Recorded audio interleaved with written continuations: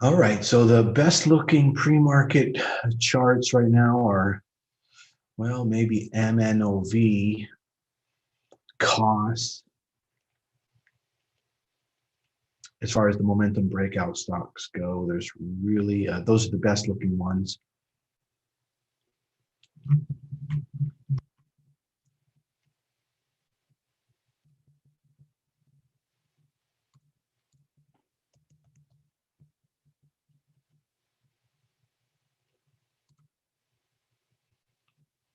So rates are actually trending up or potentially being sideways, which would mean the market's going to slightly correct or go sideways today.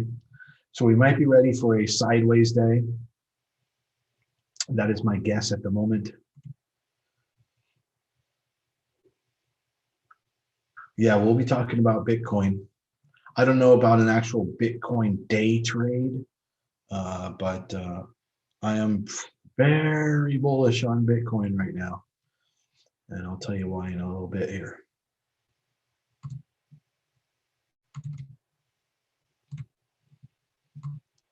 Just still setting this up.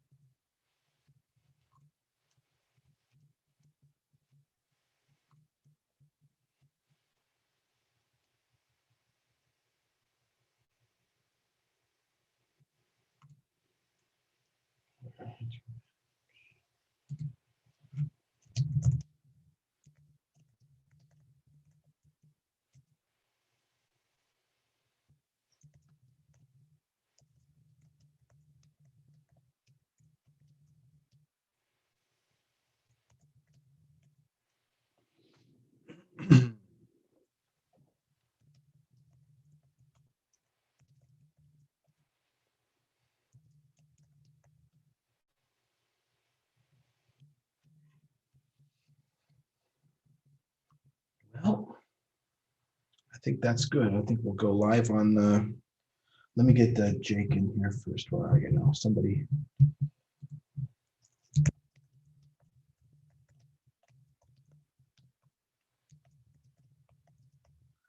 Oh, dude, Jonathan, it was awesome, man. We got stuck there during the Arctic freeze here in Texas, and that was awesome that we got stuck there. But it did extend our trip and extend our expenses. But the alternative was really really bad if we were here.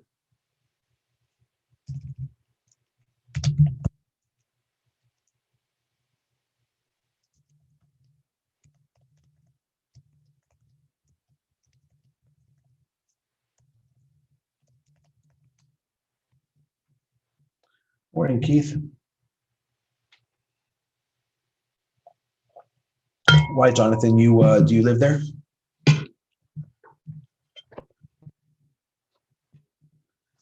This plate over here. Oh, yeah.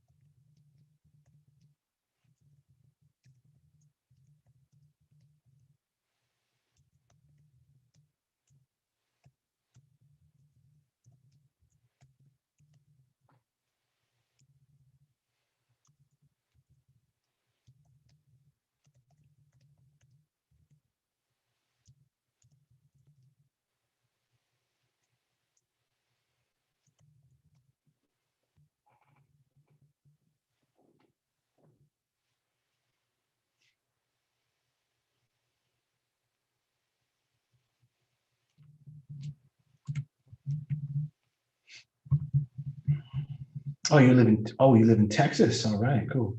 Yeah, it was really bad. There was one day, well, with wind chill, it got to -20. We weren't here during that. When we left, it was so cold. Just walking from the airport uh, parking lot to the inside of the airport. Well, there's a lot of liberals here in Texas too, unfortunately. I mean, they're everywhere. It's an era. It's an era we're in. This is what I've been talking about. You know, I'm not going to say anything too negative about them because they are people. They're just uneducated. I always say that a conservative is just well, I don't know what I'm trying to say, but essentially, with age and with time and with wisdom, you become right. You know, there's nothing wrong with being liberal. It's just that you're naive. That's all. You just haven't put together all the dots, and you're also being highly, highly propagandized against the right and have a totally incorrect view of the right. I know because I used to be a liberal. I was even probably at one point a libtard. Cheers to libtards.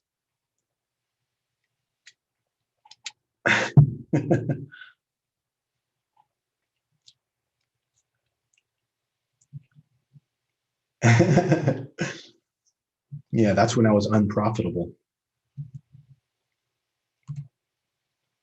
Being a libtard isn't profitable. That's socialist stuff. You don't have your mind right. You're not tapped into the economics of reality. All right, but let's put politics aside, please. CAN is breaking out. If you have the ability to trade pre-market, let me know. Again, accumulating GME in the 274 to 278 range has been the play that I called over the last hour. So hopefully a lot of viewers have accumulated. The closer you can get to 274, the more allocation. Up near 278, just little 1 to 5% sprinkles. You're trying to build up a 50% position in GME. CAN broke out and is running. So CAN going from 31, the top of 31, all the way now to 33. There's an excellent pre-market day trade on CAN. Pretty much just missed it. But the shape on CAN pre-market looks really good. I do believe CAN's going to run today, or it's going to have a run. This might be it right now. We'll see how it goes. Okay, cool. All right, 753. I'm going to go live across the spectrum now.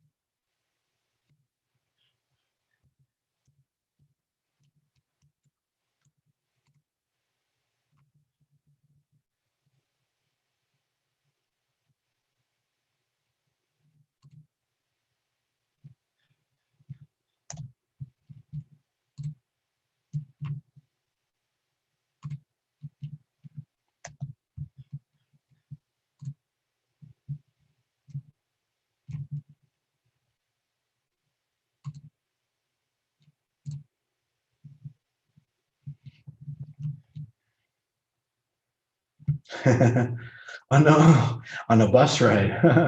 That's kind of cool. Bus ride trading.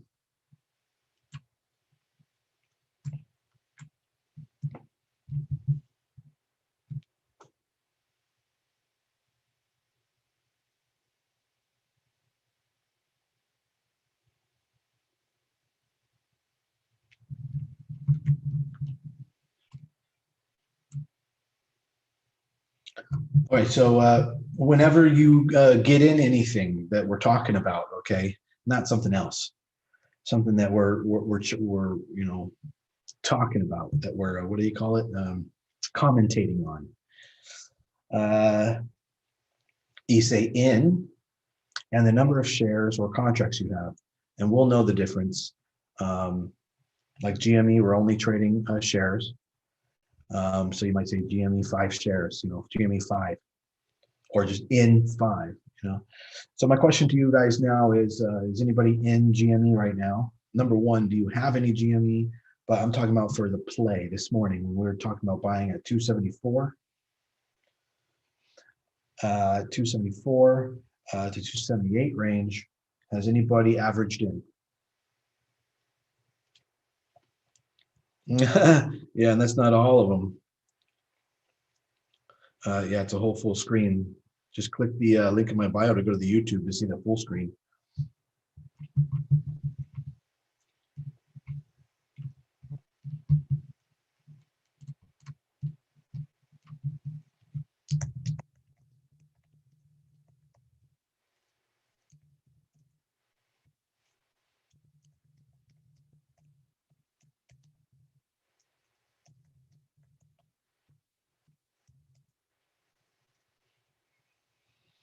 Average GME 32.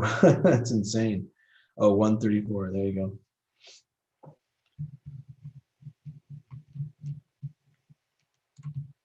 Yep, we have the Roblox IPO today, so I will put that right in the top left corner.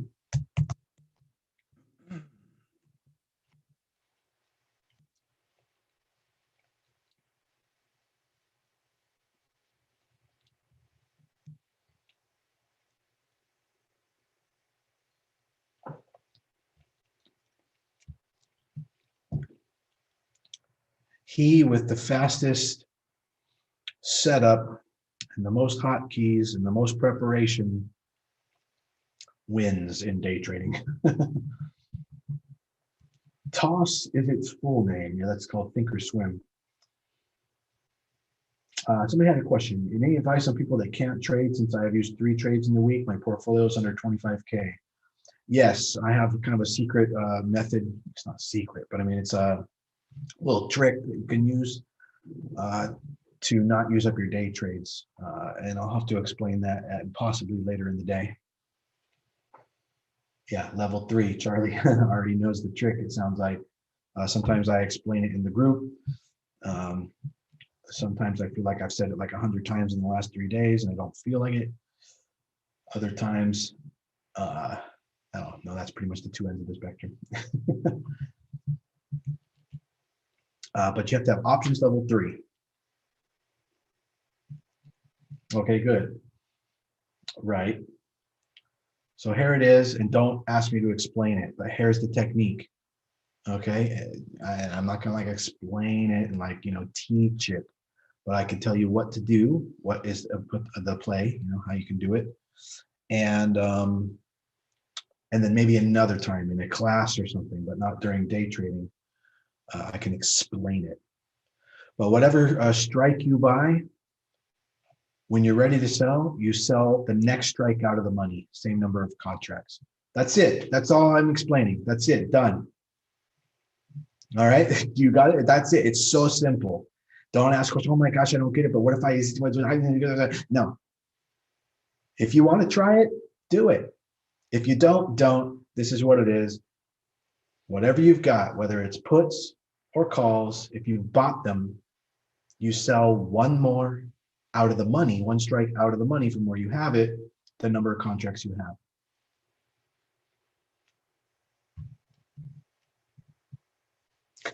All right, that's it. You just learn how. Now you can experiment with that. And what happens is, I'll give a little brief overview of what's going to happen. Is it basically takes you about 90 to 95% out of the position by temporarily sort of locking it up in a vertical. And then tomorrow you close out that vertical. Hey, Jake, there you are. All right, there we go.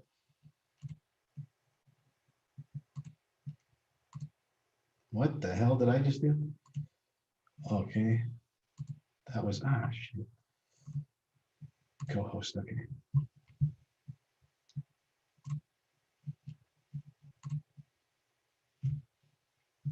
But later today, maybe I'll SHR, maybe I'll explain that in more detail.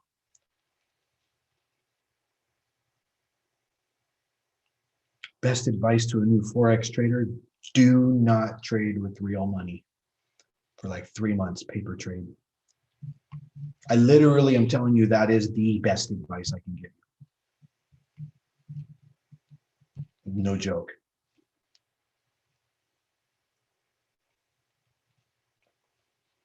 You asked for it. Who's here for Roblox? Okay, Roblox probably won't trade until 11, 12, 1 o'clock. We got 30 minutes to the opening bell. Is GME a bear trap now or what? Hey, mom's on the YouTube. How come you can't stream live chat? Well, I am stream live in chat. Sometimes she only pops in for a minute, so I don't know if that's from like 20 minutes ago. Is GME a bear trap now or what? There's your out if you were in on GME, 272. If it starts breaking down hard, you can get out. You can start scaling out and de-risking. GME is not a bear trap, it's a short squeeze. So in that sense, you could say it's a bear trap. No, I mean, it's a bull trap. Well, it's a bear trap, yes. Is it a bear trap now or what? It's not a bull trap. Okay, I misunderstood what you said, Mom.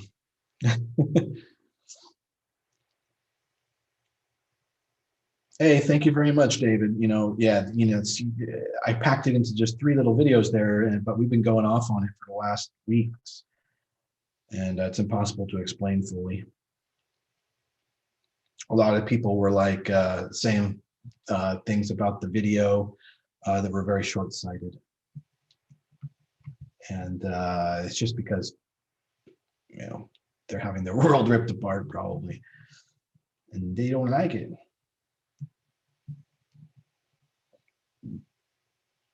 No, I mean one candle, but 2 minute chart, Justin. Roblox, $45. Volume will be 30 billions. Do you think it could drop, or due to the hype of people, it might go up? We're going to just day trade Roblox.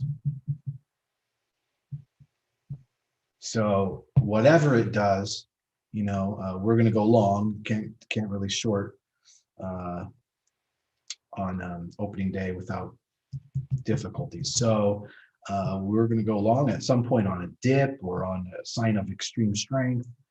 Probably we'll be following between the 2 and the 5 minute candles, and we'll day trade it. We should probably follow the 5 minute candles. Yeah, it's probably a good idea. On that one. 3.9. That was yesterday. Oh, okay.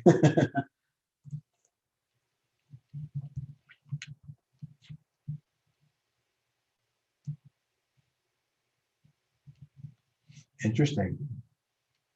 Roblox and Minecraft was my childhood. Cool. All right, I'm going to refresh the market chameleon. Let's see if anything new on the radar. We've got anything new on the radar here.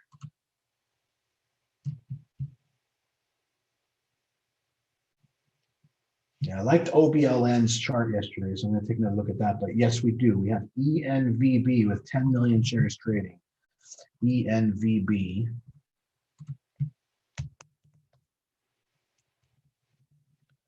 Ooh, that one's really, really pushing. Now could be a good time to get into that on this little pullback it's doing for the next break. So ENVB going hog wild right now on a bunch of runs.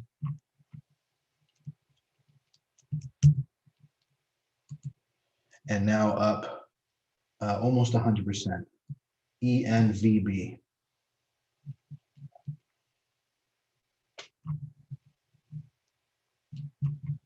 CETIX, we got MNOV, we've got COS, Vela, OBLN. That's the other one I want to put on the radar.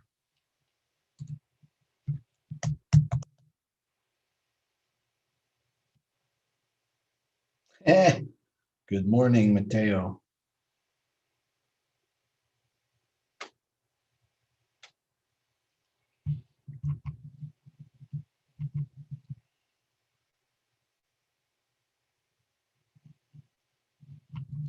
All right, there's OBLN, not a very good pre-market chart. So right now, actually, ENVB is the very best momentum play on the market. And I'll talk about Bitcoin in just a few minutes here. You could definitely trade Bitcoin today via Riot, Mara, and SOS, but realize that you probably have to take the 10 or the 30-minute candles in order to stay in those trades. In fact, Riot is just blasting off right now. I bought some more Bitcoin last night between midnight and 4 a.m.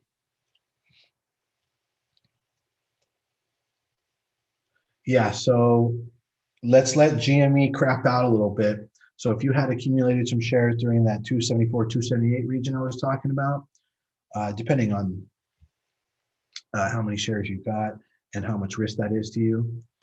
If you only have extremely low risk position, you could even stay hanging on. Otherwise, just let's let it crap out fully first.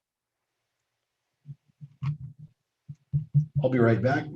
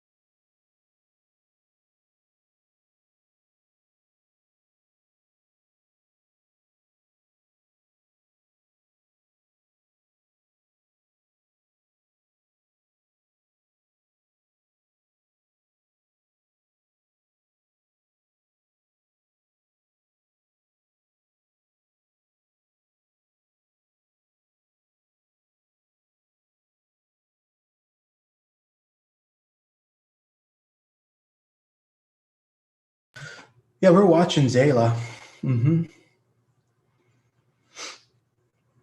See the ticker symbols.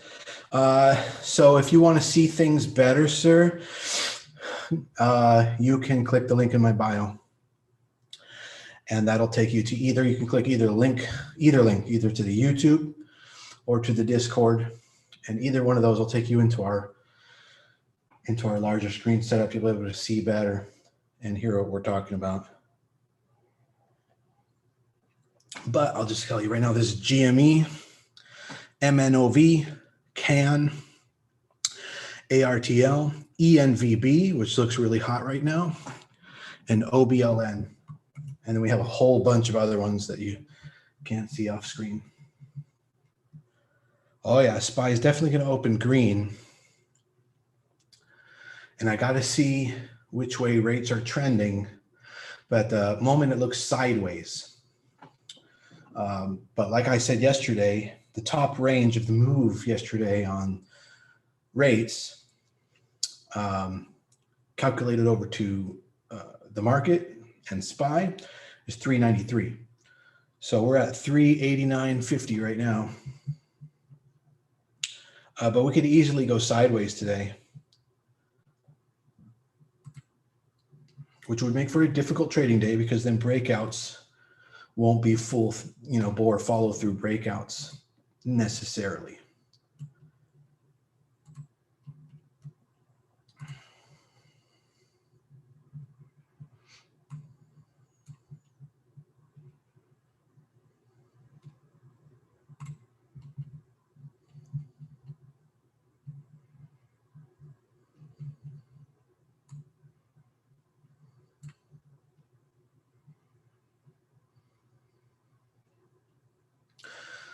So Sergio says Bitcoin's about to break all-time high. Let me put Bitcoin up here. Bitcoin futures under consumer discretionary spending.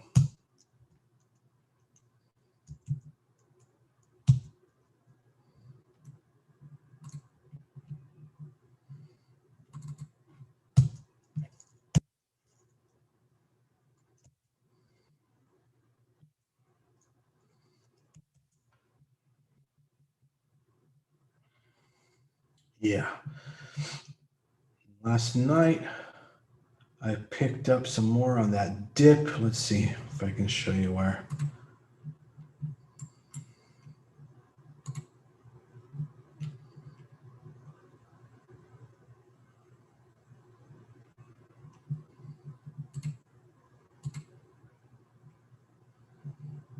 Yeah, right around midnight, right around there, around 53,000.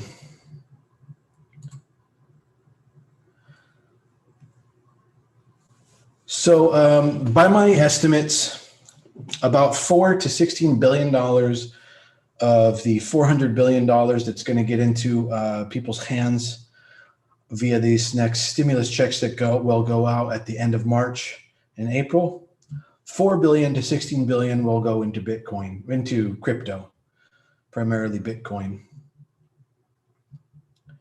Tesla and Apple are really rallying right now.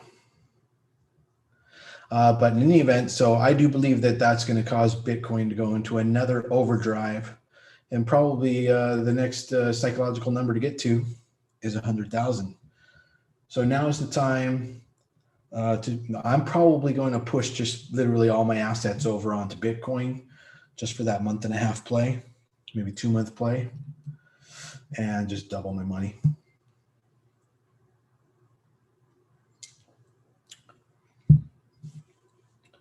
Yeah, it's going to just so easily. It's just, the stimulus checks are a certain percentage of those stimulus checks go right into crypto because that's what people do. It's just human behavior.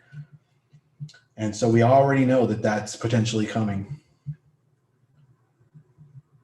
And then the inflation move, the Democrats just said they will not stop until they've raised minimum wage to $15 an hour. So that's a double.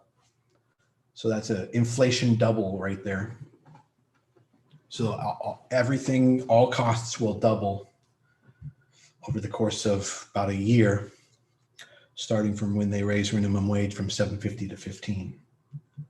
So sometime in the next, year or two, you have that threat coming too.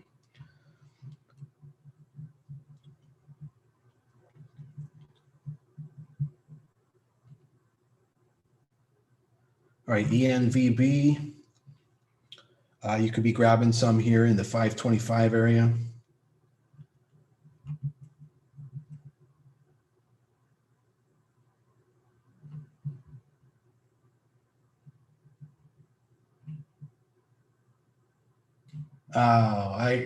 Unfortunately, I can't see that, Jeremy, but if you have access to our Discord in the VIP, I always monitor the VIP, and you can paste that there. Maybe I'll see it. The Bitcoin heat map.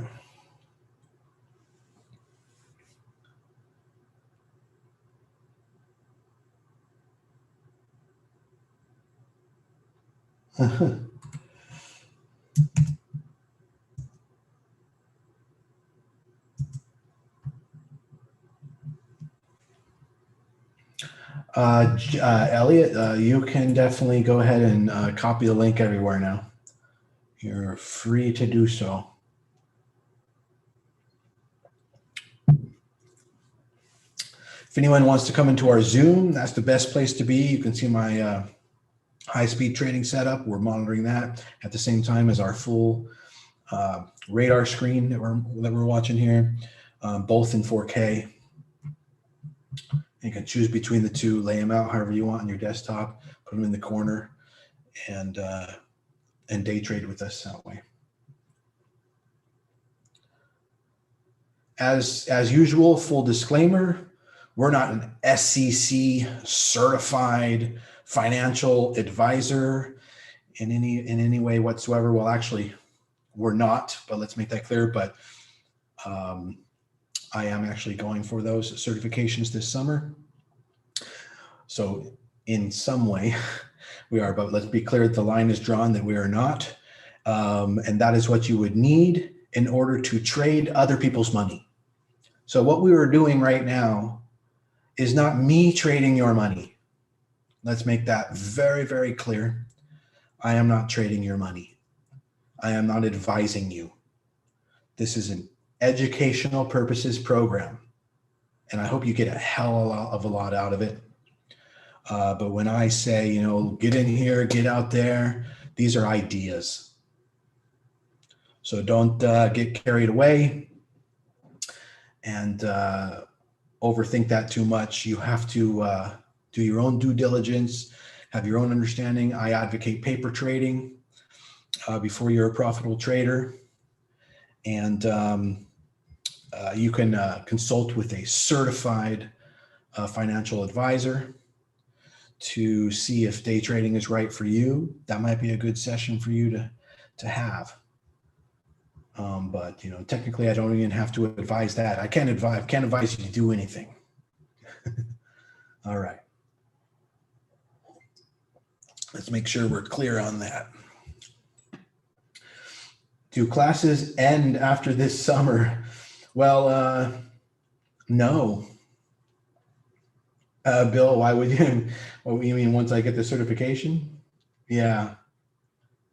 Yeah, then we move over to a hedge fund. That's right. And then I won't have to be bothered by anybody, and everyone can just put their money in the pot.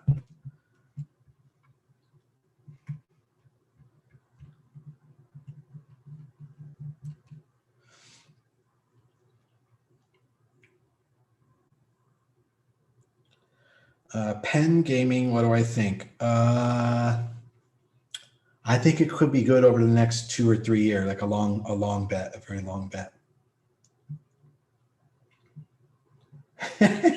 Yeah, Bill.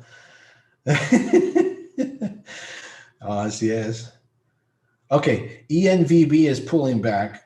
So if you were in that, you could get out, but it also offers another opportunity to watch for a base and enter there. It's pretty typical. It's 10 minutes before the open. GameStop did bounce off of the 260-ish level there. And it's back to 273.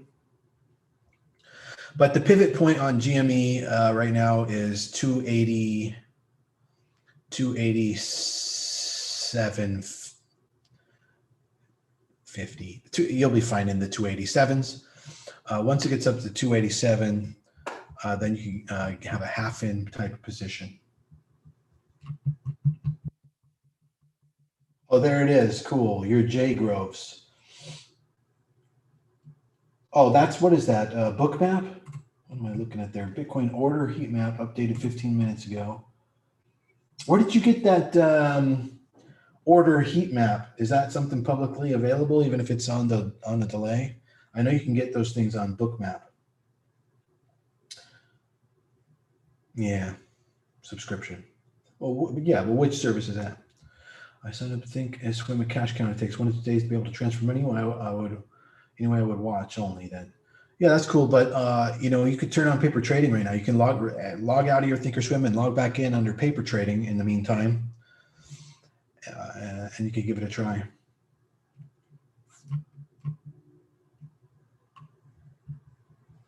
It's good to practice. I highly recommend you practice for months until you're a profitable trader before you actually day trade real money.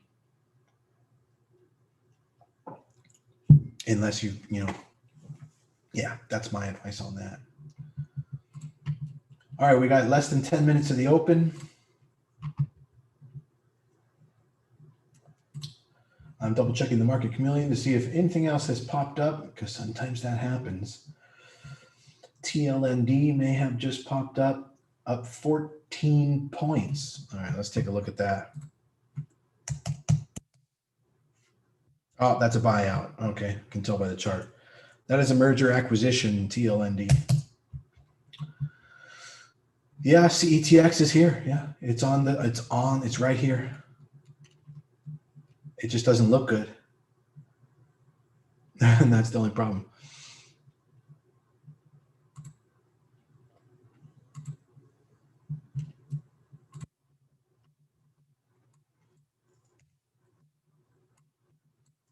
Seven minutes to market open.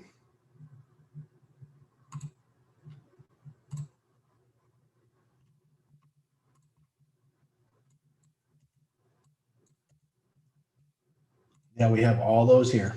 MNOV's right there.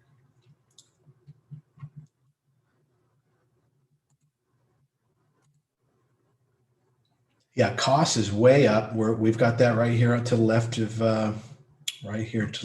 MNOV. And we're watching that. You click the link in my bio, come to the YouTube, or click in either link in my bio, YouTube or Discord, whichever one you want to join.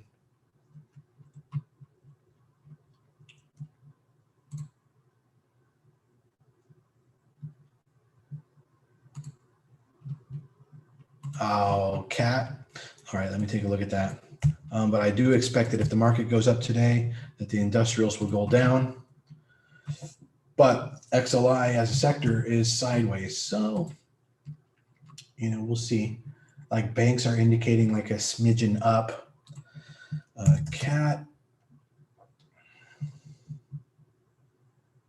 is also indicating a smidgen up, and it's just going to go sideways, Okuro. So this is swing trade, and those are good stocks. Let's see how it goes. We're probably holding for a few more days. Margin. I don't know. I guess you opened an IRA account, SHR. But in any event, margin.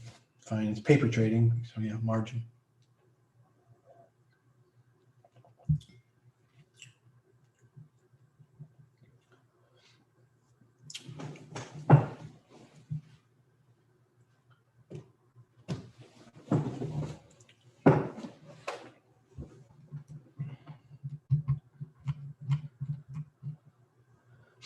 I smell something burning. If AMC, if you trade AMC today, probably take the 5-minute candles. Be real careful with that. Okay, we got less than 5 minutes to open, and we are live day trading all day today, open to everyone. So make sure you click the link in my bio. Not going to say that too many times today, but it'll probably add up to a lot of many times. Tesla just hit 705. What a capitulation on Tesla. Good job, Tesla. If you have any Tesla puts, be careful with them. I'll be closely monitoring mine.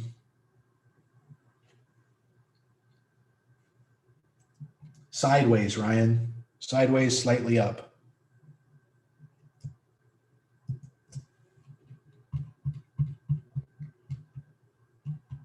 It will present a little bit of a tricky day today, but you know, probably biased to the upside.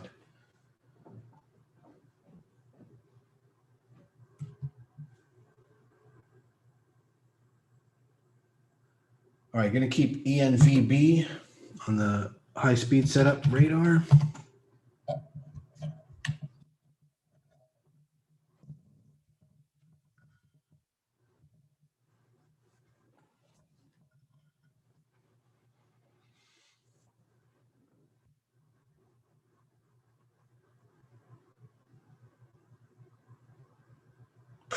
Probably I would, yeah, dump any SPY or QQQ puts, but I say probably because I need to see.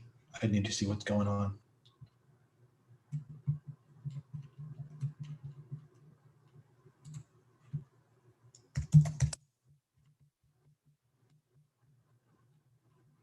Yeah, we'll keep EXPR on watch as well, but AMC is going to move slow, by the way, so you want to take the 5-minute candles on that.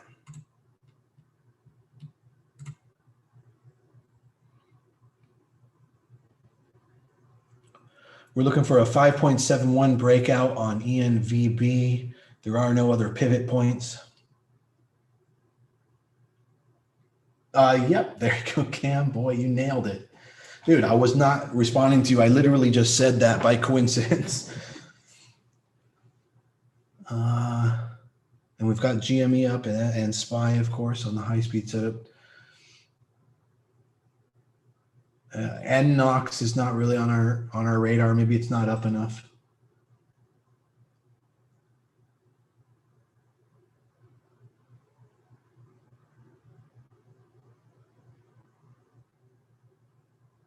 Yeah, I don't think we're missing too much. All right, CAN has pulled back.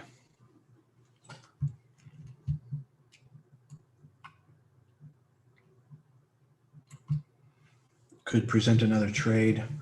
What's going to be close to breaking out at the open here? Let's see.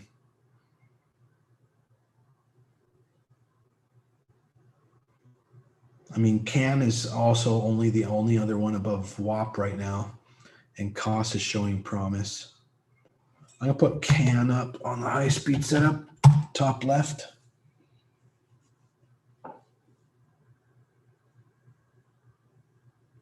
So on CAN, we'll be looking for any wedge breakouts or high of the day momentum breakouts. 33.5 right now on CAN.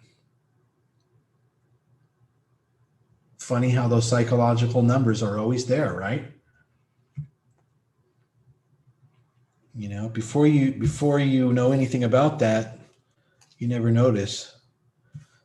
Once you know something about that, you're like, very interesting. It's a real thing. Again, I think Bitcoin is the huge play for the next 2 months. So plant your seeds there and just keep them there. I think Bitcoin may hit 100K by May. That's ironically the 5th month, May. All right, 15 seconds to the open. Here we go.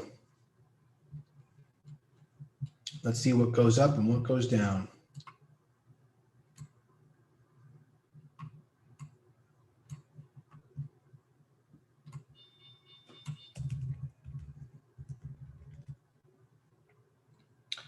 And we are open.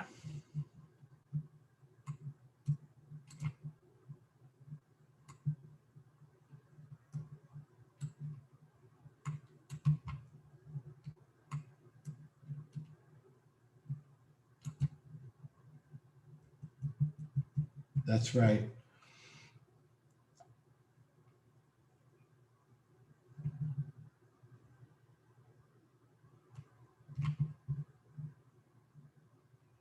Hey, Elliot, can somebody get over on the YouTube?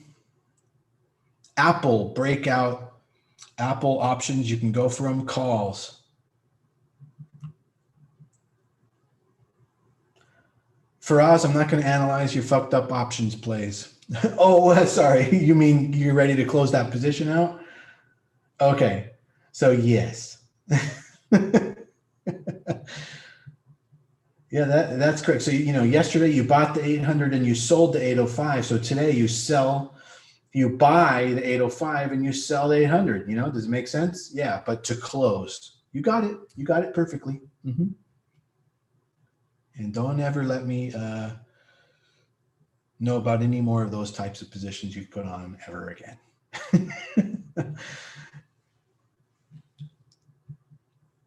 All right, GME is pulling back. You never know when it's going to stop, but we'll take a look at the candles and see if we can get some kind of an indication of a turnaround somewhere there. All right, ENVB running for breakout, 5.60. There you go. No, 5.71. Here it comes. There it is. Breakout on ENVB. I would take profits every 5 cents. Watch yourselves on those breakouts. Follow the 1 minute candle lows.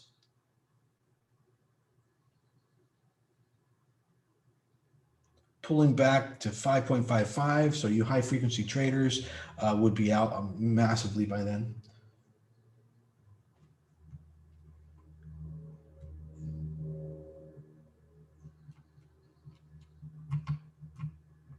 Oh, wow. All right.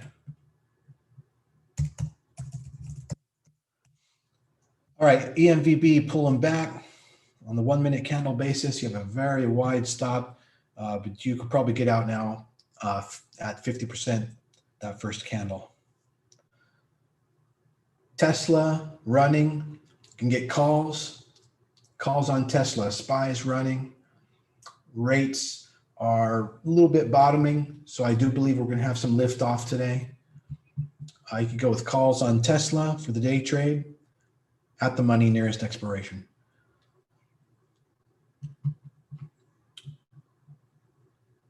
Apple pulling back, Tesla pushing.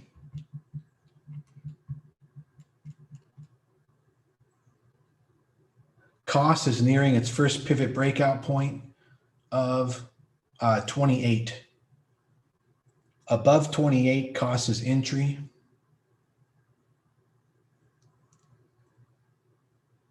All right, GME. If GME can get over 287,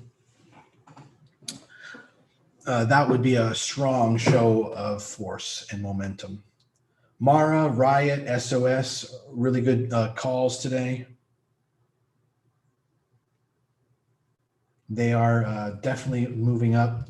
Get calls on Mara, Riot, SOS.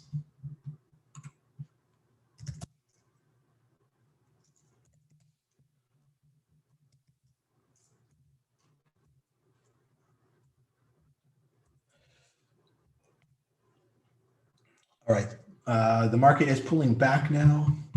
That's really quick to start to pull back. Not a lot of follow through. So that does tell me like right away, that's an indication to me right away that today's going to be a sideways choppy day. So far, that's what we know. Sideways choppy day leads to breakouts that are fake outs. Watch your breakouts. They could lead to fake outs. So today is going to be a tricky day.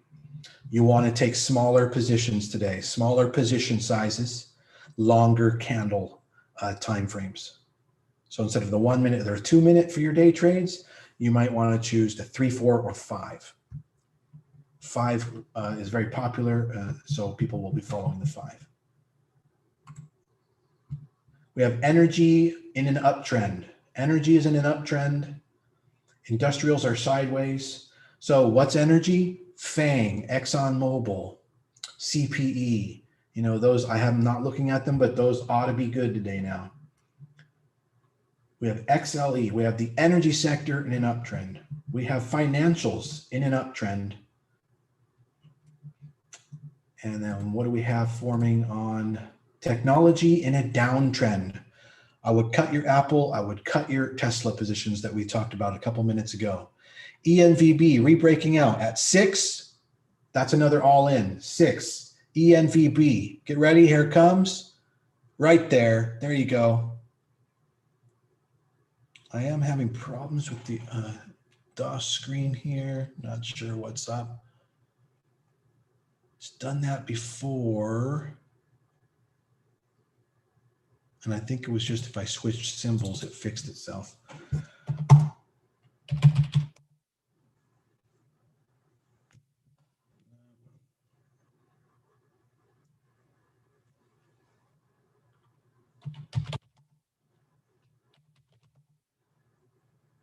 Yeah, so that's working. Now I go to ENVB.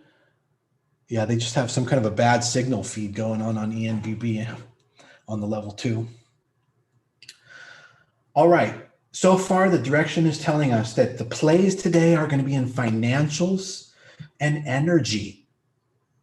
Clear as day, I can see a very nice trend in energy and financials.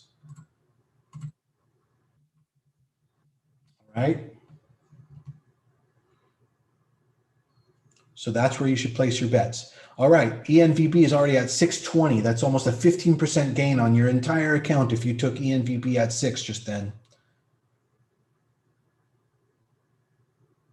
I'm unable to see the correct ask on the level 2 on ENVB. It's almost like it's giving me a delayed ask, but a real-time bid. Yeah, good job, level 2 feed.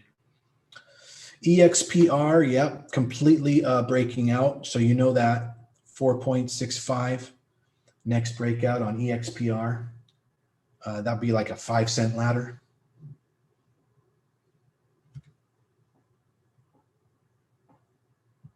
No, Apple's no longer uptrending. No, tech is not uptrending. Tech is pulling back. Tech is going down.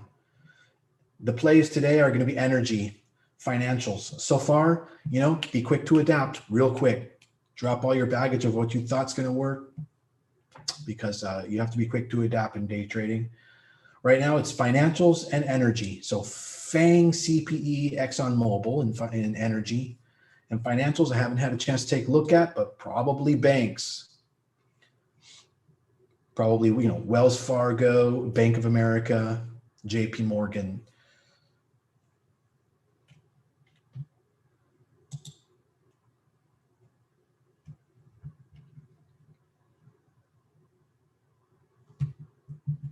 When I call out a ticker that you are interested in, and I mention a key level that you need to watch for a break, write it down. It's probably not going to be set again until the moment of the heat of the moment, and it'll be too late for you. Write it down and prepare for it.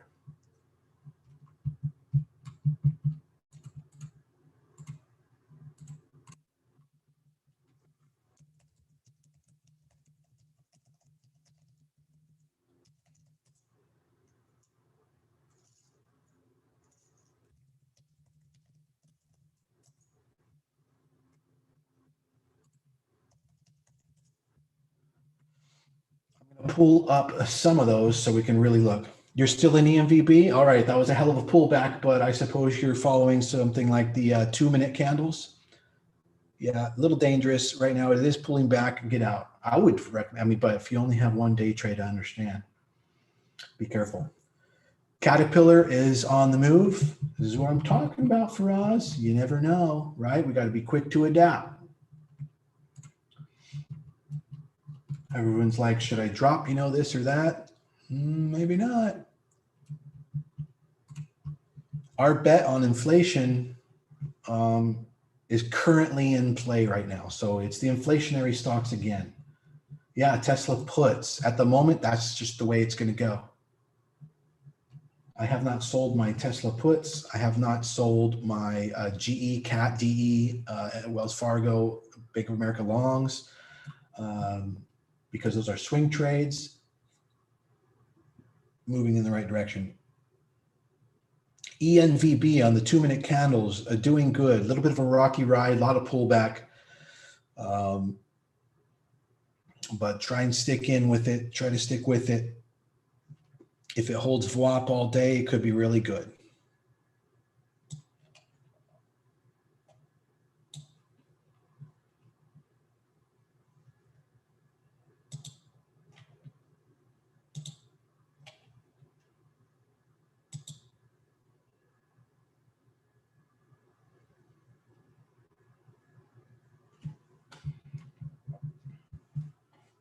I took Riot, stay or get out? Riot. It's a good question. For day trading, obviously it's showing that it's breaking pivot lows and that you should get out.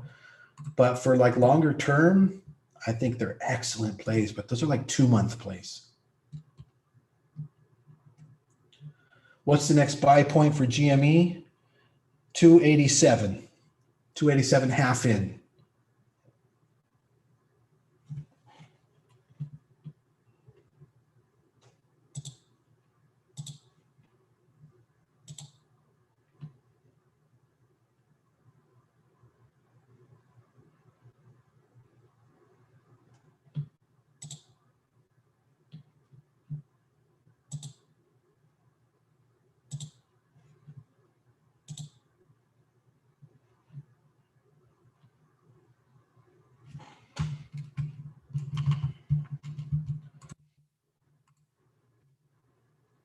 So yeah, FANG is moving up. I'm going to pull up some of those energy stocks. ENVB is, well, I'm having some problems with my high-speed setup, but it looks to be doing good on the 2-minute charts. I'm going to keep Roblox on that upper left block there. Let's put FANG right here. I would like to see FANG, ExxonMobil, and the rest all on the grid. But I'm still watching some of these for potential run-ups. For instance, Zala, if it breaks 9, is an all-in.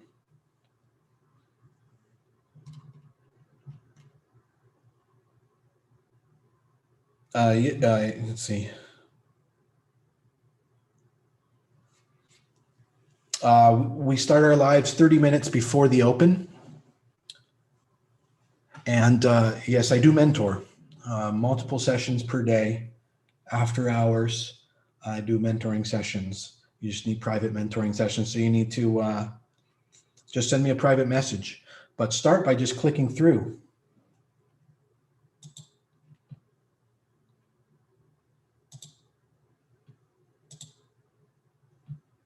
All right, I possibly have my charts back now. The feed is a little iffy coming in from DOS. Yeah, the feed is not on right now. Come on.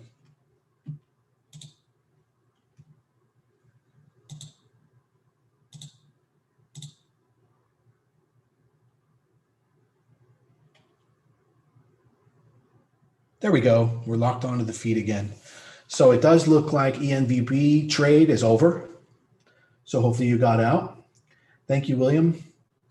One of my private students, William Worthington, says, amazing teacher.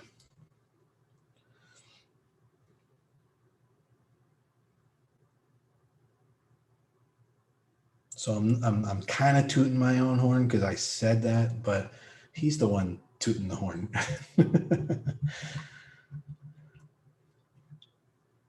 All right, here comes Riot back up from the bottom now.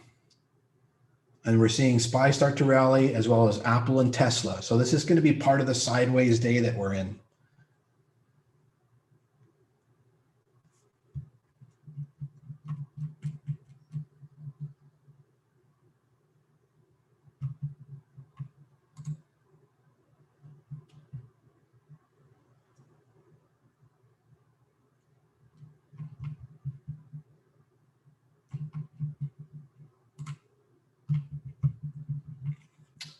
SPY has broken yesterday's high. So around 390, if you want to round it, is yesterday's high. And if it were to come back down and bounce off that level, then we have a strong tech uptrend again forming. So these are the kinds of like steering and shifts that we have to be quick to adapt to.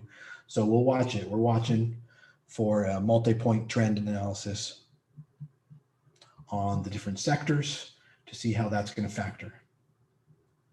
It looks like rates are going down and trending down, so that's good for tech. Rates are on a 4-point downtrend, confirmed downtrend at the moment. Bill, I don't know if paper trading is on a 20-minute. Oh, I think when you first open up your account, paper trading is on a 20-minute delay. I think it's showing you just have to call them. So get on the phone and request real time, and they'll approve it. Bitcoin is on the move up strongly. Going to break out at 57,000 today. Looks pretty easily. So Mara, Riot, SOS look to be good plays. And this is what I'm talking about. You know, you're going to have to go slow today. On a day that's choppy like today, you can't really be following short-term direction. You have to go a little bit more medium term. Size your positions down. AMC broke out above 11.65, is now run to 12.1. Ryan, I like Bitcoin. I like the whole crypto sector plays for the next 3 months. I'm literally going to be pushing a lot of my assets right on over to the whole crypto play, because the stimulus checks are just going to push that, like Bitcoin, right up to 100K. And unfortunately, at this point, that's not even a double. So there was the breakout on GME. Who got it? 287 was breakout on GME. Who got GME? So that's what I'm talking about. When I already have told you a level, a key breakout level for entry, the ticker name and the level, write it down, prep your order, and be ready. I'm looking at other things and other opportunities for other people. So you take whatever opportunity actually happens. And I've already told you what it's going to be and when it's going to be.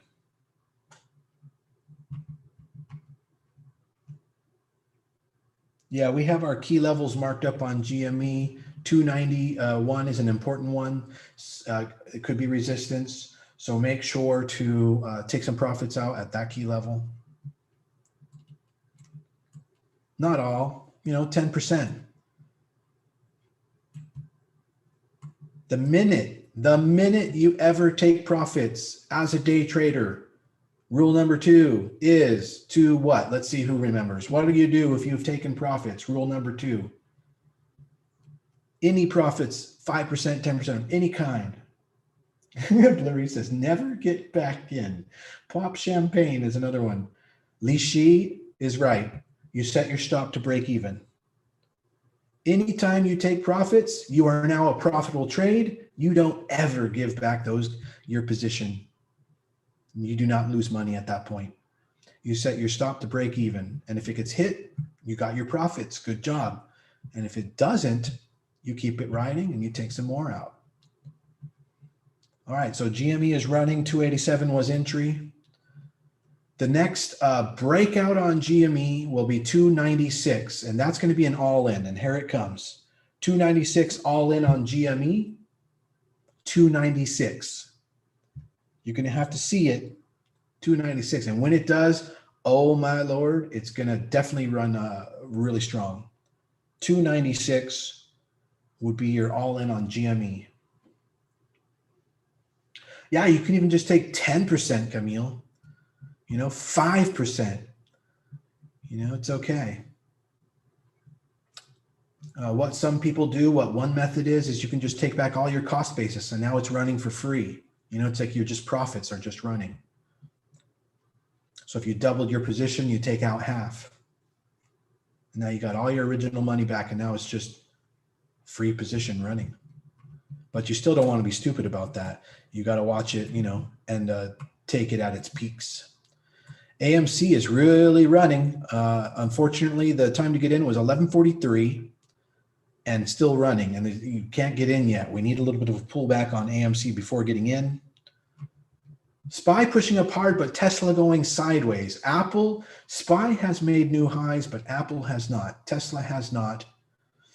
Tesla is consolidating.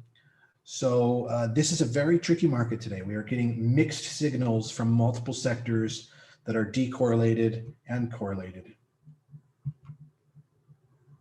Oil is running and running strong, though. That is one thing for sure. So energy ought to hold up today. So right now, energy is in a pullback moment, and that could be a good time to get in. SPY breaking high again. SPY being very bullish this morning. And that is affecting the tech sector and causing the tech sector to recover now from the dip. And we'll see if it moves to the upside and puts in an uptrend. Financials holding. Financials very strong.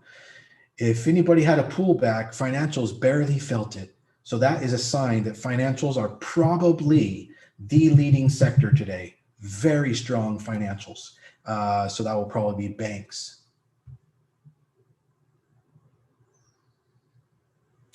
Cost is moving. Yes, costs. The breakout that I said for half in was 28. So if you take that, that's about a 20-cent ladder on costs. If anybody has questions about ladder and then somebody else knows the answer, please explain it to them in the group. Come on over to our Zoom. Click the link in my bio for the YouTube or for the Discord. Either one will lead you to either a full screen experience on YouTube or a 2-screen 4K experience on Zoom, real time. Well, I think we might be a second delayed. But we are on all the right stocks today.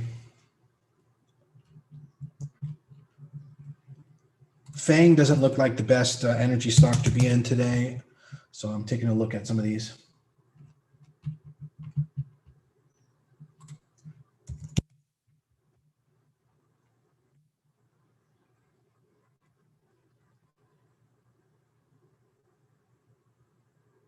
So notice that GME did not break 296.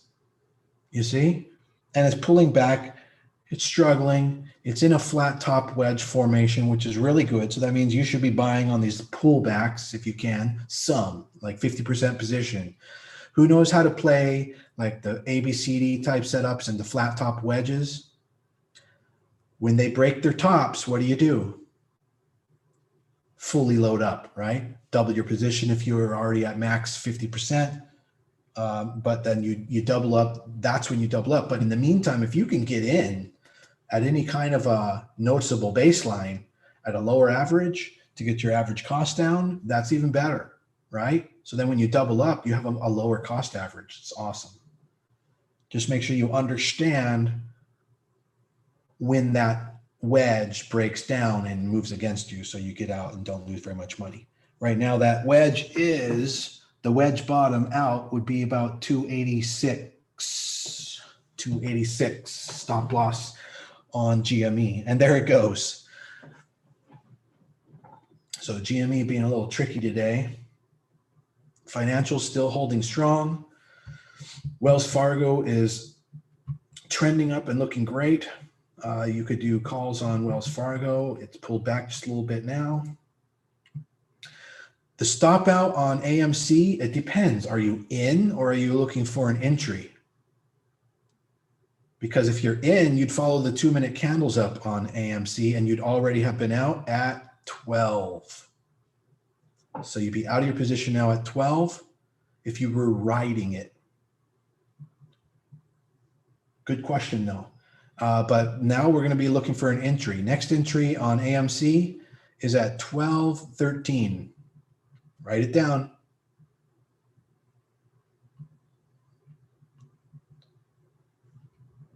SPY is in a pennant, a bull flag right now. Looking good, looking very strong. That's good for tech.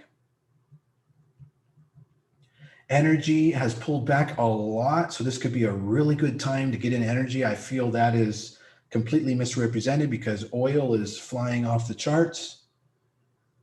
So ExxonMobil, for instance, I'm not looking at it, but I did probably ExxonMobil has pulled back a lot at this moment right now. I'm not looking at it, but probably XOM has pulled back a lot. It might be good to plant some seeds there. Get a call, get a couple calls.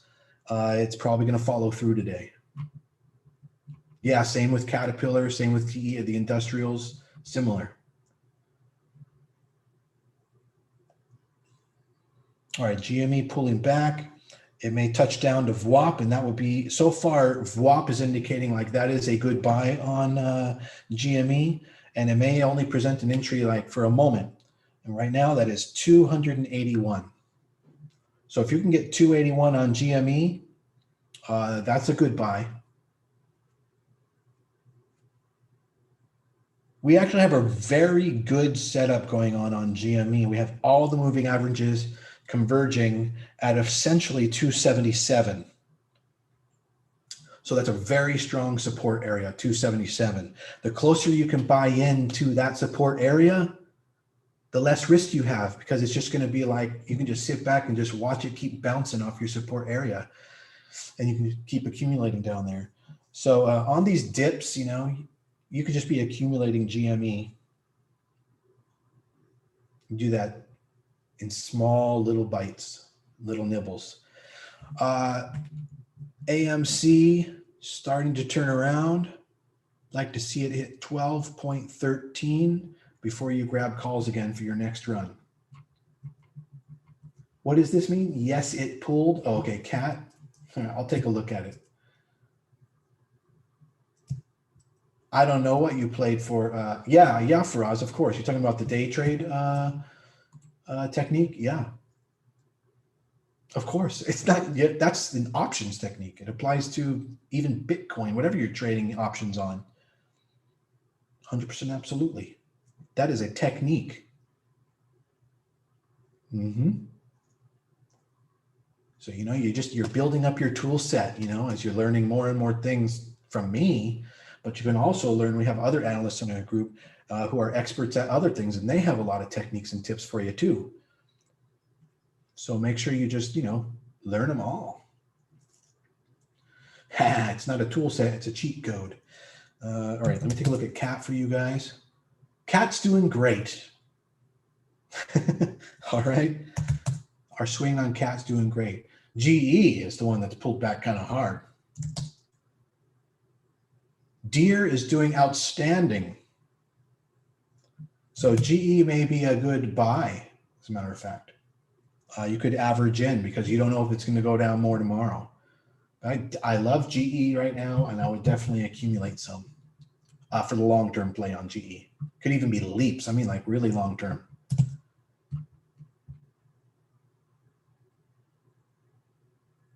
Palantir, no, I'm very, very bearish on AI right now. Although I'm long-term very bullish. But when I say long-term, I'm talking 3, 5, 10 years. There's just way too much R&D in AI right now. Capital is just going to be burnt. They're going to be doing more share offerings to dilute the price in order to raise capital. Yeah, I don't really see it in the short term being a bullish play. All right, ENVB turning around. We're looking for that break at 6.41, 6.41 ENVB. Accumulate GME in the 281 to 277 area. There you go, Faraz, just paying attention.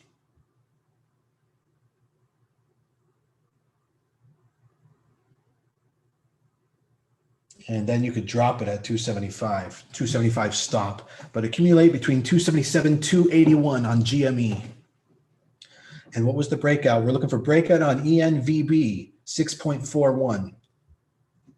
That's an all-in on ENVB, 6.41 when it happens. And when it does happen, just take a 20% ladder every 5 cents. 5 cents ladder. So CAN completely crapped out. I'm going to take that off our radar. It's very much crapped out. I can replace it with something else on the high-speed setup that we need to pay much closer and surgical attention to. I think AMC right now is starting to curve up. Watch it for that 12-13 entry. We're watching AMC for 12-13 entry. And ENVB has broke out. It already hit 655. Woohoo! All right, you guys are already 60% out, hopefully, on that push right now. It was 641, and you're taking out every 5 cents, so 655 is already 60% out. And we were hitting 664. Now, if you want to move that into a 1 minute candle or a 2 minute candle hold, so be it. But it has already pulled back all of those gains, and now it's dropped down. So what do when you take your first profit? Mental stop loss or typed in stop loss, break even. You don't lose money. So you have to ask yourself, on this pullback, am I still in? If you took profits, no way, man. ENVB, I believe it is. Yes.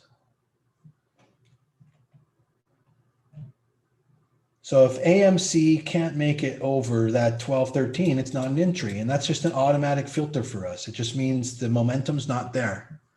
I'm picking these points for you, these price levels, because they represent actual confirmed momentum at the soonest point we can confirm it. You sold 75 for profit though, but how did you lose 25% on the drop? In other words, you lost 25% on the remaining 25%. I mean, that just goes to show how fast, this can be, this game, right? As far as day trading. And you can see that ENVB is very dangerous like that. So a couple things to think about. Be quick to adapt, okay? A couple things to think about. One, if you ever play ENVB again, and this goes for all of you today because we just learned something about ENVB, is that the breakouts are leading to almost fake outs. You're getting a little bit, and then it's pulling way back, right? So number two, that means size down. If you're going to get back in, be careful because it's like touching fire, right? In either that, even stay away. Find something else that's trending nicely. It's not friendly. What you just learned is EMVB is not friendly. It's hostile, right? So we don't love hostile momentum.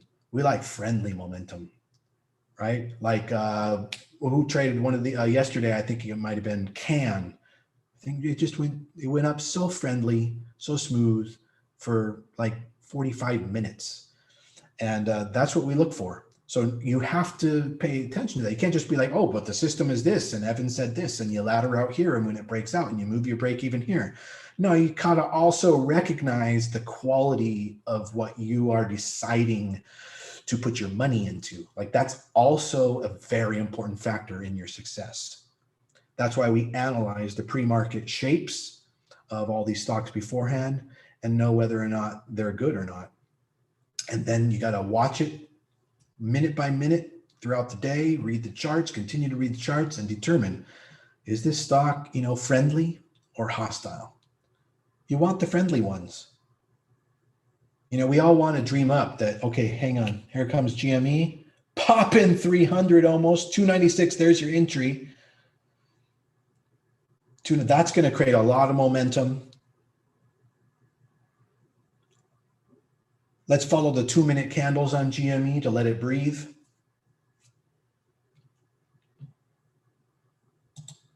That's going to create a very wide stop. So you can have like 25% stop out if you need to, or a 10% stop out.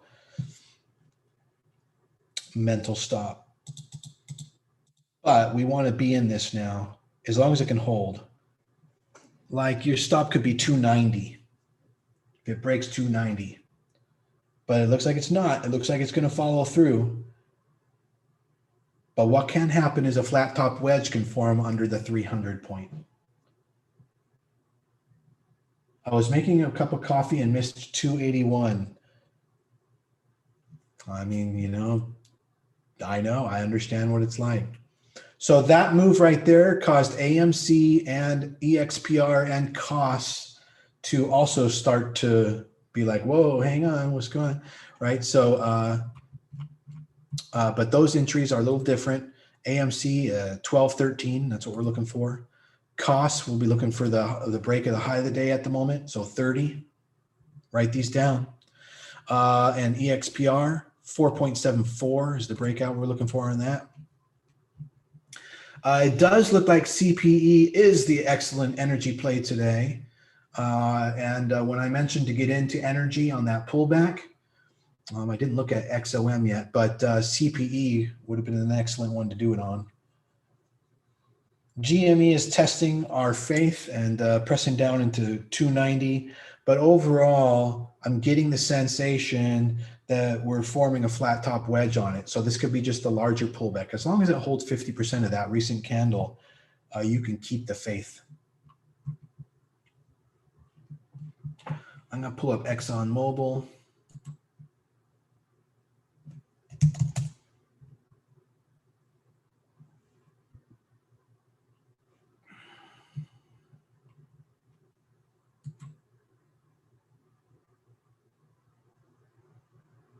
If it does fall through, the middle of that last large 2-minute candle, you can de-risk in there. You size down, and then you can buy some before it. You can buy some more at a lower price entry point. Otherwise, just hold through the whole wedge, and you can make your stop 280. Quite low, so you be careful. It depends on how much your position size is. The idea is not to lose money.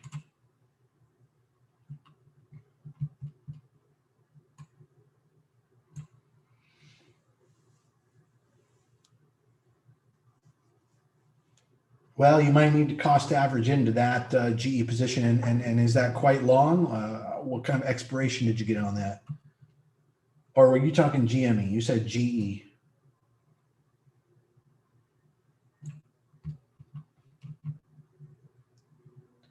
CETIX is heading to break out the high of the day, not of the pre-market.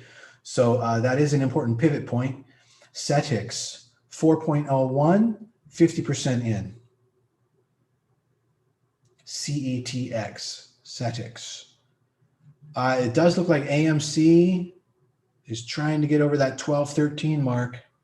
Be ready for it. 1213 AMC. You can do calls. You can do shares. Shares would probably be better in that case. And I'm not averse to taking options. You guys know that. So when I say that, it's not because I don't like options. It's because you're going to make more money, and it's going to be an easier trade for you to get in and out of without losing very much. And you'll probably make more money for the same amount of money put in. So AMC 1213 is what we're looking for on that. Okay, good job, Faraz. Oh, right. Yeah, I hear you. Now, Faraz, just because you don't want to be going in and out of GME all day, you should probably drop down to like the 15 or the 30-minute candle for you for watching the chart. I'm definitely not watching it at that macro level. I'm watching the 5-minute and the 1-minute and the 2-minute.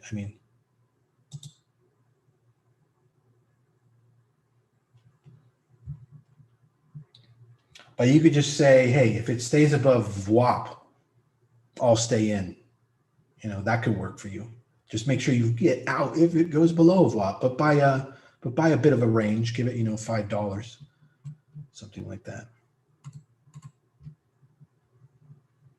What were we looking at? CETX. So again, CETX, if it breaks 4.01, that'd be 50% in. AMC is grinding up to that level of 1213. And we are above VWAP. We just want that confirmed momentum. So the market is going sideways. Energy is now consolidating into a bullish, basically sideways wedge. Energy. Industrials actually in a little bit of an uptrend. So that's CAT, GEDE. Those are my big recommendations there. Energy has gone sideways. I'm sorry, technology has gone sideways. So has energy. But technology has gone sideways. Multi-point sideways. So technology is consolidating today. So, Tesla, Apple's just going to go sideways. But the, XLI, so industrials, GE, CAT, PAVE also is a good ETF that holds a lot of industrials. PAVE, that could be something to put in your long-term portfolio. Very good ETF for the industrial inflation move. And Bitcoin has gone sideways. So that's going to cause Mara, Riot, and SOS to go sideways. We have a very sideways market today. Financials are actually still in an uptrend, but they're testing. They're widening. They're broadening. I see a drop in CAD back to 218 in the 10-minute chart. It looks bad. Well, that's just something to take advantage of because we are bullish. No kidding. That's funny.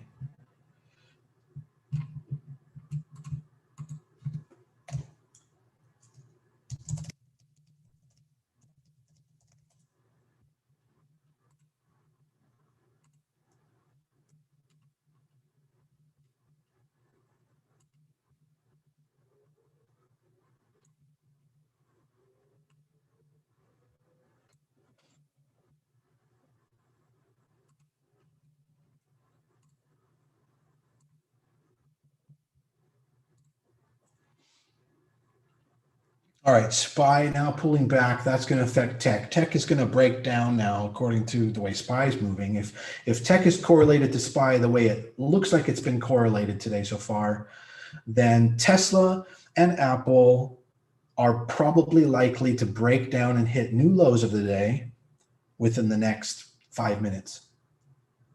And then Crocs is up. That's awesome. So tech is actually looking like it may trend down again today based on the way SPY just moved. And energy is breaking new highs. So there you go. And look at CPE go. So calls on energy, are a good play today. ExxonMobil, maybe not the best way to play it, but it is actually doing well. Had you bought ExxonMobil at the dip when I said was 60.4 and it's now 61. So those calls would be doing outstanding right now. CPE also doing really well. And Wells Fargo and financials starting to make a run. Very nice. Meanwhile, tech is probably pulling back.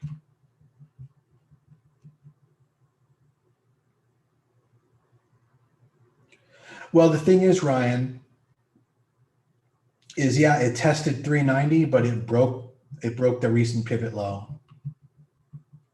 So it erased a lot of progress on the trend. It's, if I could kind of I can visualize that kind of here comes ENVB 665 breakout. ENVB 665 is the breakout we're looking for. 6.65 ENVB. And size down, that's a hostile day trade momentum stock. 6.65, there's the breakout, and it hit 6.74 almost immediately. And we're hanging out at 6.71 now, 6.66, and now it's pulling back. And pushing again, 6 points, and it's just can't hold it. But with a smaller position, you could try to hang out on the 1-minute candles and see where that takes you. Or you can just not play in ENVB anymore, unless you have a high frequency setup and you can just take that little blip every time. Not worth it. ENVB remains hostile.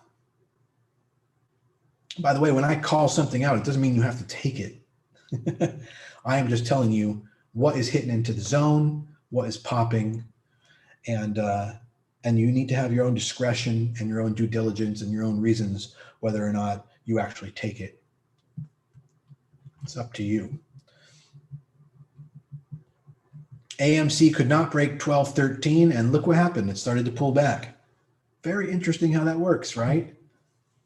It means we haven't got in at the wrong point.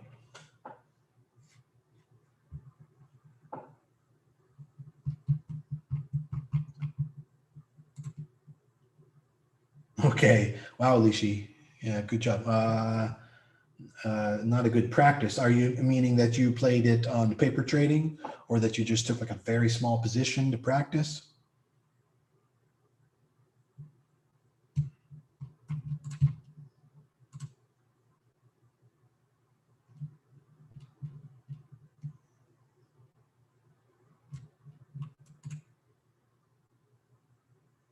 Okay.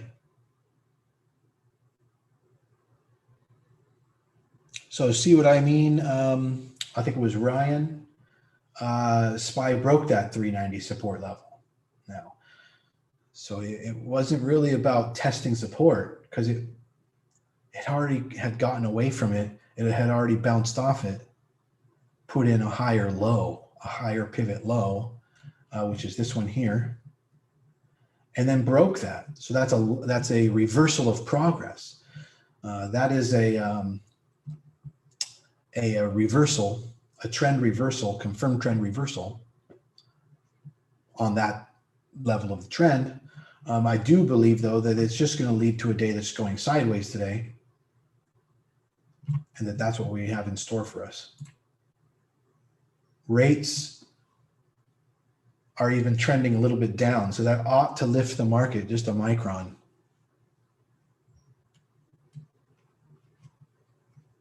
On a sideways day, that's just like a good rotation day. Sideways days are rotation days.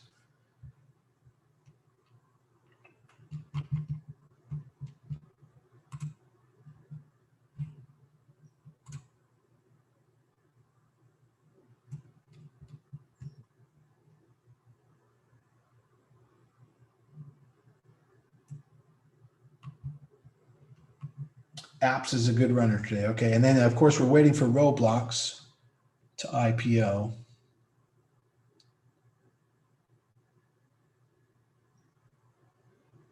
So who recognizes a pattern on AMC? Who can tell me what patterns formed on the AMC?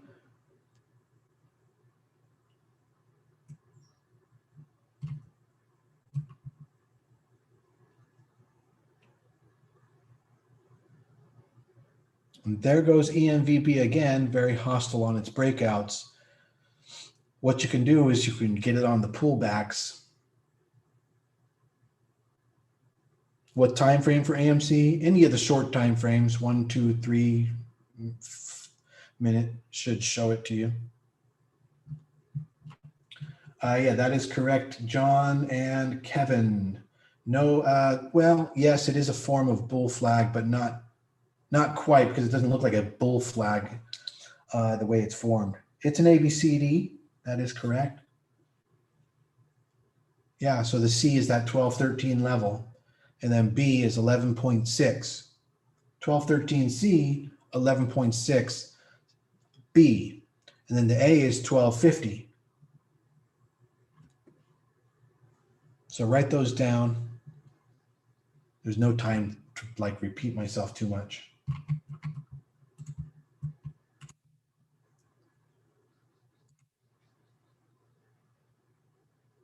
And a semi-similar ABCD going on Wells Fargo,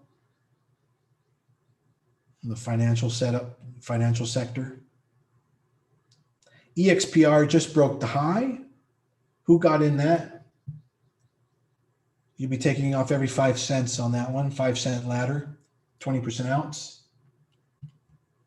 The breakout was, what did I say? 4.75. Just hit 4.9.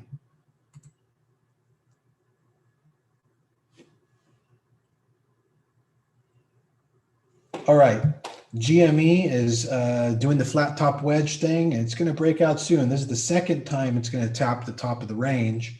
Be careful. It could break out here and fake out. There it is. There's a little bit of the breakout, but it might pull back. Watch the 300 level. It may not be the end of this 300 wedge. And AMC is probably going to follow suit. Get ready on AMC. 12.13 we're looking for.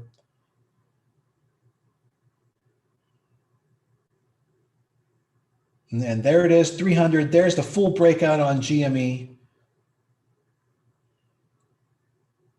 So now next mental number on GME is 350.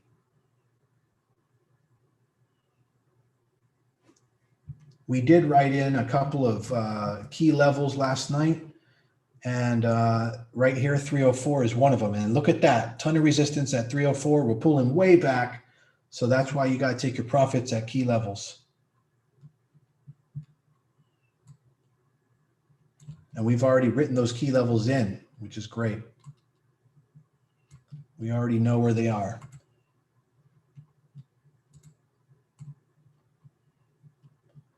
We've got another key level at 310 that we'll have to deal with. And then after that, it should pop open. So the next all-in on EXPR is at the 5.01. AMC did trigger entry right now. You can get in at a better price.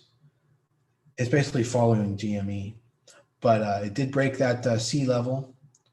You can continue to average in though between B and C.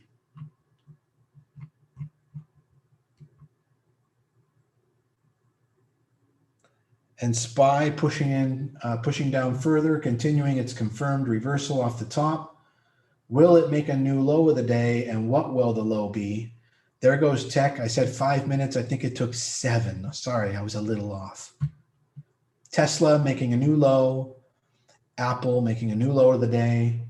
I think I might have nailed it. I think it might have been 5 minutes exactly. I think it was like 7 minutes. Fair enough. Fair enough. Yeah. Way to go, Jake. Yeah, I still have my Tesla puts on too.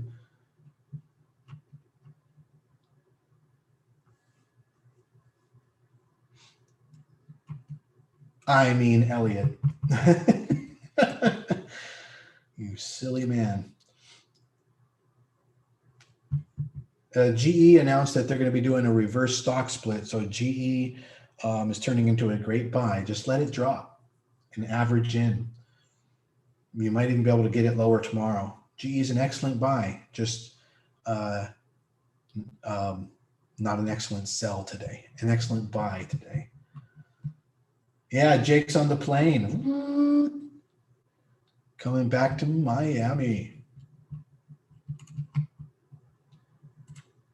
But so is he messaging us from the plane? Did he get plane internet?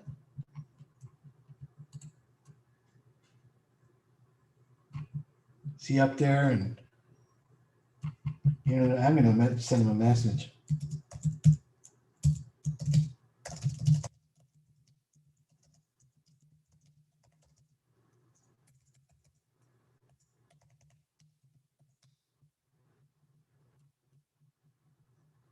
Oh, okay. All right. All right, SPY's low of the day is 389.23. And that's not really a put level, but you can take puts if you want, okay? It's just that I don't know if today's going to just drop and drop and drop. You may feel like it is, but we don't know. It could find a bottom range and then just range all day. Interest rates are indicating that the market should actually do okay today. So this drop, I wouldn't put a lot of merit into this drop. But it is a shakedown, and it looks like Tesla's getting shaken down.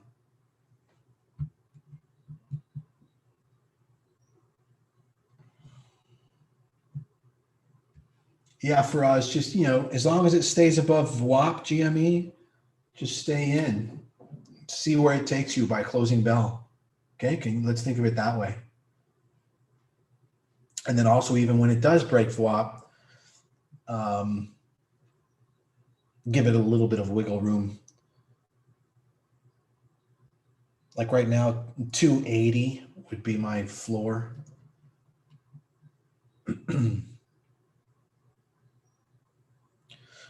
Unless you just take profits real quick. But see, once you do that, then you kind of can't get back in. Unless you buy another contract with the money you just sold out from. And then you can keep going round and round like that. At a certain point, it's going to tell you, oh, you got to stop doing that. Yeah, so AMC has broken the B level, and so it's fully crapped out. So you should not be in it anymore. AMC fully crapped out. I don't know if that's going to lead GME down. Who's leading who right now? But yeah, that's going to affect EXPR and costs as well. MNOV turned out to be a no play, and of course CAN also a non-play today.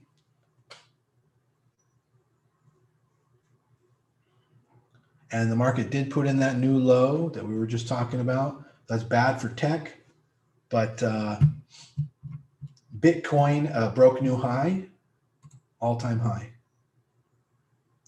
So that could affect Mara and Riot positively, and right now they're way down. So this could be a great moment. I mean, Bitcoin's making new highs. Riot, Mara, SOS got dragged down by the market. This can be kind of a good little arbitrage moment to get in on Mara, Riot, SOS, long term. In fact, I will get like 3-month contracts. That's just me. Right, Jim, $200. You know, maybe options on SOS longer term. You know, just let that money appreciate. Probably because they won't be too expensive.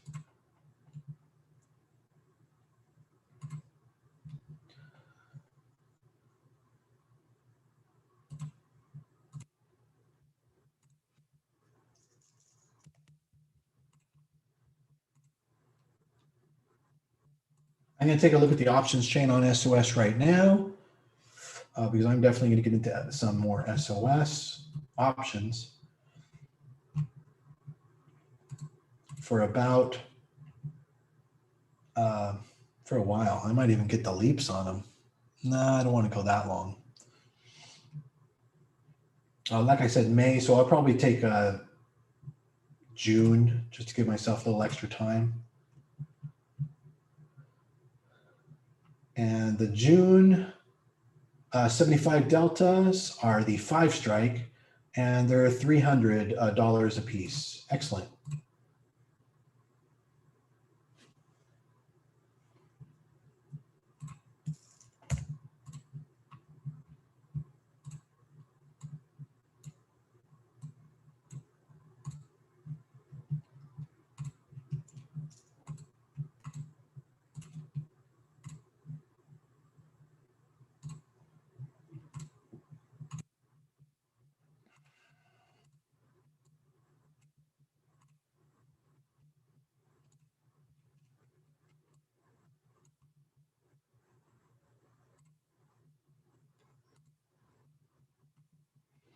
I'll paste what I bought into the VIP alert right now. I just bought 5 contracts, SOS, particular expiration date. I'll paste right now into the group alert channel. All right, here we go. Got a good fill on that too. Chart traders alerts.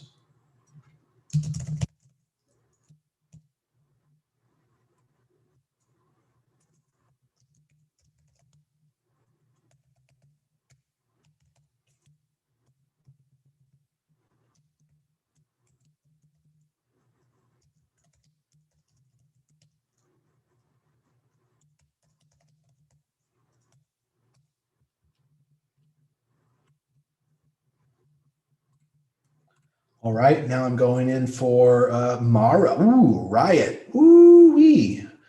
They are just dropping like bricks. I'm going to let them fall a little bit. I'll pick up some more contracts as well later. Excelente. Yes, excellent. It looks like a bit of panic. We went from 3, the drop was 389.2. Yeah, I know, but we pulled up before the dollar, so that's not a full panic. You know, we're pulling up already now. So that tells you, you know, is it a real heavy panic or not? And this is how you read momentum. All right, GME is now pulling back for Oz. And the whole market, it's almost like the wind that was on our back and pushing our boat forward because the market was going up. Now the wind is blowing in our faces. and it's going to make it hard for certain sector plays to be pushing, and that may affect GME. So for us, it's fully up to you how you want to handle your option position there. If I had, in your account unlimited day trades, I'd be out, on all these signs right now, and I just wait for confirmed positive uptrended momentum. So that way I don't lose any money.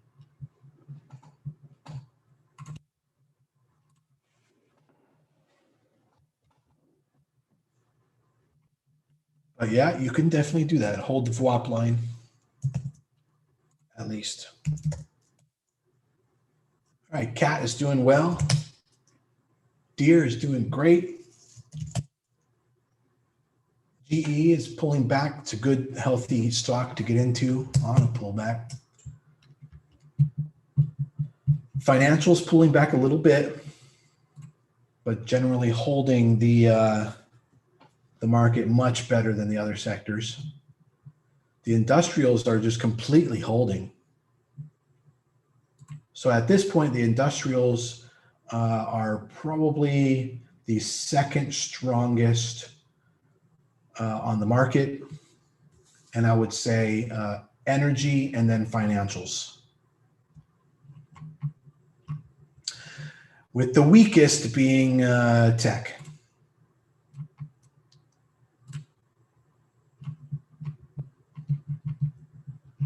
Yeah, absolutely. Or SQQ calls or SQQQ. Mm-hmm.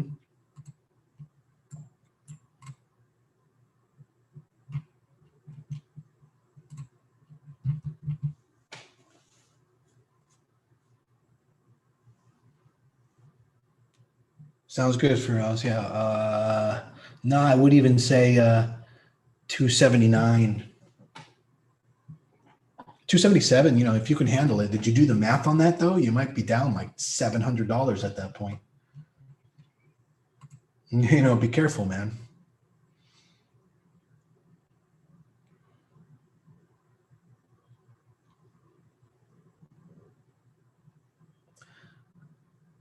Oh, I think it definitely will, Daniel. I really do.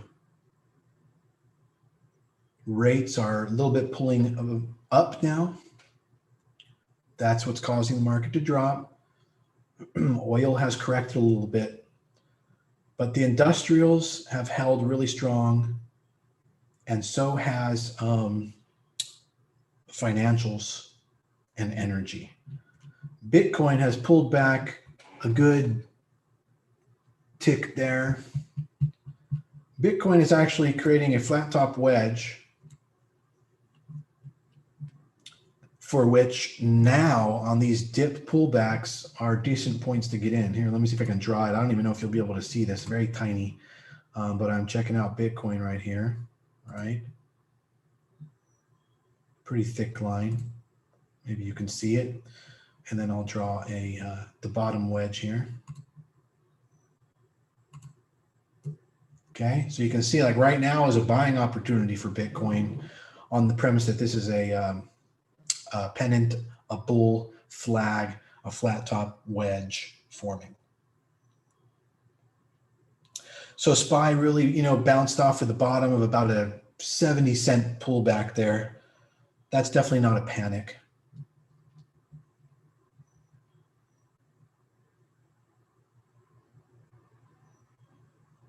All right, for us.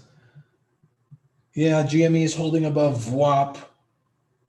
Not super loving how it reacted to the market direction there, though. I would have liked to have seen GME a little bit more decorrelated with the market, because then GME is kind of its own little stock market, and it's kind of its own little side play going on in the market. But right now, it's getting a little bit too correlated with the market.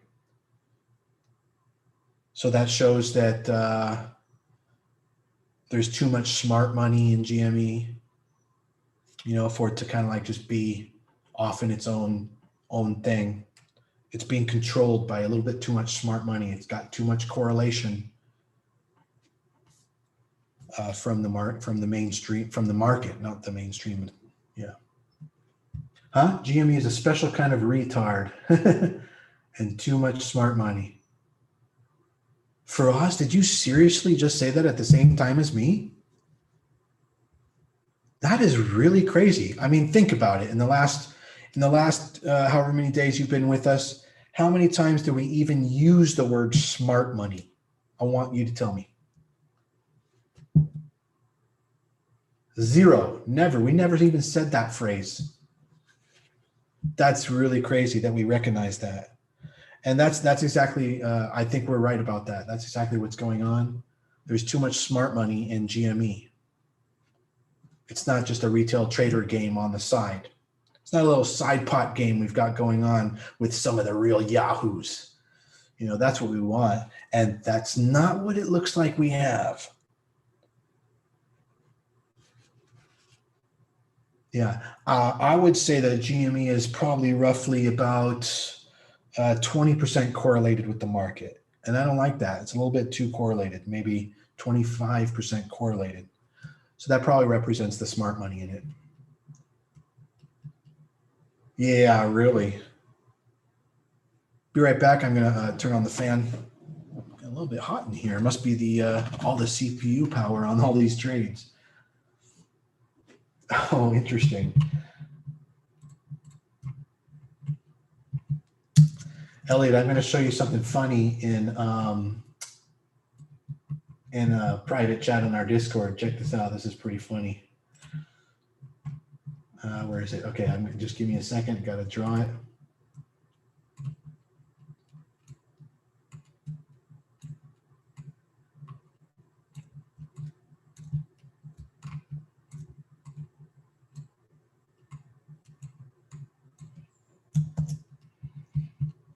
Okay, Elliot, let me know when you've seen this picture that I'm posting to you.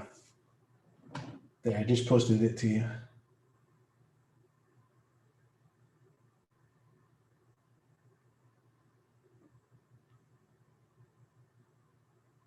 I'll type my message in here.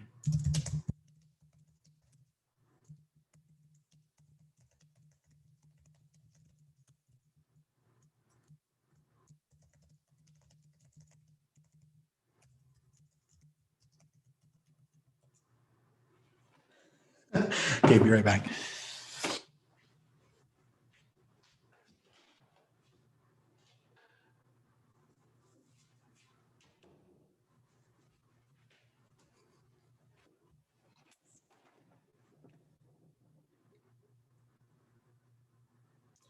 Turn on Evan's light.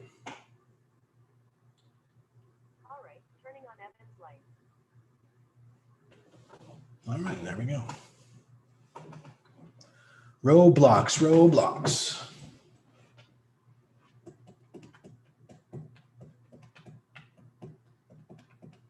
Indicating it'll open at about 70.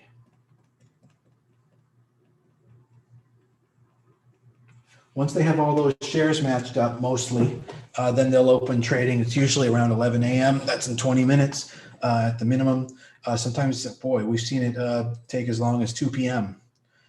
Tesla and Apple breaking down, hitting new lows of the day. I mean,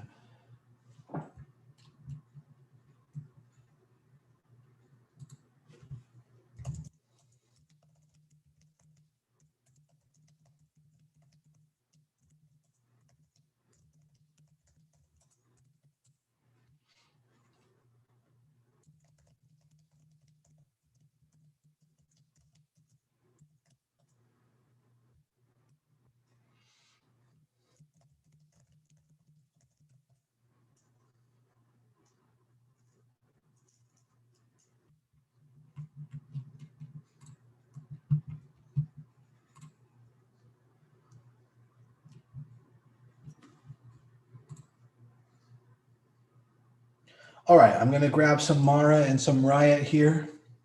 A little bit. I'll probably buy more later today, tomorrow, on any pullbacks.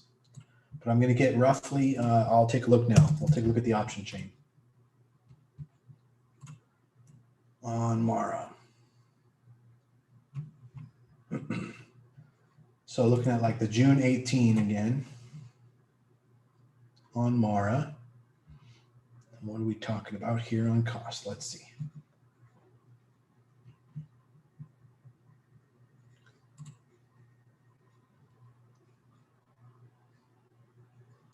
GME held VWAP, but it sure is looking like a breakdown to me. I mean, I see these patterns every day. It looks to me like it's going to break down in the next 3 minutes and crap out to about 278.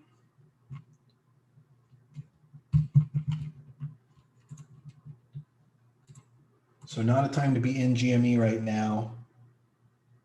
There it is, and there's the breakdown right now, as a matter of fact.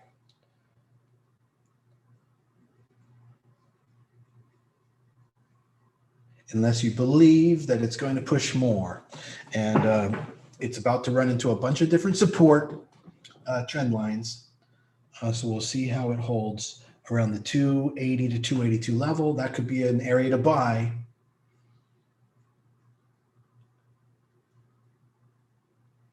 For low risk. Okay, I'm trying to pull up, there we go. The Mara June 18 calls. 75 delta is 33 strike. I don't like the amount of volume on them. I'd rather go with the 73 delta, 35 strike. A lot more volume. However, let me take a look at the 30 strike. Gotta pull that up. All right, good job, Faraz. That gave you money. So, you know, potentially you could now stack another call on top if you wanted to get back in, you see, but I would wait for a nice, strong, confirmed breakout run, you know, take that and then maybe just get out at the top. Make sense? All right, there is, no, I take the 35. All right, so I'm buying the 35s on Mara. I'm just going to get one contract for starter position. They're $1,600 roughly per contract for the June 18. You can get a vertical if that's too expensive for you.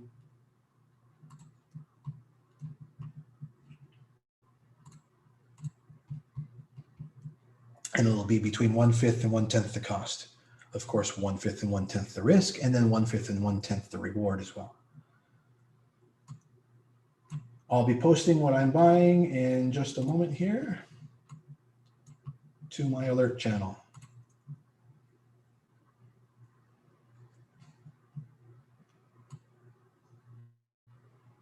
Yeah, I don't know what that limitation is going to be for us. So we'll see how that goes with you if you want to keep buying in and out of it. But I would wait for confirmed breakout, you know. So on this, on GME right now, I'd wait for it to get back. I wait for it to get back over 300 again. I mean, wouldn't that confirm to you that the momentum is on again and it's not fucking around and it's real? I think so.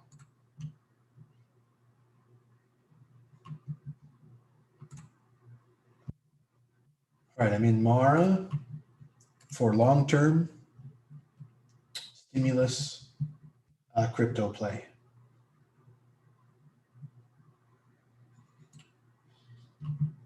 And I'm posting that to my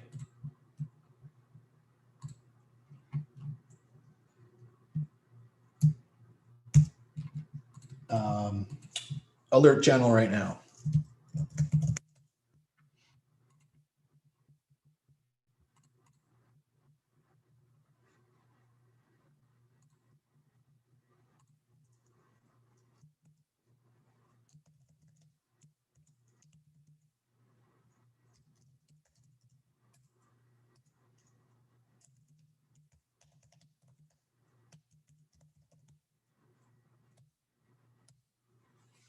All right, there goes Mara. All right. Let's see if we can get Riot to push down a little bit further, and then I'll grab my first contracts on Riot as well.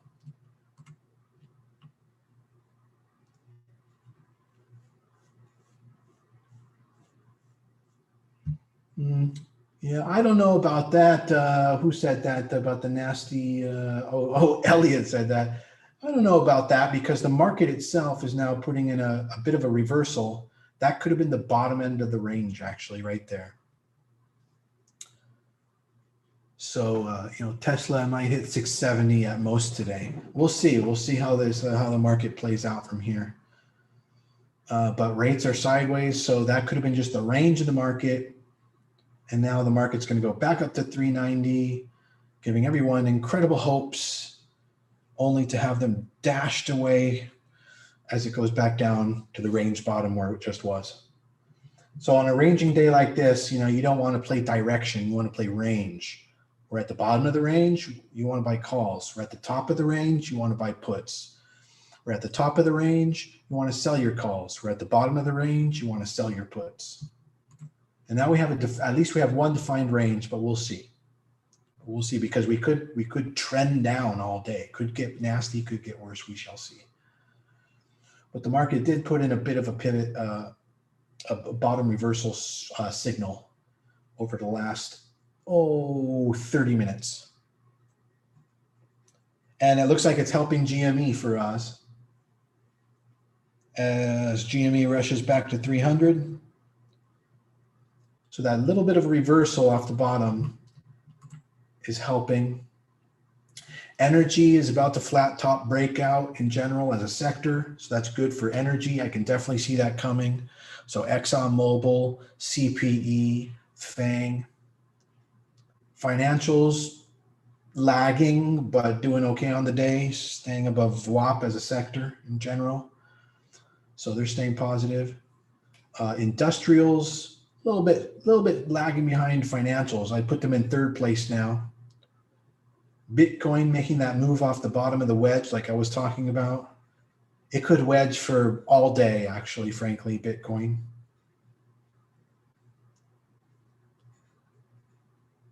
VWAGY for a swing. I'll take a look, Daniel. Is it VWAG? I think people were telling me to look at that last night. Oh, Volkswagen? Yeah, because they're converting. Oh, yeah, Volkswagen looks great. It's not a time to freaking buy today, though. It's a time to sell. If that was me, I probably would have sold even yesterday or maybe even the day before, and then would just let it do its crazy run right now and wait for it to pull way back before I got back in. So, yeah, but as a day trade, there might actually be a day trade on Fwaggy, but I think, it's half over at this point, so you got to be careful.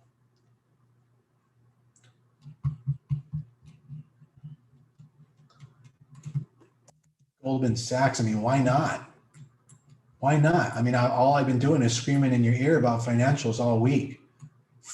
Why not? Bank of America, Wells Fargo, Discover Card Financial, Visa, MasterCard, PayPal, Square, fucking Finex.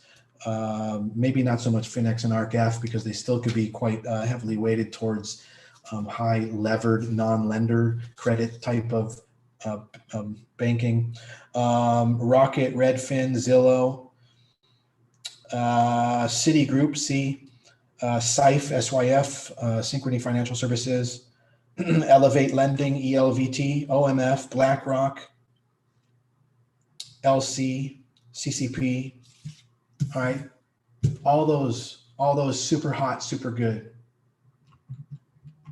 And Goldman Sachs, yes. Why was that not on the list? Let me add that right now. Goldman Sachs looks beautiful, gorgeous. Going to put a star next to that one. That is one that I would grab the tail of as it's running away from us. But I wouldn't do that with Volkswagen. No, I didn't do the panic put play. No, I did not, Sergio, because it's too much retracement. It's just finding range today. It's not an actual downtrending. Oh my God, the market's crashing like holy crap moment. All right, there goes XLE on the third, fourth, or fifth tap at the upper end of the flat top wedge, and that could break out the energy stocks right now. So FANG, CPE, ExxonMobil, all potentially positioned to break out at the moment. And the financial sector lagging behind, but actually moving up now, breaking pivots and showing bottom reversal. Actually hasn't bottomed, but it was in a pullback. So Wells Fargo, Bank of America, yeah, those are the strong plays. on also anything else in that financial sector that I just read off. There's a whole bunch of them. Those are also good long-term plays. All right, SPY is pulling back right now. So we'll see if that's going to make a new low. That will really change things. I don't believe it will, but let's take a look. Here goes SPY.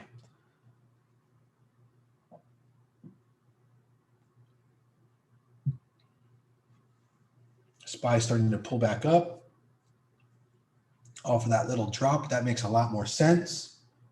We do have overlapping retracement though. So that was not a strong bottom. I'm way up on MasterCard. Yeah, very good. But dude, look at Synchrony Financial and Discover Card Financial Services. So DFS and SYF, they're just blowing the tops off of MasterCard and Visa. Like, holy cow.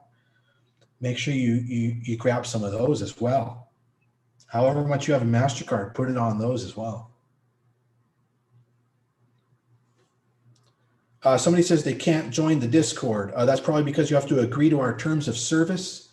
That's probably the problem there. So maybe you didn't want to agree to our terms of service. Well, you have to. And then, or if it's a problem with getting through the link or something, just join the YouTube. Click the YouTube link.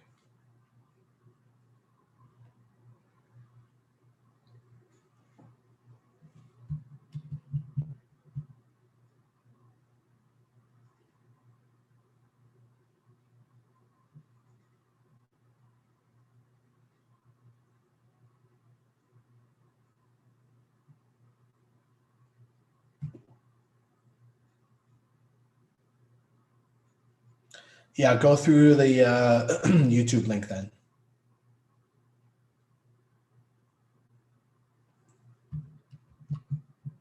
And in the YouTube, there is a Discord link. That should work. I'll double check it right now.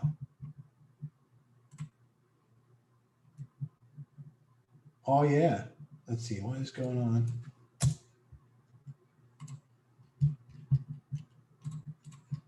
Elliot, the website's down.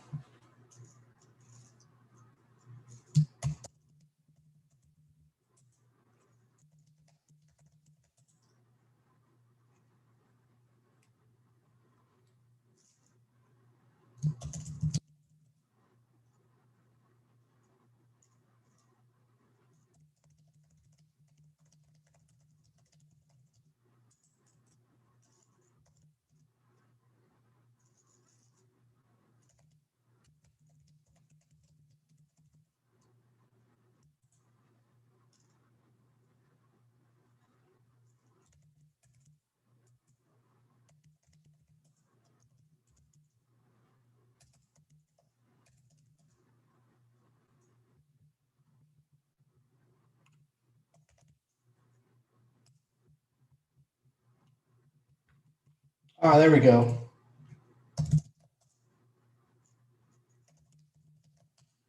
You guys, maybe you guys would crash the server. But anyway, it's back up now. Try the Discord link now and let me know if you get through. Literally come back into the TikTok stream and let me know if you got through. The website was just down for 10 minutes, I guess, or something.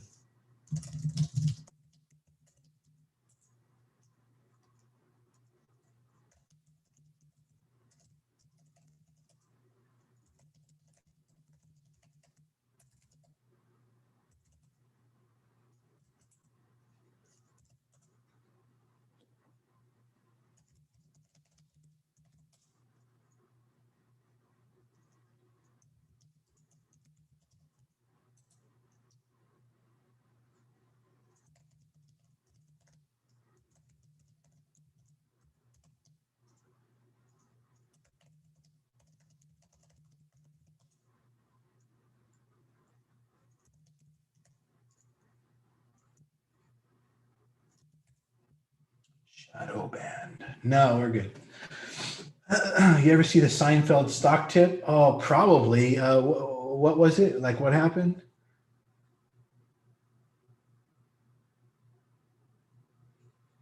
Well, like, remind me of that episode. I've seen probably 95% of Seinfeld's. I grew up on them, but maybe I missed that one.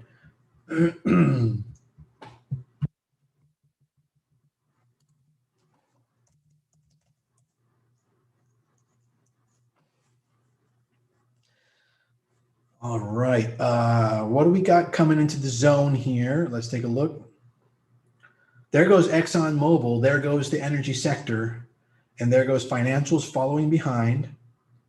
I'm talking about there goes, I mean, it's going up. It's doing good. Energy leading. ExxonMobil seems to be the one leading the way on that. Season 1, episode 5. George and Jerry get a stock and it goes down. Jerry sells for a loss. And George says, I'm going down with the ship, and then it rockets. That's hilarious. I love that one stock. That one TikTok. It's like, so I bought some stock and then it went down. So I sold it and then it went up. So I bought it and then it went down. So then I said, okay, well, I'm not going to sell it. I'll hold, but it went down more. So then I sold and then it went up. But this time I decided not to buy it, but it continued to go up. And then I decided to buy it and then it went down. it's just like, oh my God. Sometimes, there's moments on highly manipulated stocks like that, like Johnson & Johnson and Raytheon and Boeing. There's moments I get in, right? And I swear I'm in a parallel universe on a Mandela effect where the entire stock market is just a construct of my own brain, and they literally are just going to do the opposite of everything I do. And then I make a move, and then it goes the other way, and I make the other, it goes the other way, and I'm in some kind of a perfectly manipulated little microcosm of a stock market. Yep, Jim. Yeah. Anyway, guys, did the link work? Did the Discord work? Did the Discord link in my bio work?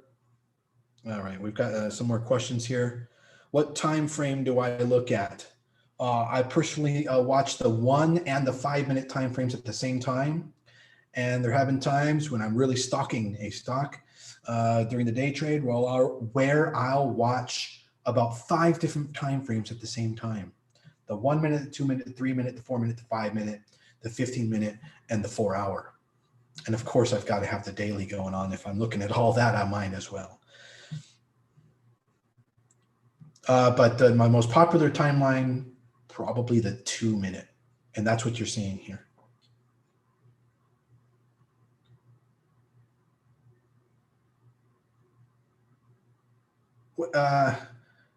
How short term, Lisa? Okay, I want to be careful about that answer to give you my most, best guess. AMC is trying to push into VWAP. AMC is just, I think, going to crap out the whole day. Again, AMC has 10 times the relative float that GME has, and it just can't perform like GME. A lot of people don't realize that. I think a stock is a stock. Stock is a stock. All right, we're going to get off ENVB for the momentum. We're not going to really be playing that much anymore, it looks like. Is GME still a flat top wedge? Yeah, it roughly is. It's a little wild, but yeah. And I would put that top at like 298, even though it's gone higher. I would just be playing it careful. Let's see if I can blow that up and show you. Where's GME here? Here we are.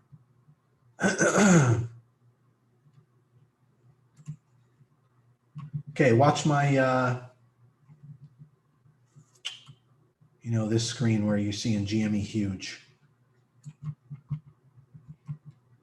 And I'll annotate it for you.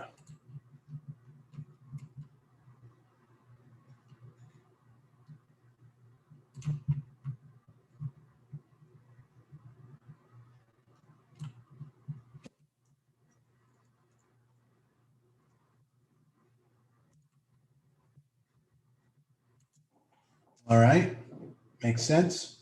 Are you looking?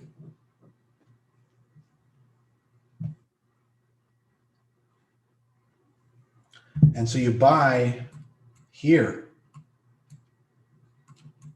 you accumulate here.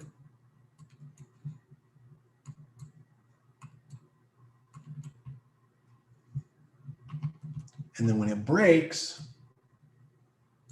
you start to take partials, start partial outing, and then break even at your average cost. All right. So that seems to be the play that's formed on GME. And to me, 298 is kind of that key level, but it's going to continue to get poked out of like that. And you can take a little partial profit right there and then all out, depending on your cost average. If you can get in on the bottom and edge of this wedge, then you've got a good cost average. Nice, 289, very good. And you probably could buy in more on this little pullback to flop a little bit here. We'll see where it goes. Okay. So we're entering kind of the afternoon, and you can see that's when all the patterns and these ABCDs start to come into play. It's like less a momentum game, and now it's like an accumulation game and a waiting game. Sometimes you have a midday breakout, but that you've hopefully accumulated, but it typically waits until like 2.5 hours before the close now.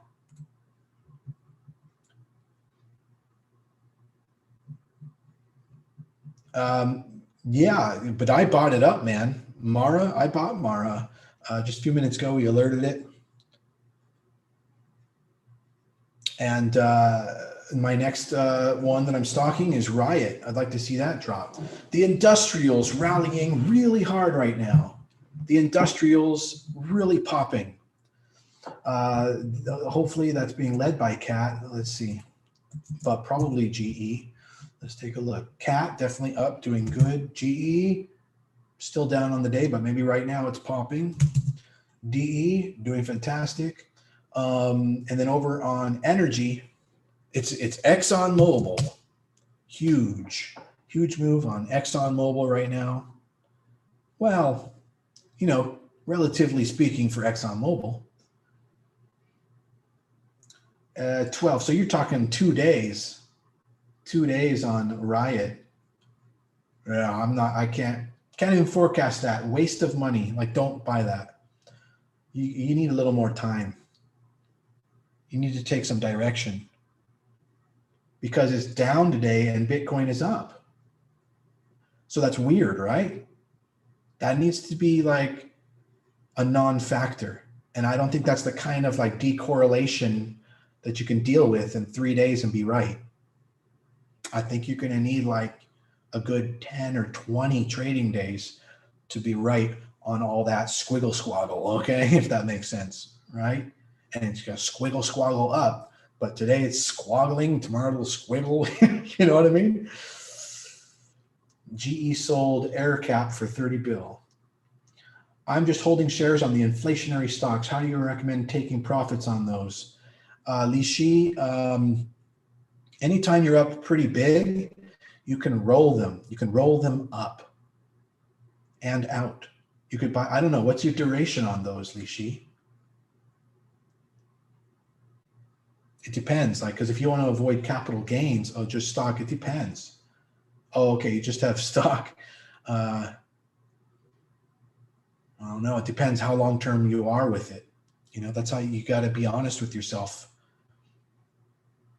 You're like, is this, something, but if you want to just keep rotating it, that's going to cost you 30% taxes, unless it's in your IRA.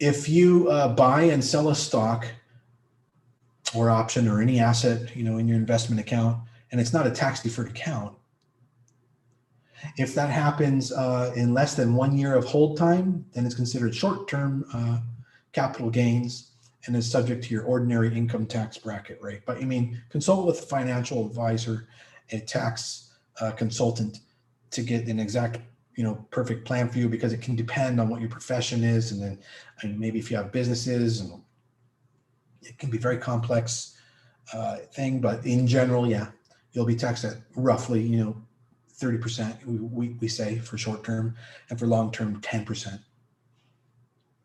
So if you hold something for a year, when you sell it, you'll only pay 10% taxes on the gains.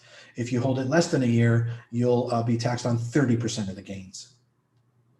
So sometimes when it's getting close and it's like month 11 or month 12, you have to think to yourself, wait a minute, I might as well hold, because the 20% that I'm going to be taxed on the gains, this stock could go down from here and it'd actually be a positive to me for me to hold for 2 months, so they're real considerations.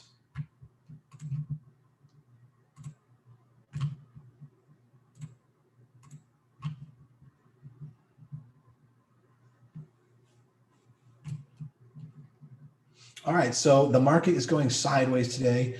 We've entered the semi-lunchtime period known as the midday doldrums. And who can tell me, from learning from my classes, who can tell me how much lower the volume is midday compared to the first 2 hours and the last 2 hours of the market? What is the difference? Like, is it 20% less volume midday?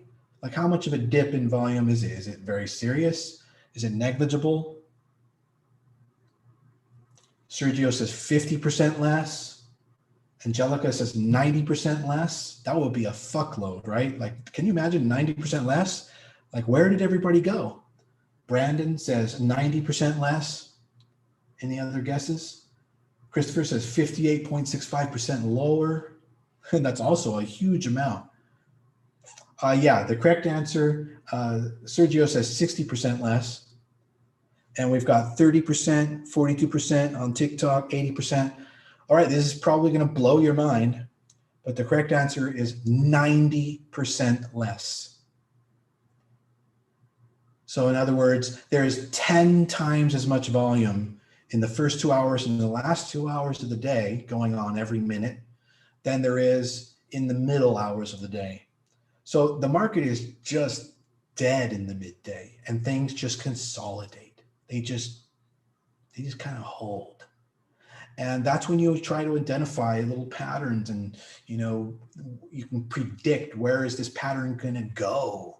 And you can say, okay, well then therefore it looks like I should get in at these maybe potential pullback lower levels while it's wiggling around and consolidating. And that's where you get like the ABCD patterns and the flat top wedge breakouts and the wedge breakout patterns. And they start to become a factor midday.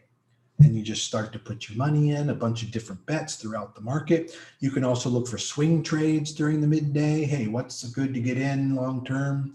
What's good to get in for an overnight? What's good to get in for a week? So that's how you work your midday. And then the last 2 hours of the day, sometimes 2.5, sometimes 1.5, it really starts to pick up, because you can imagine going from 10% volume to 100% volume. That is a massive ramp up in demand and supply. I mean, the whole thing just really starts to expand, and then the moves take direction. All of a sudden they take direction because they just can't be stopped at that point. And so sometimes if they're going down, that's the direction they're going to take, or it starts to get quite volatile. And it's a fun little game, and you want to have all of your risk points figured out so you cut and don't lose more than you're potentially going to gain. And you probably should never take a bet lower than 2-1. I make almost all my bets 4-1 or more. Sometimes I'll find 10-1s and 20-1s.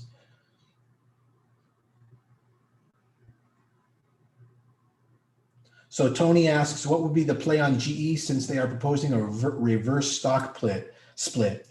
I think that, if GE goes down, it's a great buy. And that a reverse stock split sounds like a great idea, because I'm sure they're sick and tired, because I'm sick and tired of GE moving around by nickels and it being a $14 stock.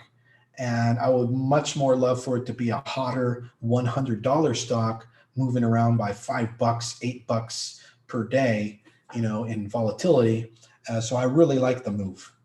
As a day trader, I think that that's going to be great for it to bring in a lot more liquidity, fill in some of the gaps. And I think they've been very smart about that. They're no longer going to be a nickel and dime stock. They're going to join, Dell and those above $50. And Apple is $120. So, can you imagine if GE increases in price above Apple? That creates a perception to people. They don't understand, but because a stock split means absolutely fucking nothing. You understand? It's all about perception. So I can say that when GE hits 120 and Apple's at 110, there's a perception difference, even though there isn't an actual, Apple may be way ahead of GE because of the number of shares and the market caps, right? So it doesn't always correlate like that. But the point is, it's a perception thing. Wow, GE's at 120, Apple's at 110. Fuck. It's just, that's the way, you're going to get certain liquidity in the market attracted to you just because of those perceptions. 25 years.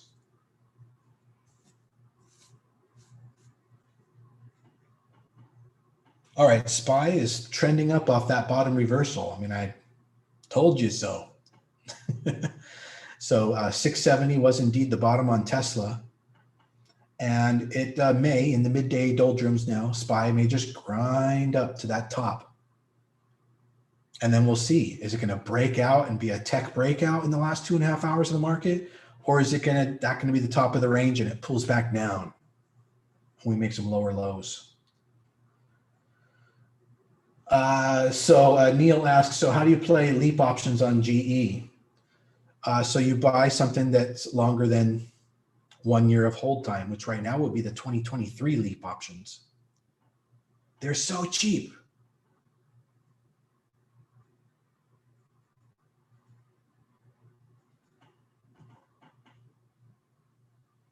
Oh, somebody asked me, do I ever worry about radiation? Genuine question, being surrounded by technology all day. And I'm very sensitive to all of that stuff. Like, I don't talk on my phone with to my ear, basically almost ever. I don't keep my phone like in my pocket, or women will put it in their chest. Oh God, I mean, you're just asking for breast cancer, guys. Come on, be very careful about that. Radiation right there, don't put it near. I tell my wife, I mean, it's so silly because I try to be a silly, funny guy, but I say, get your phone away from your ovaries right now, but there is ovarian cancer, and so I am very careful about that. All of my screens are LED, so they are not cathode ray tubes. They don't emit any radiation. There's no ion gun going on, so I'm safe there. And my wireless router, which is the strongest ones, the Nighthawk and the other ones I have, those are far away.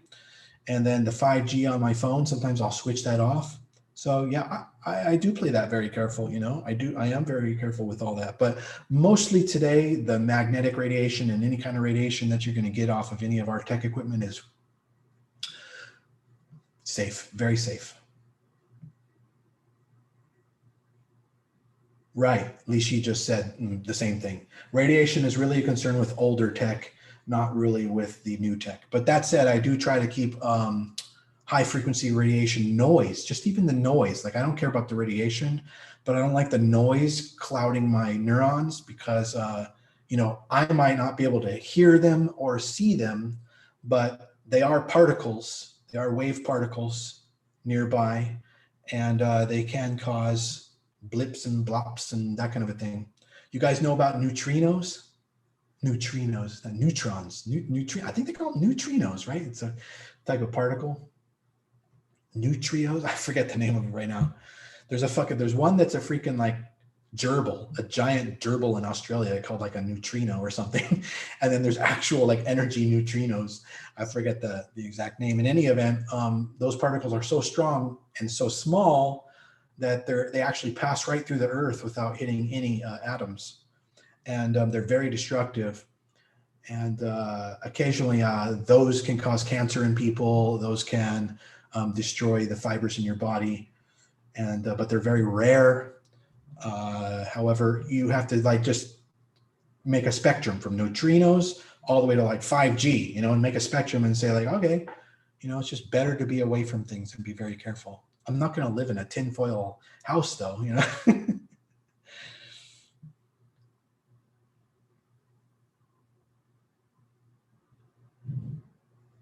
Neutrinos. I was right. Yeah. Thank you, man.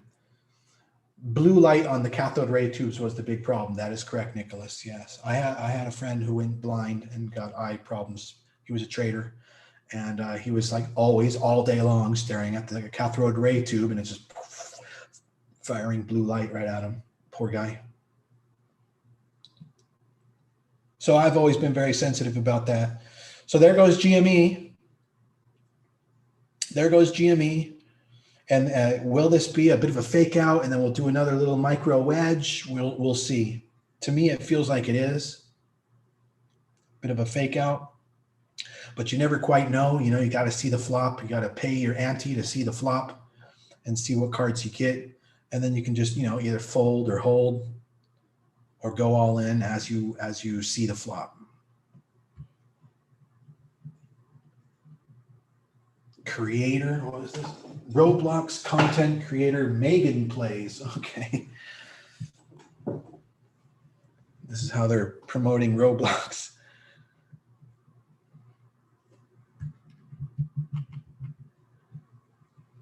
No, that's a good idea for us. Can you private message me a link in the Discord either later today or email me if you have my email?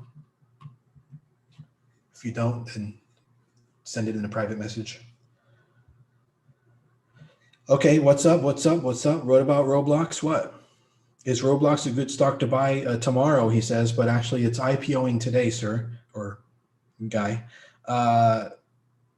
So you can buy it today if you want, but I'm not going to get any sense of direction on Roblox until there's several days that have gone in. And by the way, stocks just don't go up every day forever. So there will be a dip on Roblox on the daily chart to happen.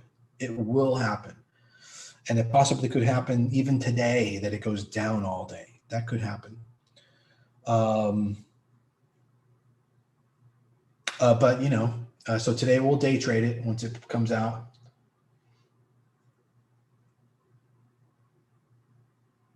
Okay, Faraz, just private message me.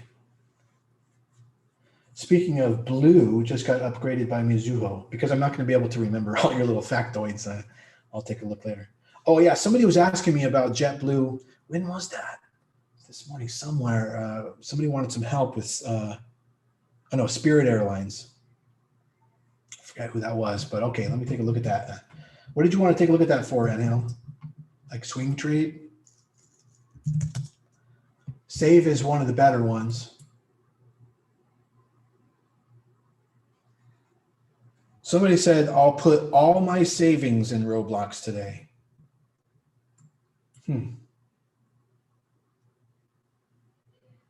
I don't mind, sometimes making big plays like that, but and hopefully you're ready to take on the risks of that, like losing 40% of your money over the next month, which is a possibility. Yeah, I'm not sure how to advise on that. That sounds like a very dangerous idea. Only if you were a good trader. Like I could handle that because I would know to get out at a particular pivot point low. But I don't think that as an investor you should be maybe thinking that way. But anyway, good luck to you. It sounds like something you're gonna give a try to. Oh, you says you need to get out of the poverty lifestyle. If it goes down, I'll sell quick. That's good. But now you're giving me the sense that you're only putting a couple $100 on it. So if you lose that, then you can just go mow some lawns on the weekend and make the money back. No big deal. But like if you're putting like $7,000, like all your savings, if that's what it was, like on it. I mean, it could work out, but don't think that it will. You know, and don't think that's the only way you can make money on the stock market either. There are such safe ways to make money on the stock market.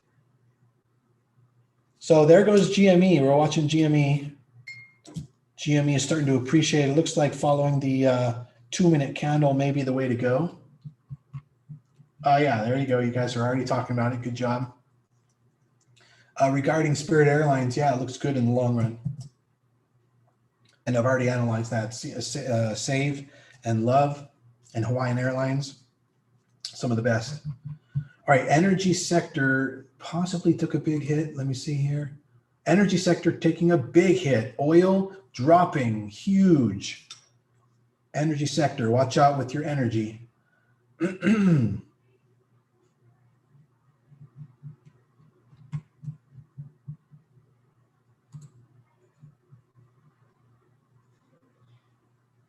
Watch out with your energy plays. ExxonMobil dropping, CPE dropping. It's sector wide, and it's following oil, which has broken new low on the day. So GME 2-minute candles, if you're following it, you're tracking the lows, and it just keeps going up. So that's looking pretty good. It may only do that for a couple candles, though. You switch over to the 5-minute candles, and you've got a bit of a safer, smoother run you can track.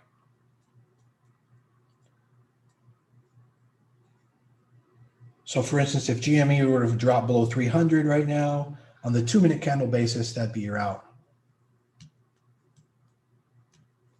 The way GME is running today, you know, I'd be taking profits here and there. When can you buy puts on GME? Oh man. When it's had an unhinged day at the end of the day, and then the next day you can either take a small put position then.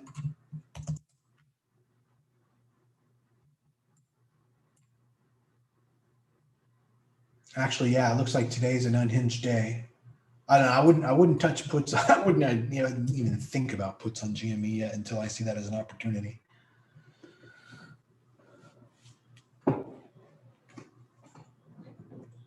Carter, I'm talking about today, like a day trade for those who are day trading it. If you're like long-term on energy, that's the right move. But stocks go up and down every day. I'm not saying you should get out of your FANG or your CAT or your GE or your DEER or your industrials or your energies or your financials positions in your long-term holdings because it went down a blip. But if you got into FANG today for a day trade, fuck yeah. You should definitely get away from it. Okay. All right. Yeah, so you just missed the context of that.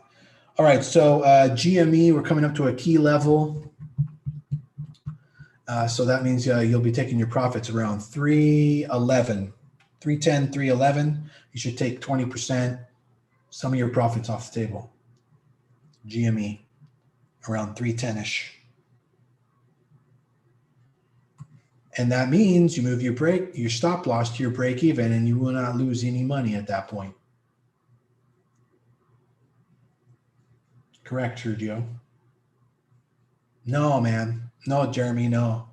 The volatility, you can't play options on GME right now.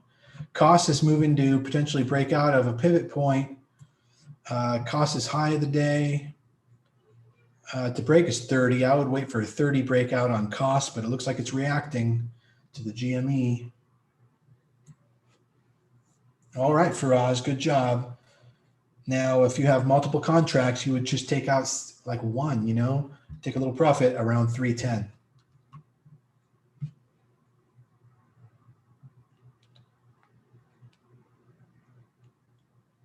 Yeah, you got to do a little bit more than like, what do you think about a stock, for a day trade, for an overnight, for a week trade, for a 1-month outlook, for a long term, for a 6-month, like each one of those has a different direction of what I think is good or bad. All right, there's the 310. So did you guys take your profits at 310 GME? You're going to see a hard pullback now. Hope you did. All right, we're already at 307. Who got some profits? All right, good job. Paul, way to go, Paul.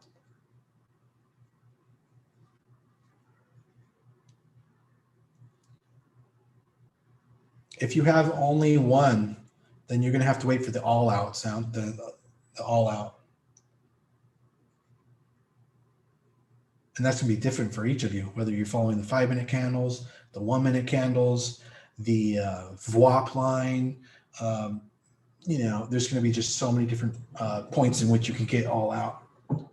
But the current like pivot break that would cause me to say that the thing is over is all the way down to 295, 294. So that's a huge loss. So you definitely want to take your profits at 310. Yeah, so, you know, that's part of making money is taking out profits. If you only have one stock, one option or whatever, you know, then you take your profits at 310 because you know that's going to be resistance, or you just like hold all day until the thing either lost you money or made you money. I mean, you don't have a lot of choices when you don't have a lot of money. Like they say, right? It takes money to make money. It's kind of like that situation. Oil is still dropping, but energy is trying to pull back a little bit, but I don't think the energy sector is going to hold like that. Industrial still doing good. Financials holding all right.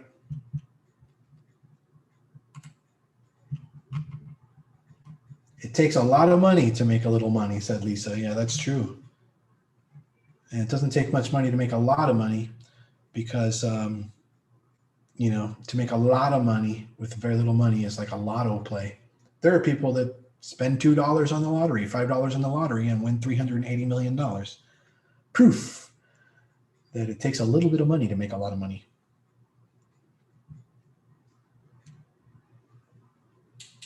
Okay, good job, Faraz. Nice. That's true, I think. I don't know. See how many times you can rotate in and out there. Watch your Reg T, any kind of margin calls you might be on. But yeah, it's possible that you could keep doing that. Very interesting. I've never tried that particular strategy to just keep recycling. Is that what you're basically going to do for us? You're going to recycle, and you can just use those two strikes to constantly just keep building on top of back and forth. That is pretty fucking phenomenal. The whole time, all you're doing is buying. Isn't that interesting? You never sold, technically, because selling to close is opening a position. You're buying that. What a trick! Amazing. Faraz, we're gonna have to check out how that works out for you tomorrow. Because if it totally worked out, then that's going to be a new technique that we do. I think we'll call it the recycle. What do you think? You like it? I like it. Options level 3 recycle. Hell yeah. How to get around the pattern day trading rule. Options recycling.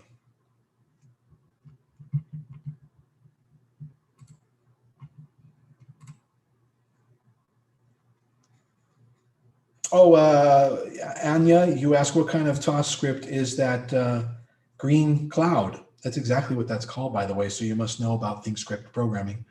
There goes costs. Costs totally popping 30. Did anybody get in? Costs way popped off 30, and costs is one of the best ones with a lower float. So I'd be all over that. Costs now at 31.22.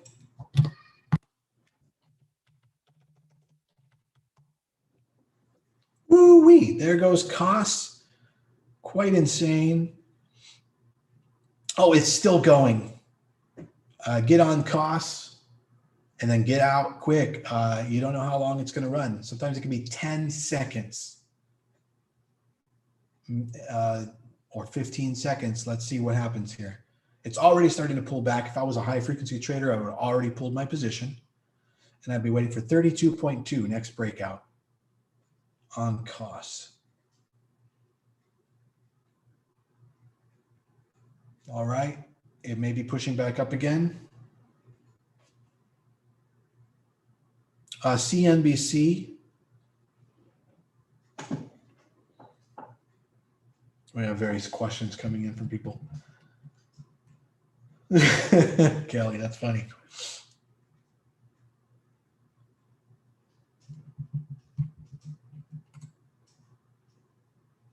All right, here goes GME curving up. Bullish hot dog in the 5-minute. That's super hot. That's a lot of sizzle. GME possibly about to go to 325. Wait for the breakout. Wait for the breakout to confirm. That'll be 310. GME breakout 310. Cost is crapping out. So that was it on cost. You had, 70 seconds of gain. It's trying to push again. It's pushing. There we go. 32.2. It pulled in some buyers. But these breakouts are not pushing further. 32.45, 32.33. You'd be taking a 20-cent ladder at these levels. So 20% out every 20 cents. We're waiting for that 5-minute hot dog to form on GME. There goes cost, 32.51. And 32.70, quite the pop. 32.60, 32.50, pulling back. High frequency traders, you'd be all out by now. You know that. The rest of you, you could be in on the 1-minute or 2-minute candles. You'd still be in at this point. Hey, thank you so much, man. I'll see you later. All right, cool. Anybody in the TikTok, you can click on the YouTube link in my bio or the Discord link in my bio to come join us. But yeah, we've definitely got costs popping off right here. Costs all the way up to almost 34 now. Oh, it's about to halt. Careful. All right, 34.20, 34.60 is the halt level. 34.64, there we are. We're hitting the upper limit. If it stays up there, it's going to halt. 34, pulling back. 33, everyone's trying to get out before the halt. Here's the halt level again. 34.64. Those are going to recalc in a second here, and they may permit a little bit of a higher price, or it's going to halt. GME fully popping off. You guys got GME as well, 310 breakout. 35 on costs. 314 on GME. 35 on costs. 35.18 halt level. Halt level on GME is 338, but it's at 315. Costs trying to push higher. Still going. Who's in costs? Who's in GME? Let me know how many shares. You can do a $10 ladder on GME, 10 or a 20% outs. Costs continuing to go insane. Nice, thank you. Daryl, awesome. Kevin, awesome. Faraz, awesome. All right, well, cost is still running. But doesn't that show you, Kevin, like how much you need to be prepared? It's just a good example of like how much focus and preparation and being ready it takes to trade these momentum plays. If you want to be a momentum trader, you've got to get better than that, right? Just makes sense. All right, Camille, way to go. Costs, hitting the upper bound of the limits, 36.88. All right, starting to pull back a little bit. On the 2-minute candles, I'm on the 1-minute candles on cost. Your stop is at 34.5. If you see 34.5, you get all out. Over on GME, I'm going to switch over to the 1-minute candles. We're getting so much momentum. I'll get you your stops on that. Your stop on GME will be 313. GME's hitting 317. We got costs and stopped out on costs, 34.5. Everybody out on costs? Capture your gains. That's the out on costs. Will it push more? It may. Will it? We don't know. Okay, that's why you get out. If it does, you get back in. If you don't have enough money, you can't play that game. You can't play the get back in game. You get what you get. You play the get what you get game. I don't have enough money to make money game. So you get what you get. Everybody else, you safely just sold costs because you just don't know. But it looks like it's putting in a bullish hot dog right now on the 1 minute. The next entry will be 36.20. GME pushing up to 319. Get out just under 320 for about 10% on GME. 10% out, just under 320 on GME. Don't press your luck and gamble. Take a little bit off, just below 320. There we are, 320, 319.99. We're back to 319.50, 340, 319.50. You need to be taking these profits because 320 is a hard psychological level, and we will pull back hard from there. You need to be taking 10% out there. Again, cost is an out, has not pushed further, and is now crapping out, and it's crapping its pants. You want to get out. If you're not out already, it's now even getting worse than the last out that I gave you. And now it's really, really getting worse. And GME, you're still in. Your stop out is 315. 315 on GME, but you should have taken profits at 320. If you can get back in GME, then you would get out now at 315 if it breaks it, which it just did. It's in the 314s. But if you have a very low average cost basis, you can hang out. You can hang out here and you can just chip away on the next run, and you can just keep holding. And hopefully you got some profit, and you know that you're not going to lose your original capital because your break even is your average cost point. All right, everybody follow all that? That was it. That was a little bit of an energy run right there. It's probably over now. The Evans play-by-play. Yeah, that's essentially what just went down. Yep, GME is going nuts. Yep, we were just all over it. Like, what do they say? White on rice. Is that a racist thing? I don't think so. But I don't know. I guess if I brought race into it. I mean, I wasn't even thinking about white race. I was just thinking, like, is it an Asian, like, racist thing to say that or anything? At least she's like, no, it's not. Okay, cost potentially getting ready to re-break again. But watch out, it could be a bit of a fake out. But at the same time, on the other hand, it could be a massive push up to 40. So 36.20, that's what you're looking for on costs. 36.20, get ready, here it goes. 36.20 breakout coming up. Don't buy into this until it does confirm that breakout. GME coming back up around on the 1 minute. That may not be enough to push up and over the 320 mark. Costs, there it is. There it is, and it actually hit 37 like instantly. And we're now at about 37. There we go. All right. 37.50, 38. GME breaking out. There it was. GME breakout, 321. Next, take profit on GME, 330. Makes sense? Just under 330, just a tuck under. Don't get greedy. 329, 329.50, right? Over on costs, you'd be taking profits, little 10, 20%. Every, looks like 50 cents would do you good. Or you're following the 5-minute candles and you've just been in for the last like 15 minutes and you're just making bank, but you can't get in such a big position in that case. All right, we're about to halt on costs. If you want to get out, now's your chance to not be involved in the halt. However, it's still going. The halt was postponed, and it will probably be raised as a level. 39.57, the current halt level on costs. 348, the current halt level on GME. Man, I just wanted to take a drink, and I haven't been able to put it down. Okay, there we go. All right, costs having trouble getting past 39. Doesn't that make sense? 39.40 psychological resistance. It could drop hard from there. So be careful. Let's see if it can break through. GME just hit 330 and broke through. So cost probably will break through 40. And AMC is starting to come up, but again, AMC has a pretty large float. So it might not move like costs and GME is moving.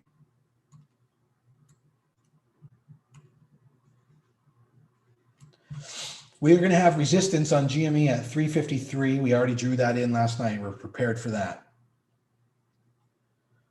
30 minutes before the opening bell, guy.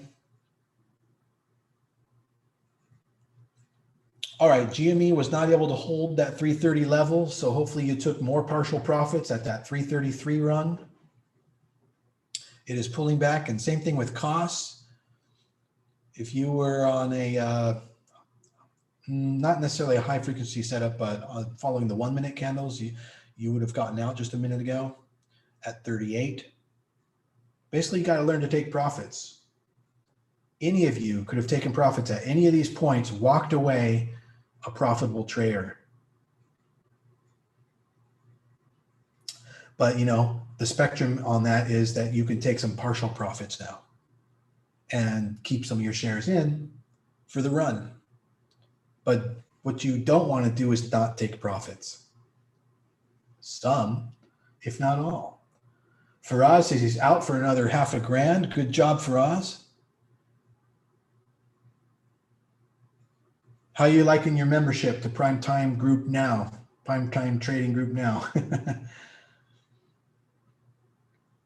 We've been killing it every single day. We go where the money is. It's not because GME is happening, fucking hypocritical bastards. It's some other day, it'll be something else. And we'll be on that. And we will make the amount of money that we made on GME on that. So no, it's not that it's because GME is popping. It's because we know what the fuck we're doing. And we're not going to get in on GME maybe tomorrow because maybe it is going to go down tomorrow. We shall see. I know you hypocritical bastards are out there.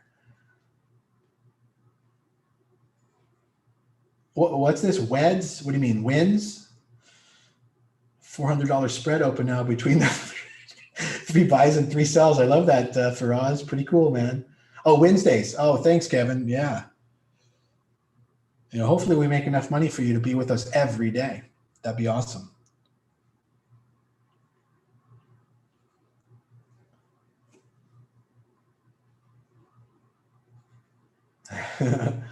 Quick 1,000 on costs. Way to go, Rio. Fuck yeah. Proud of Rio, one of my private students. Way to go, buddy.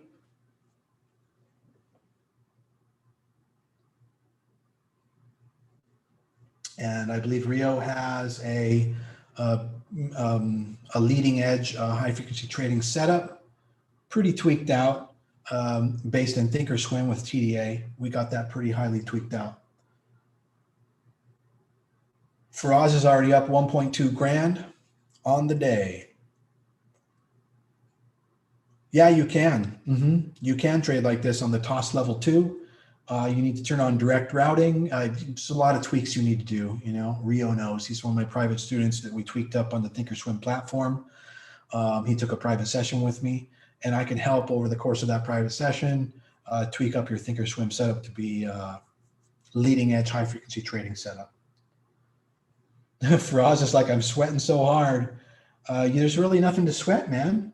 You did good. You're not still in something, are you? Rio says, highly recommended to get the private sesh. You guys over on TikTok land, just go ahead and click through the YouTube link in my bio or the Discord link in my bio. And that's how you can come into my ecosystem, and you can be with us right now, live trading all day. Wednesdays are open day, open house day for a primetime trading group. Oh, just the adrenaline. Yeah. And so you're actually sweating for us just from the adrenaline, just from that. That's awesome. Kevin, go ahead and private message me in the Discord. Do you have it? Are you in the Discord? Yeah, just we'll deal with that after hours. All right, we're going till the closing bell today. We have 4 hours and 15 minutes to the close. It was nice that we found some momentum breakouts midday like this. Sometimes these are the boring times of the day. So that was a nice little bonus, you guys. You don't usually get that in the midday. We have to wait till, the last 2 hours of the market. But we are in nowhere near done squeezing blood money out of this market. We're going to try and mop every little bit that we can. Industrials leading the way, continuing to lead the way. So be watching your GE, be watching your Deere, be watching your cap positions. They're probably doing very good.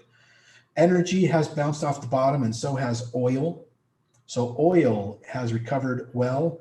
Financials, we got a midday ABCD pattern going on in financials. So it looks like financials have a lot of momentum. Here comes costs. Here comes costs. Look for the $40 breakout. $40 breakout on costs. GME, we're looking for it to break 336.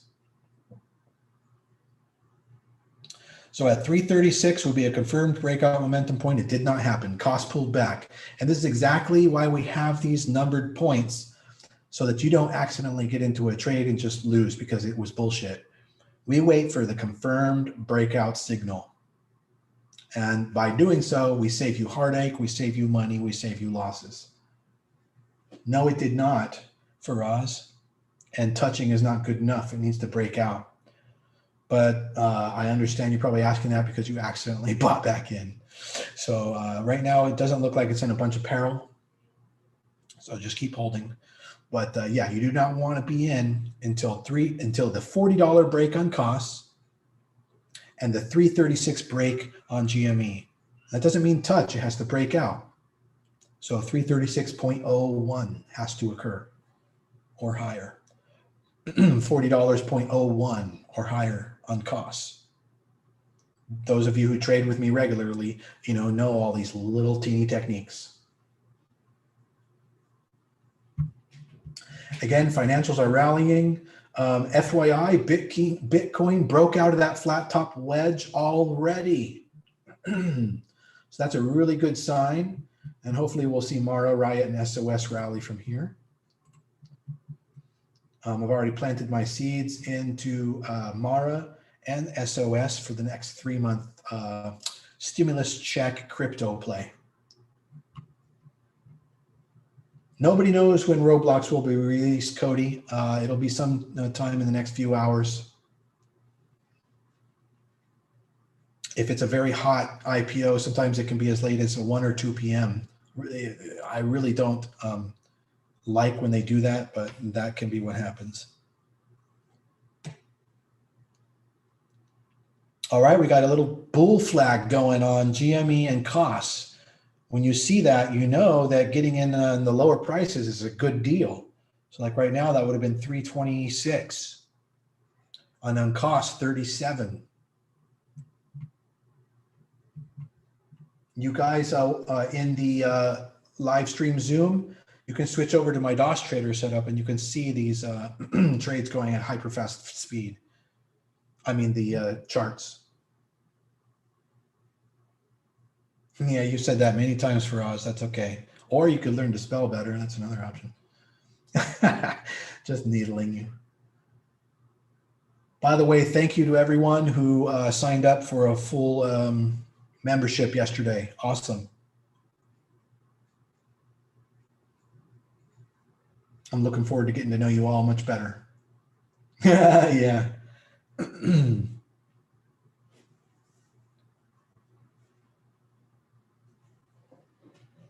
SPY going sideways. That's pretty much what I predicted on the day, that SPY would just go sideways all day.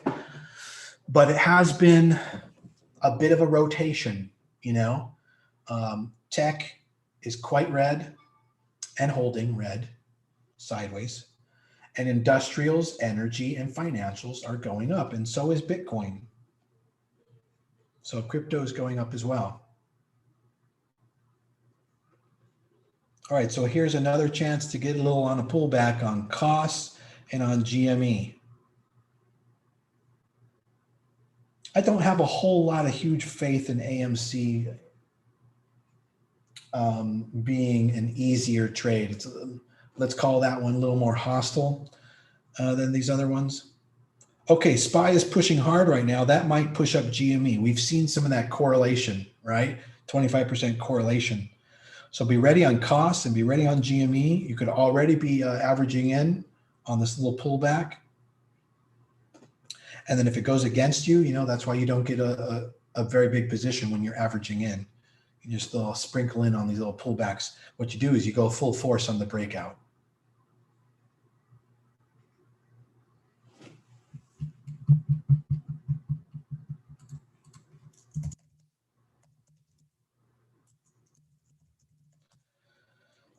So how's everybody doing on the day today? Are you enjoying the trading group? Are we killing it? I've heard from multiple members. They've made thousands today. And for some of them, that's a huge percent. Carter says, yes, love it here. Kelly says, I'm up 50 bucks. Best Discord around. Thank you, Ariel. And I suppose that you're in a bunch. All right, XLI, the industrials, really pushing up, showing some real bullishness. So that's Deere, GE, CAT, and a whole host of others. The PAVE ETF, also another good investment long-term. PAVE, P-A-V-E, something that you can just buy stock in. I do believe it gives dividends. It's not really a dividend play, but that's why you would buy the stock versus the option. PAVE long-term, you know, 5, 10, 15. It's an inflation stock, inflationary play. And minimum wage will be doubled, you know, sometime in the during this presidency, I'm sure. They're going to work out raising minimum wage. So that's going to cause a huge kick in inflation, right? And then the measures they do to counteract the inflation, ironically enough, usually create a feedback loop, and that causes more inflation, such as the way with socialism and communism, right? So that'll be really interesting. And another reason why you want to start to position all your money, especially in your savings portfolios, up into commodities, up into, because all the prices of, you know, from everything from soybeans to sugar, everything's going to be going up to put it into financials, so credit, lenders, mortgages, and energy and industrials, and include in that industrials aerospace and materials. So those are the things, those are the inflation stocks that are going to perform, that are going to outperform like growth stocks and tech, and, you know, so it's going to be a value. It's going to be a value play moving forward, but especially on the credit side of things, not businesses that are trying to succeed and they're getting debt to do so. Bad bets moving forward. All right, but so hopefully you guys have seen my videos on that and you know what's going on with all that. And we'll probably talk about it in class tonight more. Woohoo! Bitcoin is really doing good. It was a good time to buy Bitcoin last night in the middle of the night. Down in the 53,000s, I think I got it. So I do believe we'll have Bitcoin 100,000 by May. But I've been buying June options just in case on any of the Bitcoin, you know, any of the crypto plays. So Mara, Riot, SOS, and then Bitcoin, Ethereum. That's where I'm putting my money.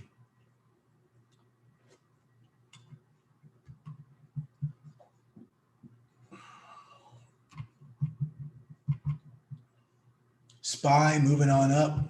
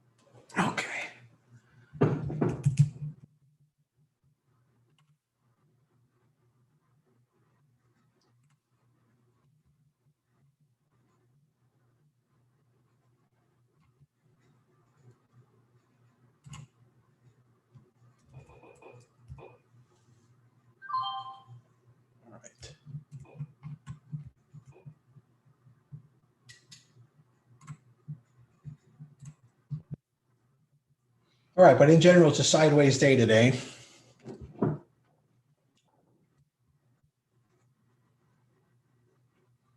Except for that it's rotating. A little bit of a pullback on Bitcoin right there. Nope, bullish hot dog, boom. Bitcoin throttling right through it. Going to easily hit 58,000. Probably hit 60,000 on Bitcoin before the end of the even trading day. It's a ranging day, Alon. Like, you know, a sideways day means in general, when you think a stock is going up, it then pulls back, and then you think it's going down, and then it goes up, and it goes back to where it was, and then you think it's going, but then it pulls back, and it just a ranging day. Okay, that's what a sideways day means. Ranging. Yeah. But what's happening is actually the S&P is looking sideways, right? But actually tech is kind of like pushing down, and that's rotation, and industrials are going up. So that's a money flow. So actually that's a trend of money flow, rotation, movement out of one sector into another, because financials, all the inflationary stocks, you know, financials, energy, industrials are all pushing hard. Oil about to make another low break on the day. I don't know how that's going to affect energy today, but I would imagine negatively. So if you're in ExxonMobil, or if you're in CPE or FANG, et cetera, just for the day trade, you know, you may want to cut loose on the fact that oil looks like it's trending down further, and then just de-risk, you know, just take your risk off on that. But if you have, hey, we got the movement on GME. We've got GME and cost movement happening right now. Hopefully you guys got in at a good cost average there on GME while we were talking, and cost at like 37s. All right. We got a little bit of a pullback. All right, John, way to go. No, yeah, for us, you can buy it at these low points. You know, you can inch in, but if you can't inch in, and you need to wait for confirmation because you don't want to lose, then you should wait for that flat top breakout at 336. Same thing on costs. We're waiting for 40 breakout. Right now, GME may be crapping out. It did just break out of the wedge, but it still has a pivot low to break, which is basically 318. Oh, rates trending down hard. Okay, that's going to pull back on financials. And that's going to pull back on industrials. And that's going to push up tech. So right now, it's looking like tech is going to go up for the next 2 hours. And energy, financials, and industrials are going to go down for the next 2 hours. If we get, you know, full inverse correlation with the 10-year yields. But the 10-year yield just dropped a little bit in a downtrend.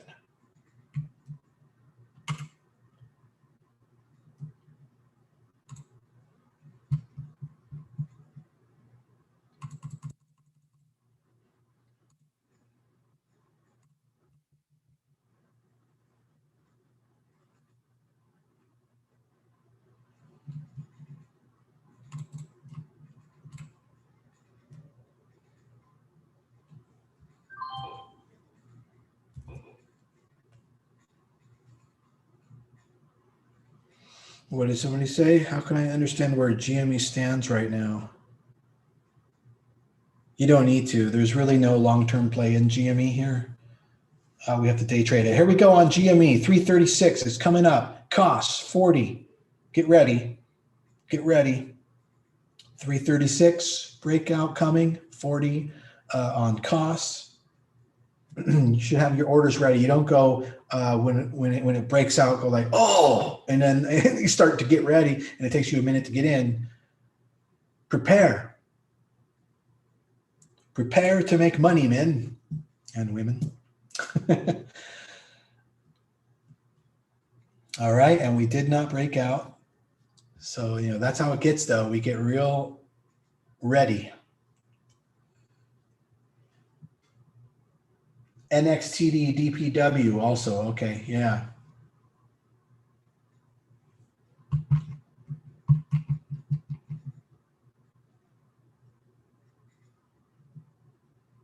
Is PayPal on our list? Yeah, PayPal. James asked, what about PayPal? PayPal is also a good inflationary play right now, and they've got some Bitcoin too, so they're probably doing all right today. I'm not even looking at them, but I imagine PayPal's having a good day today. all the factors seem to be in its favor.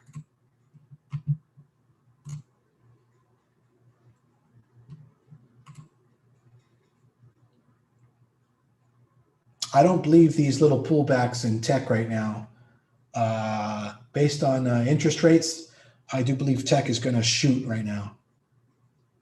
So I would lighten up, de-risk, get out on any day trades you are in the inflation sectors, and for the next 2 hours, I would play tech calls. And that's just educated, guess. So yes, I could be wrong, but it's based on a lot of factors that I'm looking at. All right, cost is getting close to 40. GME getting close to 336. Be ready.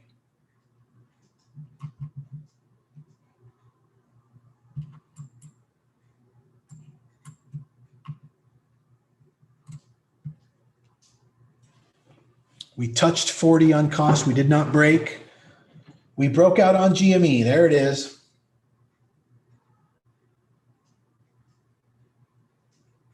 You don't wait for me for us, right?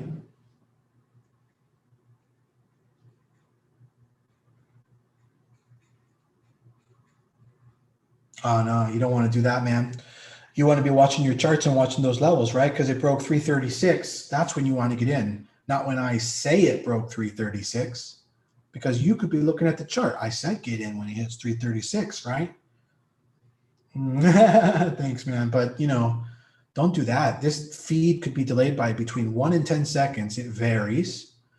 And you need to be in control of your trades. You can get a real sloppy entrance and a real sloppy exit, and you could end up going from being a highly profitable trader to being a non-profitable trader just because of that factor alone. So I would be very careful about that. I tell you what to do, not when to do it. I commentate on when it's happening. See? So kind of put that all together. Oh, God damn, that's awesome, Paul. Well, how did you do that? How did you get such a good price? Did you put in a stop limit order? Love that.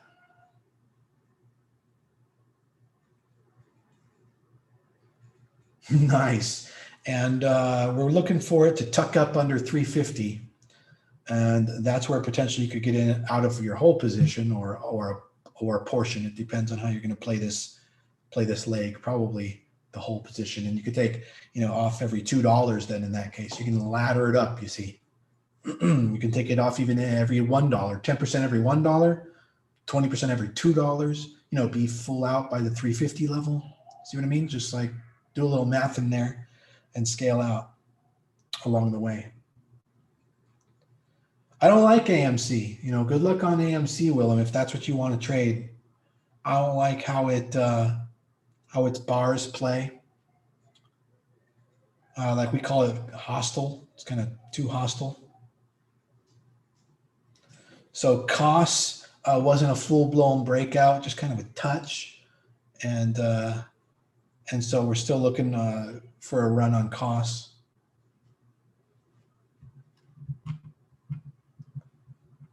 And yeah, there goes energy, pretty much as a sector reversing.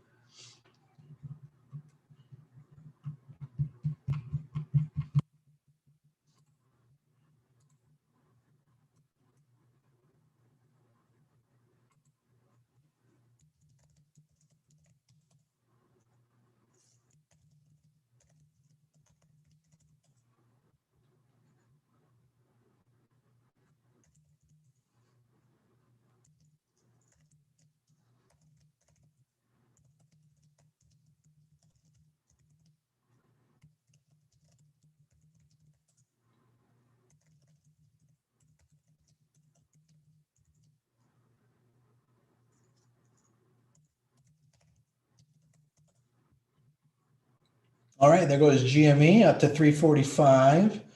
So now you should be out 50% if you are playing that particular breakout run. And you're looking to get all out right under 350. Here it comes, 347. Cost is not pushing. AMC is having a little bit of a run. I don't love AMC. You want to play, that's up to you. That's okay, Willem. And if you want to play, that's up to you. And now you should be about 60% out on GME if you took that last breakout. Like if you're a breakout trader, that's your ladder. You use the ladder strategy for the breakout. If you're in this because you accumulated the bull flag, then you're playing like the 1 minute candles or the 2 minute candles. You pick whatever smoothing level you want. And then you can take profits at key levels as you see fit. The next key level being 350. Yeah.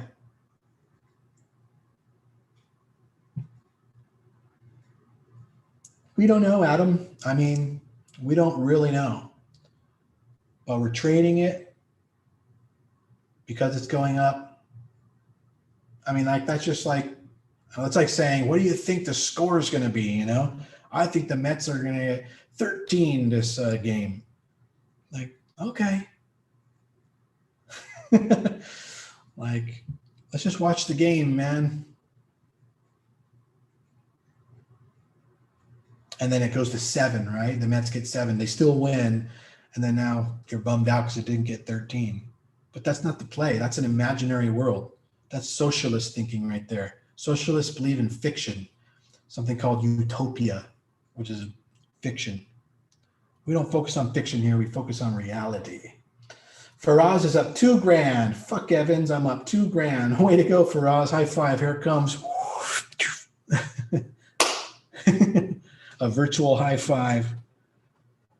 By the way, I do have an Oculus, so you know, eventually we'll get that set up, and I'll be in the trading room with you in there, in the Oculus, with multiple screens, and you guys can join me if you have an Oculus, and I'll be set up in the virtual trading room.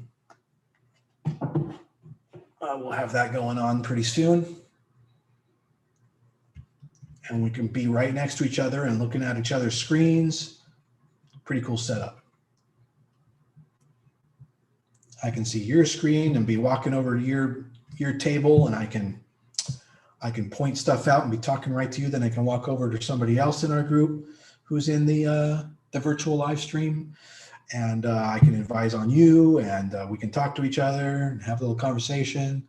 I can come back down, sit at my desk with 20 virtual screens panned around me, and be calling everything out. And it's just an awesome way to go. So we will have that set up soon.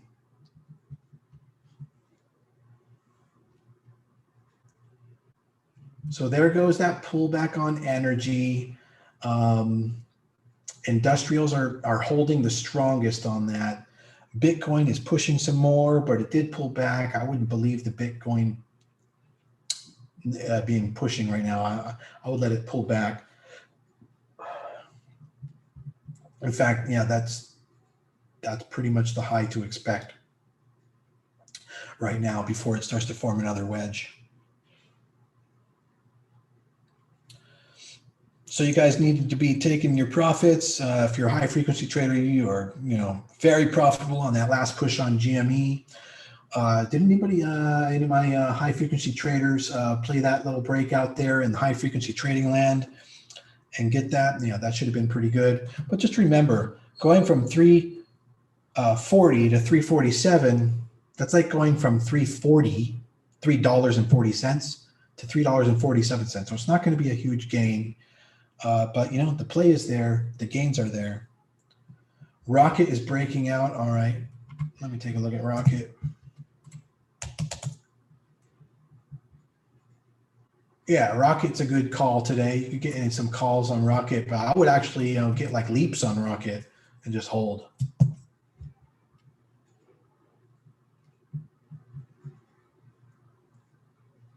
All right, GME curving back up. GME maybe giving you a second chance at getting out like at 345, 346. It doesn't necessarily mean when it's going up that you should like brace and hold on because you were down and you should have sold. If you should have sold, if you're in the type of trade where you should have gotten out and you didn't and you were down, when you get a second chance like that, now you can get out like you were supposed to at a better price. You don't like let it fool you and then just drop on you further. So right now, that's kind of like what's happening on GME. Unless it can break 347, 347.01. Thinkorswim and DOS Trader, Edson. Yeah. Go ahead and get a leap. Bruno, is my advice on Rocket. It's because it's going to definitely be a long-term and rocky ride. Rockets, yeah. That way.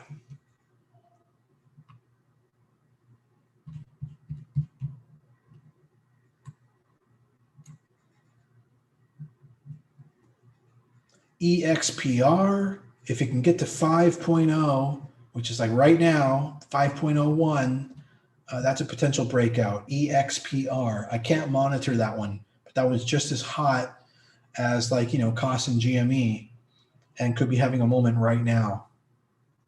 So you guys go take a look at EXPR and day trade that. I would take like a 2-3 cent ladder on that. The candles do not look very friendly. Be careful with that. Follow maybe the 2 or the 3 minute candles if you want to go that way. And again, size down if you do that. All-ins are only for high frequency traders. Oh yeah, I know. Yeah, that's just like odd pricing.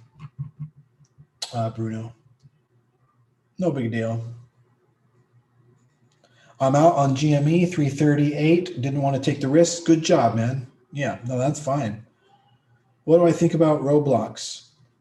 We're just going to day trade it. I really don't know. I'm a chart trader, so I'll take, multiple time frames, however I can get them, hourly, minute, 5-minute chart, daily charts as, the next days progress, and we'll see what I think from there.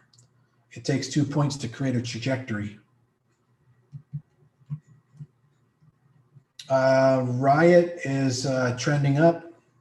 And damn it, that's the one that I wanted to get. I got into Mara and I got into SOS. Didn't get into Riot this morning on the dip. And it's up off that dip from 53 to now almost 58. That would have been outstanding.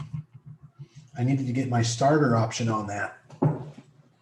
All right, XLI is actually improving again, but rates are not. So this may be just a short-lived little manipulation in the industrials. All right, so GME is putting in a little bull flag.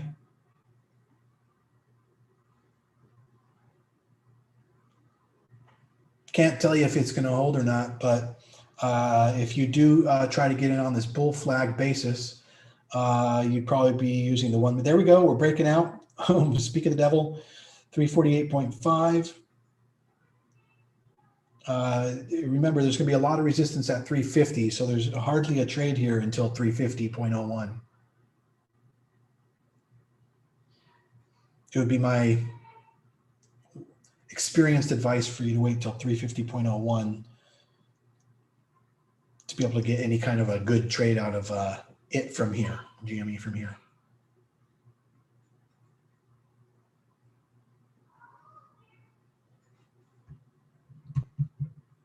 Yeah, Faraz, and a quick way you could say that is GME new, like this, GME new HOD. GME, okay, see that means GME new high of day. All right, Faraz, that's a quick way you can do that. And if you don't want somebody to think that a new high of day is a ticker symbol, you can make them lowercase, so you can go like this. All right, so then you don't have to type that whole thing out. What's one more credit spread? Yeah. debit spread, I believe it is actually, by the way, but whatever. I know what you mean, and you know what you mean. But the time to get in there would either be on the breakout over 350.01 or on a decent pullback here, like around 341. The breakdown on the flag area on GME will be 337. So if you're playing the flag, stop loss 337, buy in and average in at the bottom end of the edge of the flag wedge, and then top up on any breakout.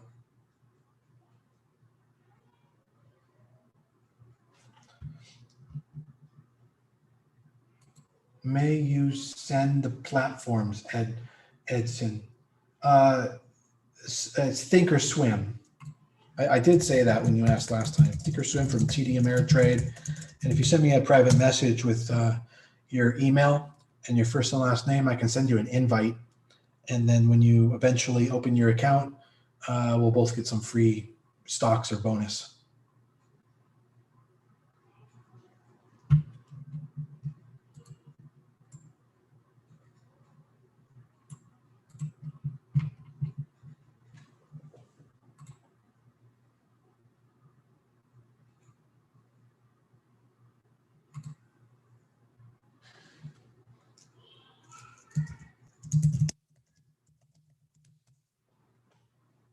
Oh, so you guys trade in EXPR. How you doing?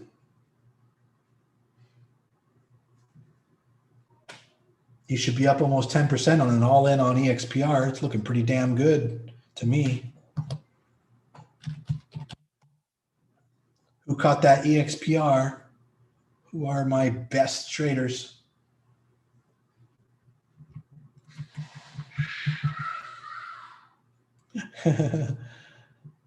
My kid in the background having fun. Oh, Edson. Oh, I need you to send me that via a Discord private message. Can you do that? Are you a member of the Discord?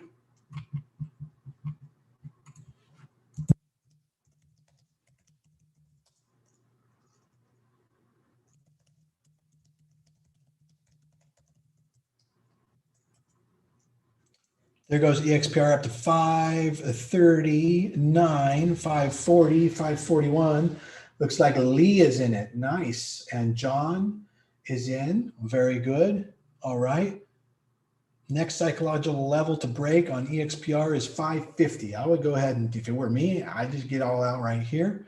But that's if I have the ability to day trade it and day trade it and day trade it. If you don't, you may need to follow like the 1 minute candles up. And that means the bottom of the previous candle would be your out.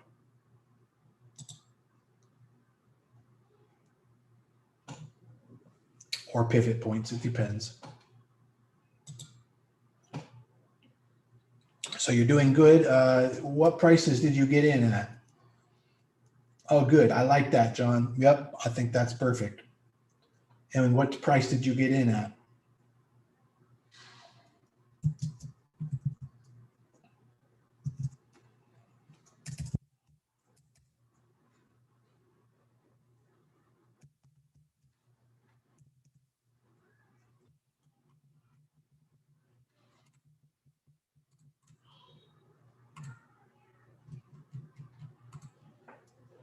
Nice, Elliot. Really nice.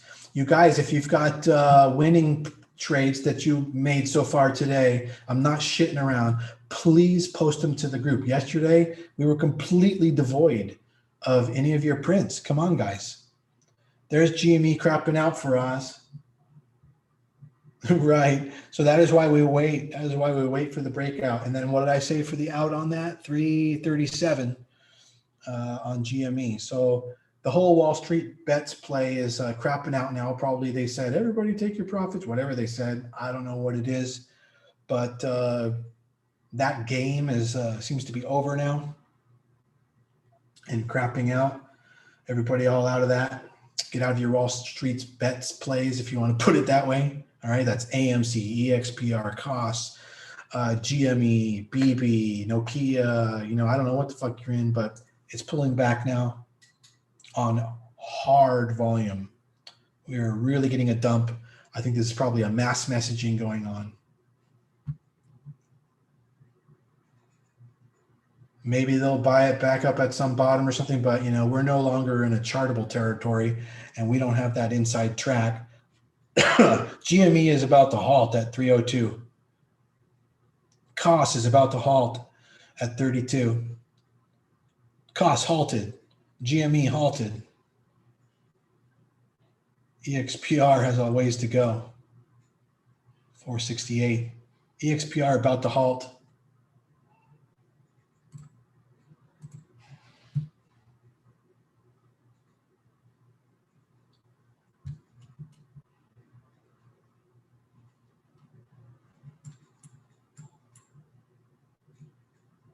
No, don't say sorry to anyone bag holding. Bag holding is fucking idiotic.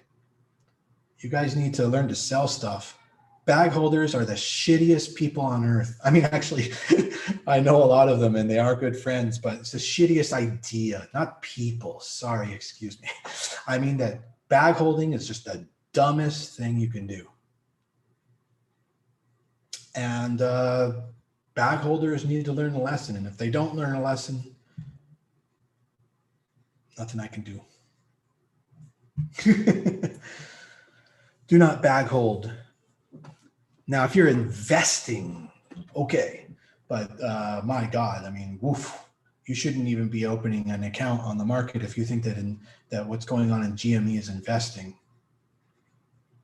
Like, you need to go get a financial advisor.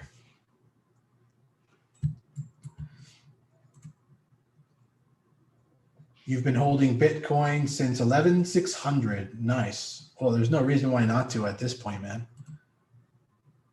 And I really don't think trading Bitcoin is the way to go. You know, I think holding to 100,000 in May.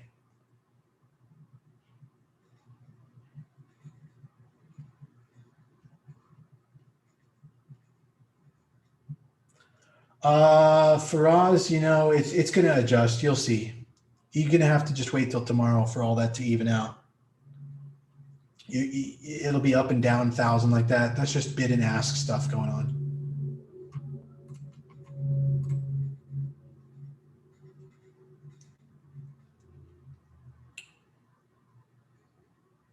Eyes, we traded it yesterday. Is it popping today? I don't think it's popping today, is it?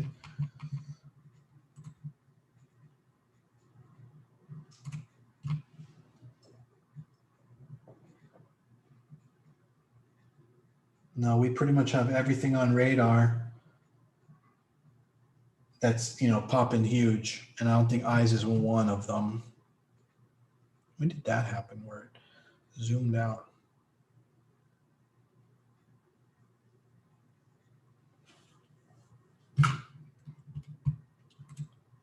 Buy back into EXPR? No. Who said that? No, man.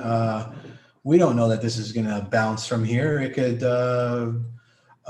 go down twice as much as it just did. GME just went from 350 to 300 in like 2 minutes. And everyone else is crapping out as well. The play is over. It's called climactic volume. There may be a dead cat bounce here, but it's going to be included in halts, and the uncertainty that surrounds it is so high that I totally don't recommend it.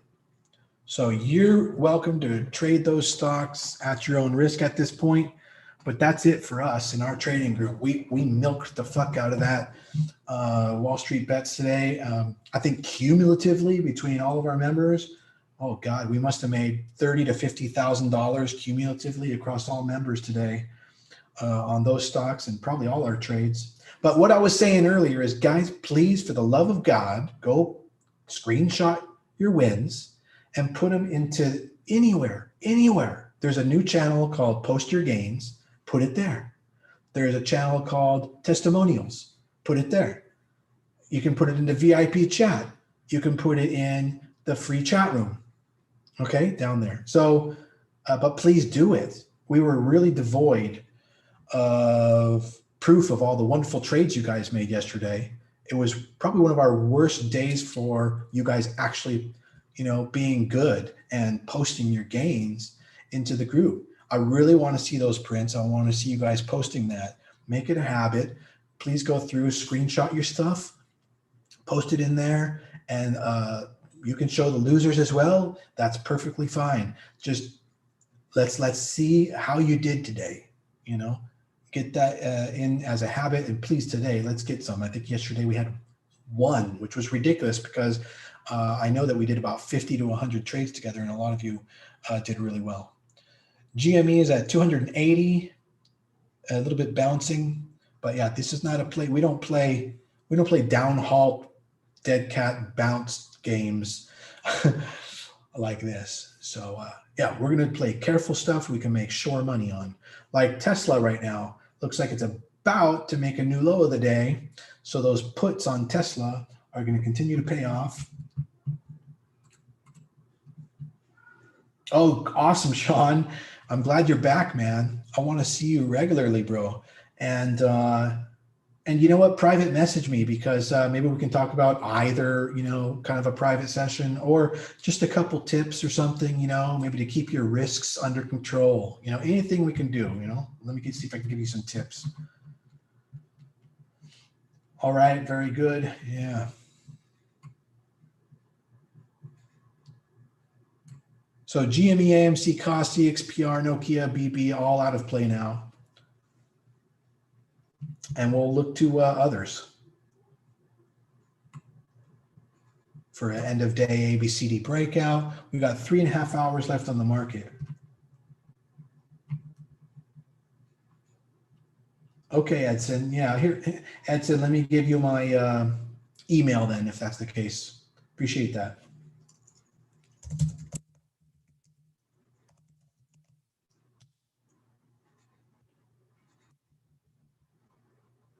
Okay, good.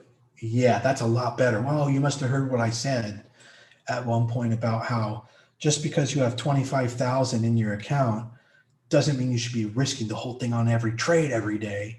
Until you're a profitable trader, you either should be paper trading or maybe just risking like 1, 2, 3, 4, 5 grand max. You can even just practice. If you're in Thinkorswim, for example, and this commission-free trading, you could be trading one share. You can just practice with just one share, or you can get like a 10 share allotment of things. If they're not too expensive, then that's fine. And then you use the ladder out strategies or taking profits, and play it real safe for a while. Prove you can size up first before you go full size.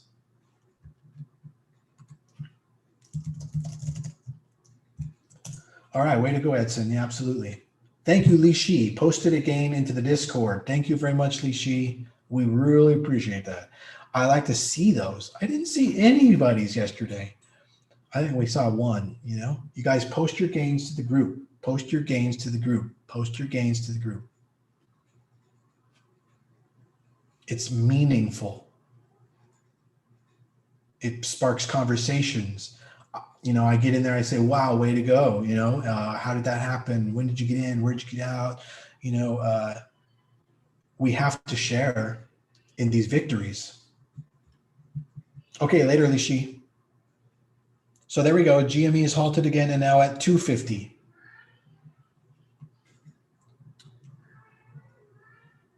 Is it a good time to get into SOS calls? Yes. In fact, there's a pullback on Riot. I'm going to get some Riot calls. I missed out earlier. Yep, Bitcoin is hitting the top of the flat top wedge and teasing at breaking out a little bit. And if it does, it will go to 58,200 probably next. But just let it. You don't need to trade it.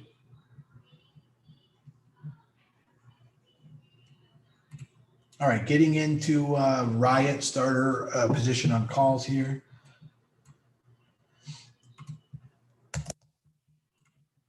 I'm gonna check out the option chain right now. I'll post into my alert channel which options I get. I am looking at the June contracts.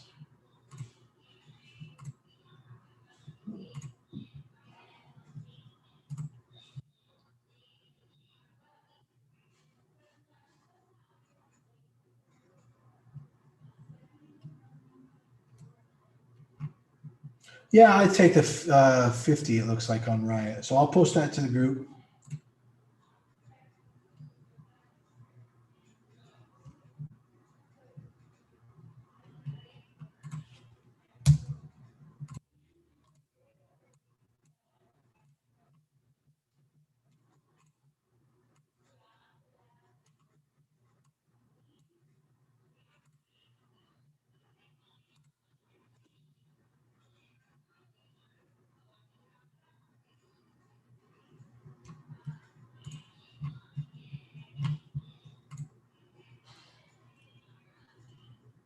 So, you know, discipline, taking partial profits, taking profits, getting out at your break evens, getting out quickly if you're losing, you know, that's what makes you a profitable trader. That's basically all there is to being profitable. The rest is just picking quality things to bet on at the right moments. But you've got to master not losing much, and you have to master taking profits. But like, yeah, the most important thing to master is not losing much, because many of us win big. The problem is you give it all back because you don't know how to stop losing on the other ones that you try. And you get really wiped out because you probably have even lost more than you've won on some trades, which should never happen. All right, posting a Riot contract I got to my alert channel.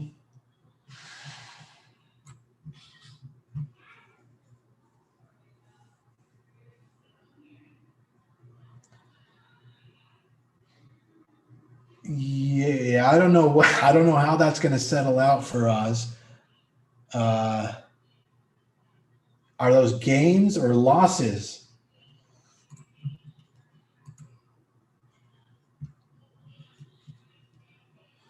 But that can be one of the dangers of playing something like this with options. Like I told you, stay away from options on these. So I don't know how tomorrow's going to shake out with that. We shall see. Yeah, I think it's going to, a lot of the bid and asks are going to be adjusting through these halts. But you should be only on the hook for the difference between those two strikes at maximum. And tomorrow morning when you sell, it should be only a portion of that. So just let it settle in.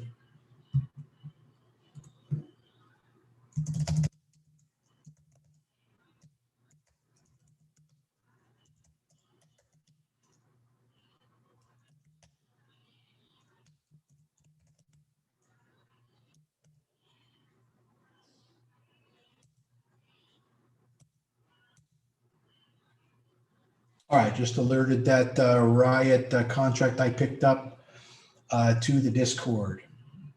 Again, if those might be too expensive for you, just convert it to a vertical and size up from there.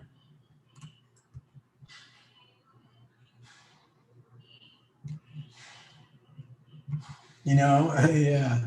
Roblox is going to be coming on the market soon, I imagine. It's now 12:30 Eastern time. And our profitable run on Cost GME, EXPR, AMC, BP, Nokia is definitely over and way too dangerous to fuck around with from here. Okay, don't do it. That's my wisdom speaking. Anyway, I'm going to take most of those off the radar. You guys, I'll keep it on the radar over here, but I'm going to take off the high-speed setup so we can save bandwidth for trades that matter. And we'll start to look at setups and patterns for breakouts. I'm sure we can find some. If anybody has any ABCDs that they see formed, let me know. Let me check it out.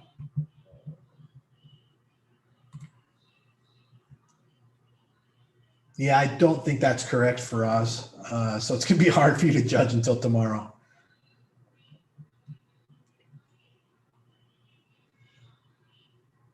But one thing you could do, I suppose, is you could try to get that. You could just try to close it out when it says up 11K and just do it today and then get the fucking violation. You see what I mean? And then just transfer the money to another new account. You know, that's another possibility, but you have to be very careful. But if you can get that, you know, what you could try to do is close out the sold legs maybe. Or I don't know. I think you probably would close them both at the same time. I'd be worried that it might try to find a better price that's less profitable for you. So be careful with the way it constructs that order with the limit side of things. Make sure that that limit order looks like you're going to make that amount that you're trying to get. You could give it a try. Might be worth the violation, man. Yeah. Some things are worth the violation.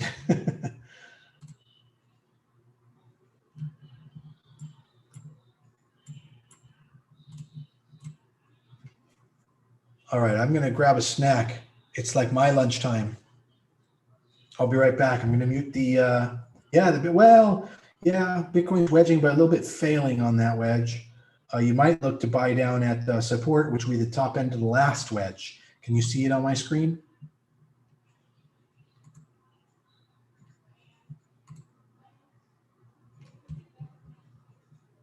There it is, really big. And for some reason, yeah. So, you know, maybe down here you can get it, but a 50% pullback would be great. Well, that's where it is right now. I'd wait and see about picking it up maybe closer to this support area. And that is a typical, you know, sharky way to trade. Picking it up on those pullbacks, you know, and having a plan with a stop. That puts you ahead of the rest. Okay, muting the mic, got to go grab a snack. I'll be back in a minute.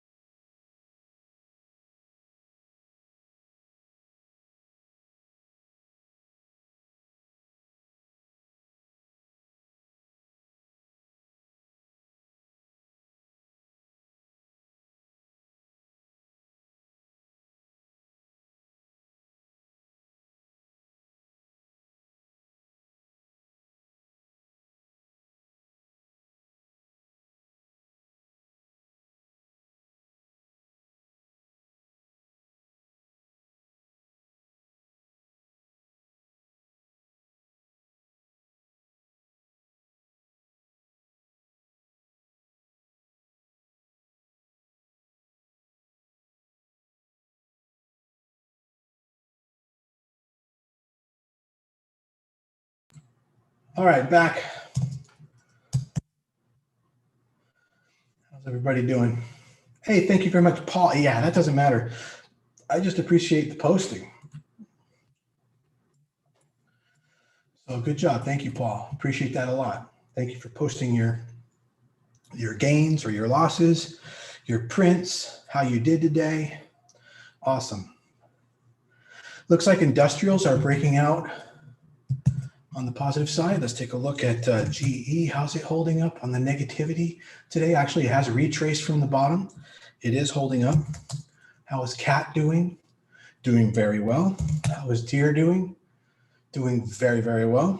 Very good. I'd like to find some more really good industrial plays. Now, remember, I looked at a lot of them and already filtered them down.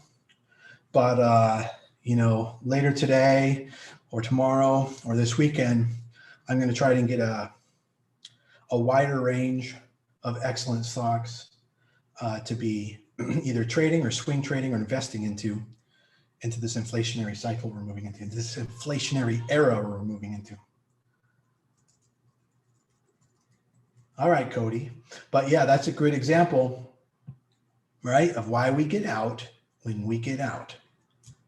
You don't bag hold. There's no reason to bag hold. I mean, maybe, you know, you had some toxic lessons from the fucking stupid ass Wall Street Bets people and all those trading groups that don't even know how to trade and they're just telling you to hold. Just don't listen to those people. They're decimating people's lives by telling you to hold. They're taking advantage of you. They're not holding. They're selling at the top. They're good traders. So anyway, you know, now you're going to get a lot of real good, sensible lessons in here with me. I'm kind of like almost to the other end of the spectrum, but I love to take risks. I'm an ex-professional poker player on top of the other things that I've done in my life. And I love taking risks, but you cannot win if you don't control what the fuck you're doing. So we're not going all the way over to some other side where we're like doing all these conservative things. No, we're picking some pretty hot stuff here. I mean, we're going with the number one picks of the day, but we're coupling that with a whole bunch of wise techniques to make sure that you make more than you lose. So it's going to be good for you, man. Oh, okay, Cody. Yeah, definitely. Yep. I mean, you have to pay to see the flop, but you're never going to be profitable if every time you chase to the river, right? You gotta have to fold until you hit, you know, a set, you know, and then you can come over to the top on the turn or the river. Depends how many people you've got trapped in there and how much risk there is. And then you pull in that huge pot. But you have to have folded 27 times in a row before you got there, right? But you had to ante up a bunch of times too. Sometimes you see the flop. Sometimes you go as far as the turn. So it totally makes sense, right? Who let's see, where's my poker gang? Who are you?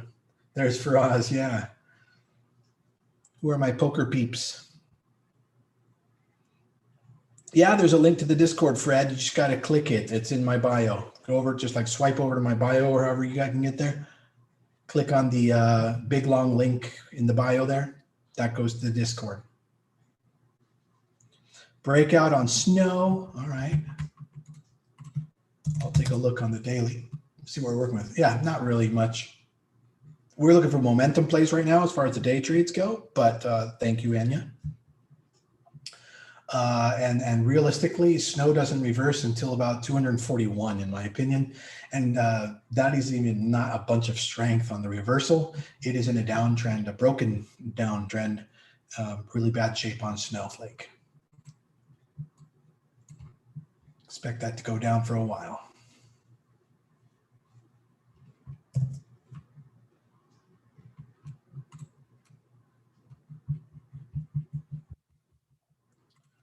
Yeah, okay, GME, what's up? All the way down to 225? Yeah, I mean, that's just typical. We're not in GME anymore. It's really not even my primary focus. Right now, I'm looking for patterns. I'm looking for other opportunities for you guys because we make more money here. GME is ancient history now. Ancient history. Yeah, and we're waiting to day trade Roblox. Roblox should be up in 10 minutes, you think? Oh, why is that, Bruno? Did you hear that?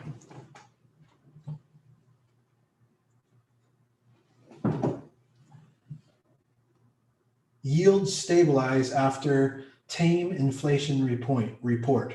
All right, well, hopefully that holds for a while. It's only a one-day deal. CNBC does pretty good, news, financial news. It's pretty on point. Doesn't lag too much. Pretty on point.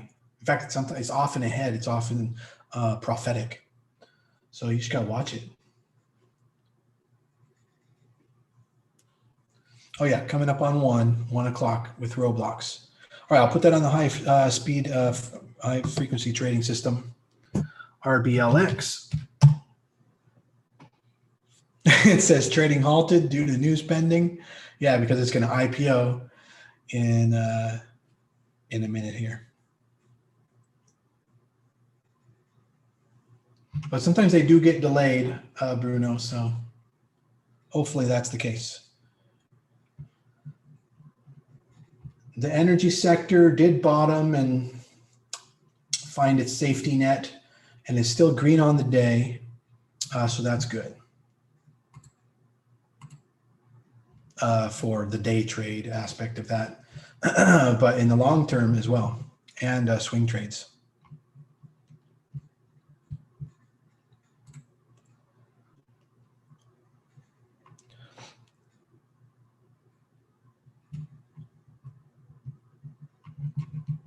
So right now I'm looking for, Ricky asks, is starting with $1,000 too little?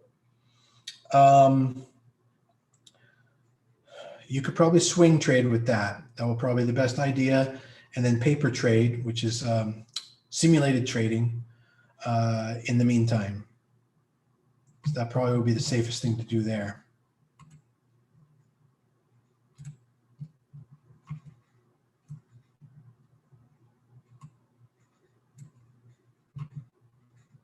So that's the dead cat bounce going on COS and GME.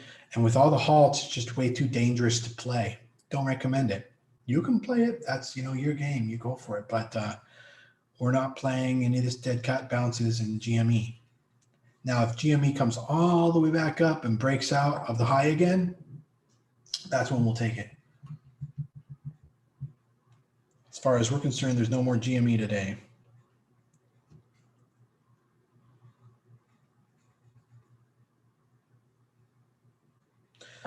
Bullseye Trader 26, can you get a nicer profile picture going? That would be awesome. Because you kind of look like a non-user.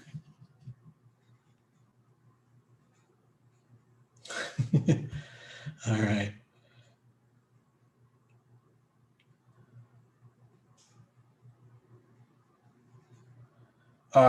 Somebody asked, do I think the last couple of days of market crash has been just a correction or a sign of recession? It's kind of been none of those. Number one, is nowhere near a crash. Nowhere near a crash. A crash is a broad market decline. That means every sector going down and counter assets moving up. And that's not happening. It's not a correction because, again, we have other assets moving up, other sectors moving up at the same time, and certainly not a recession. So the premise of your question, is way too assuming. But I guess the quick answer then is it's no, it's not a sign of any of those. All we have here is rotation and a move into an inflationary era, or at least a defensive rotation into a potential inflationary era. All right, cool.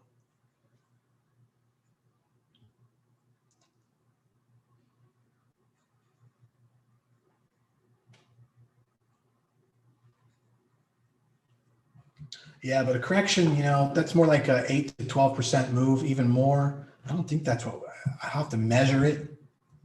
but I don't even think we had a correction. I mean, this is just a rotation.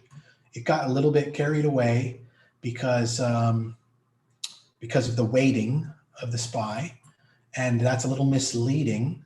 Because if you were to like just look at the different sectors, you'd see a hard dip in tech, but you'd see some sectors just flying right through that. In fact, taken off contrary to the down motion, right? So that's not even a market correction. It's not even a correction. It's just rotation. A defensive rotation against potentially the beginning of an inflationary era.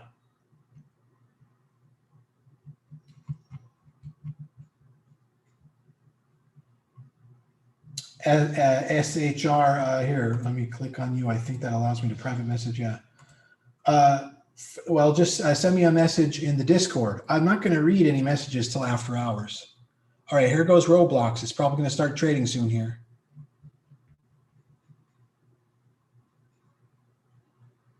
We're at 40 seconds before the open, potentially on Roblox. Within the first 1 minute candle, if direction is up, if we get a breakout of the 1 minute, you should take it for long. If it goes down, we'll wait for the dip to turn around. Oh, thank you.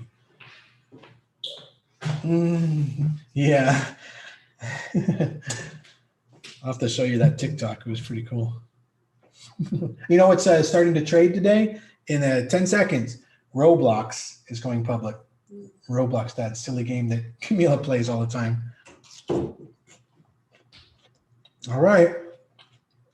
It's 1 o'clock and it hasn't started trading yet. So they're probably resolving imbalances still.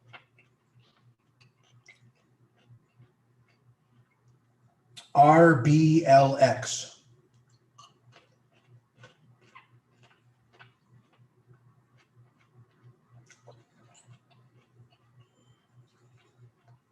Yeah, it is a cluster F. Yeah.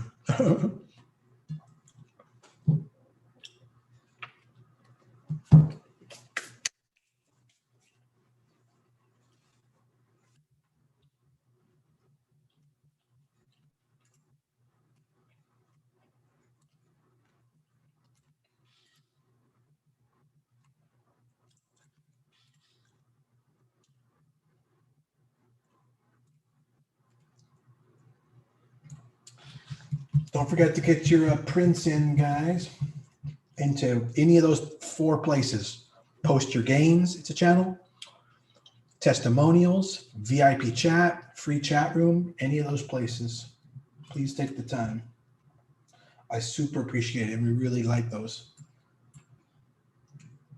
They generate conversation. They're really good for me.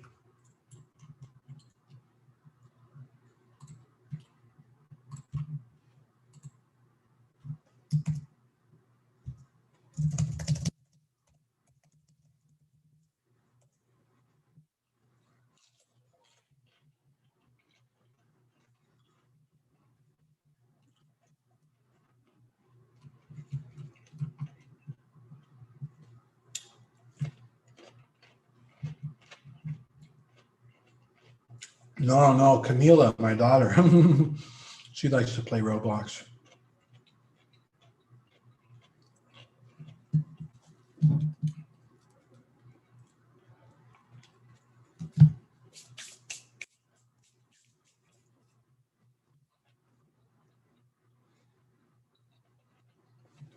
Here's growth versus value.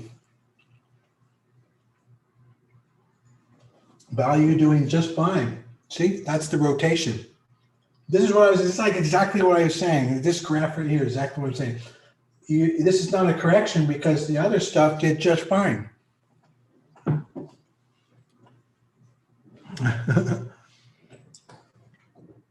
Yeah, be careful calling that a rebound. It's a dead cat bounce.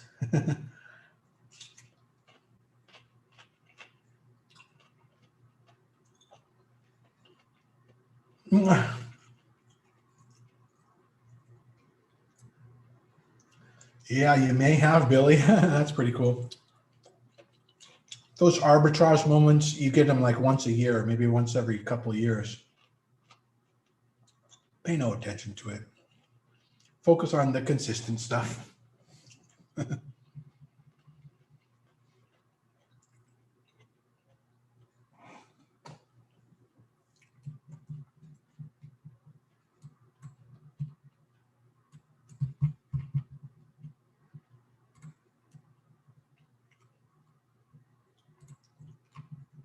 Consistently bad. That's funny.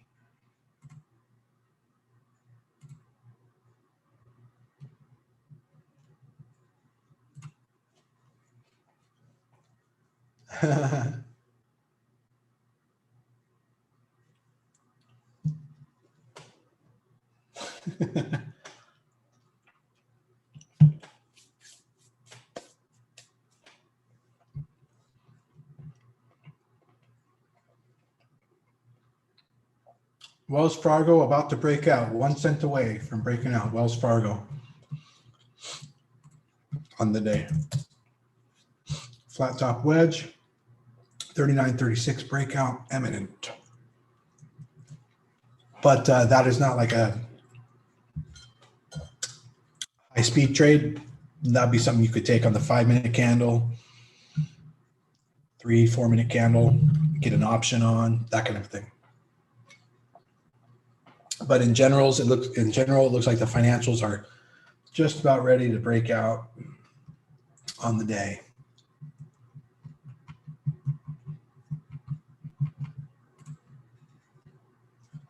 Hey, Mom, back on the chat on the YouTube. How you doing? I don't, I'm going to wait for the dip on Roblox or the breakout. Thoughts on Amazon long? Yeah, real bad idea. Very, very, very bad. I would not go into any consumer discretionary right now in this inflationary era.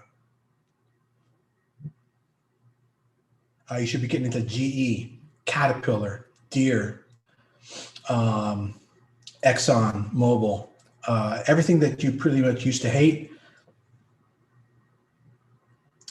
That's what's going to be going good over the next 40 years. And everything that you love and has been loved, that's what's going to struggle. Maybe Facebook, maybe Google. Those could be good because they have less than 7% debt. They're almost all cash. But Tesla's pretty screwed. It's got not Tesla, Netflix, pretty screwed. It's got 41% debt. Tesla has 27% and Apple has 31%.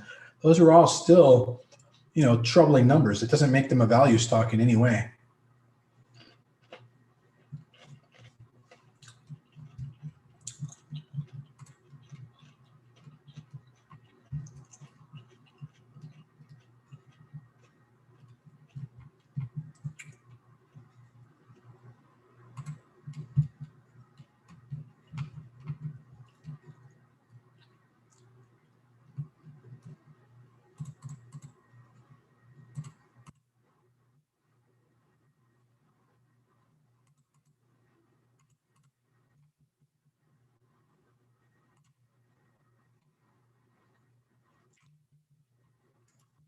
And there's that breakout on Wells Fargo.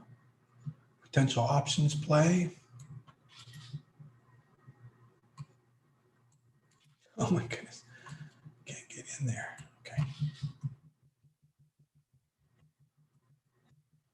We've got Tesla shorts. We've got longs. We're making money on both ends. Good, Blurry. All right. Yep. There's that breakout on Wells Fargo. Yes. And with the options, you can get a good percentage out of this move, maybe 10 to 30% gain.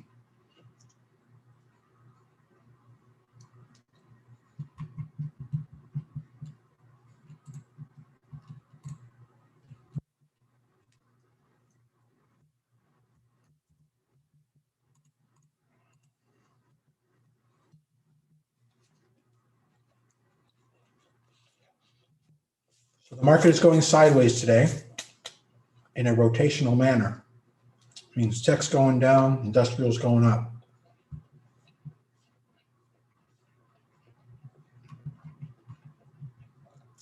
I'm in SOS, for months. on a stimulus check crypto play.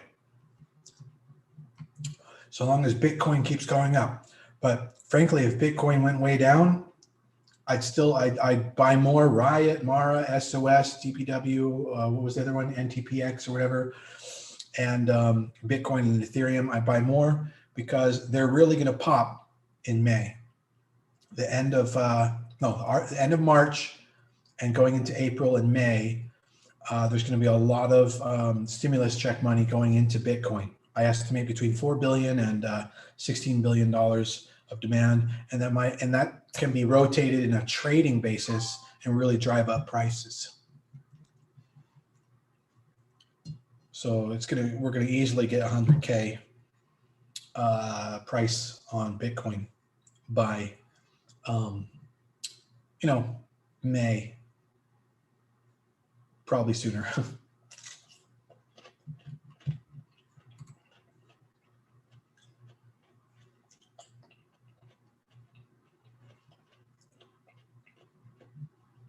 You guys can help out SHR. He had a question a little while back that I missed. If any of you saw it and you know the answer, feel free to help him out. But anyway, in the future, the answer is nearest expiration at the money.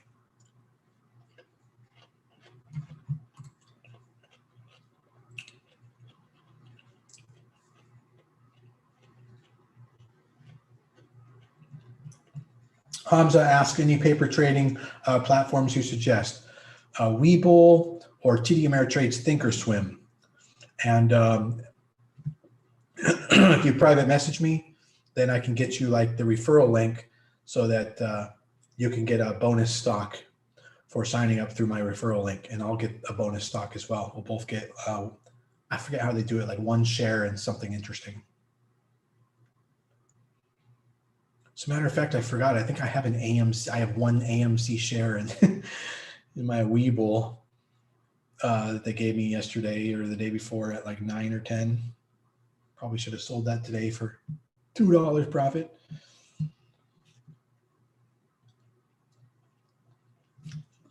All right, way to go on Wells Fargo. Uh-oh, here comes Rosa with the help messages.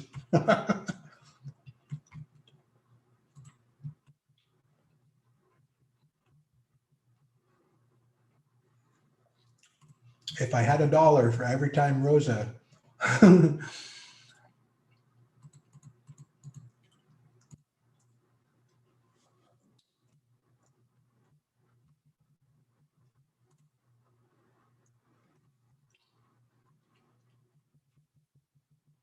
How far do I think Wells Fargo will go? Not necessarily that far. I just, I have a position and I'm scaling out already. I said a long time ago that financials are good today. And we've had some dips and pullbacks and we've got some ABCDs on it. I certainly would not get in here. There we go. I just scaled out a little more. Did you hear that? I'm taking profits already. This is profit taking time. Seed planting time was earlier. We did have that breakout for you to double down and get a little move on it. But you should be taking profits as you see. I mean, you can just relatively see on the day what's an abnormal move or not. And go, oh, this is pretty good run, and then you get out. It doesn't have to be too complicated, right? Yeah. Why is Roblox taking so long? Because they're still matching up enough liquidity. It's kind of just part of the IPO process. It could have a late start. I'll be right back, guys.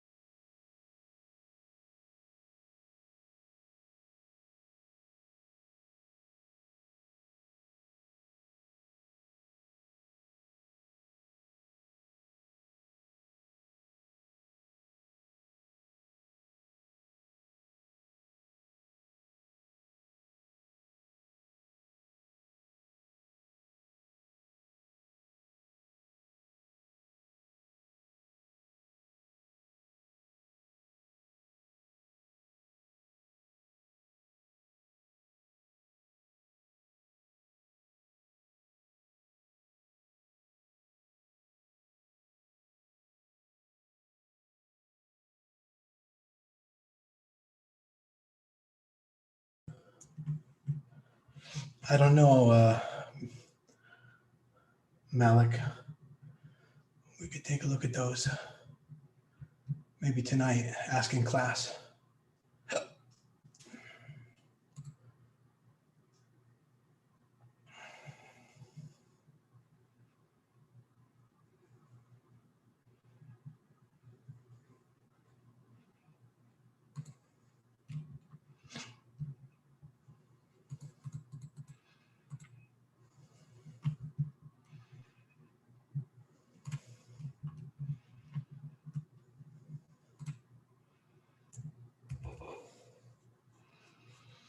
We're waiting on Roblox.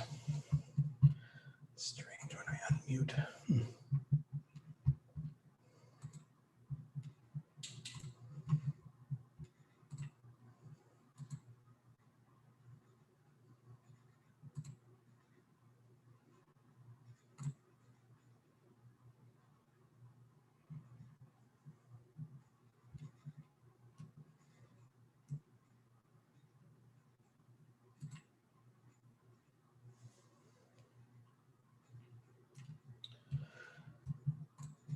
At what point do you get out of swing trades?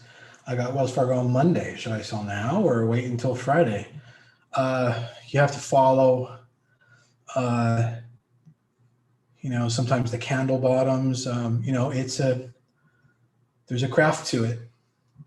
But I have a lesson in the Masterclass archives or private message me called How Not to Lose Money in the Stock Market or something like that. How not to lose money trading. And it's all about where to put those stops.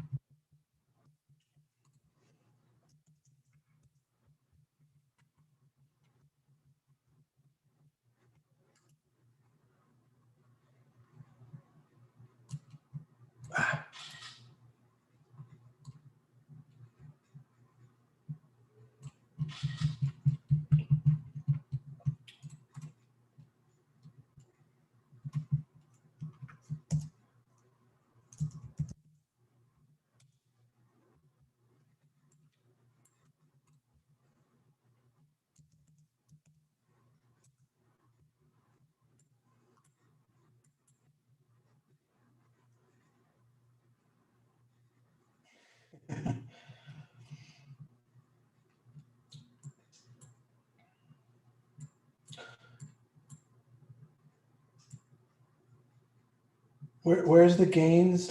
Post your gains. Oh, there we go. I saw a little bit more of Wells Fargo right there. Where's the post your gains, Elliot? I'm looking. Did you already remove that?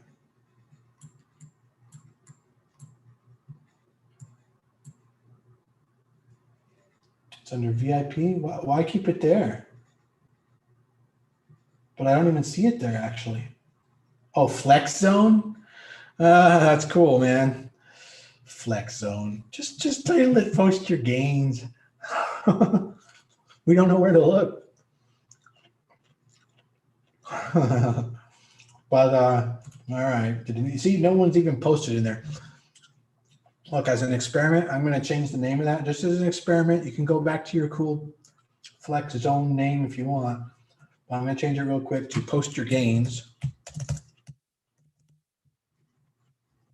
And I'm going to move it into the public sector. Only postable by members, though. And then I'll bet we'll get a little more people in there on that.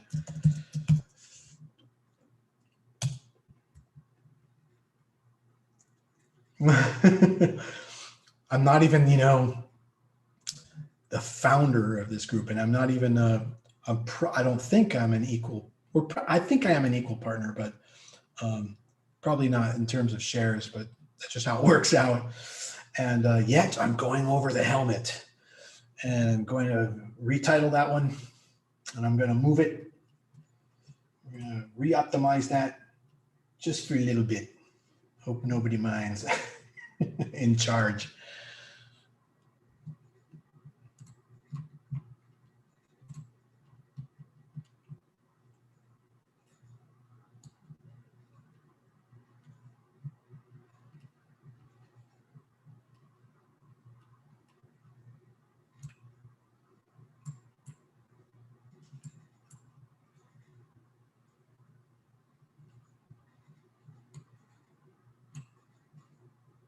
There we go. And then I'm not sure if it just adopted the permissions of where I dropped it or not. I guess we'll deal with that later. I'll just keep it the way it is and I'll keep it there. All right. Okay.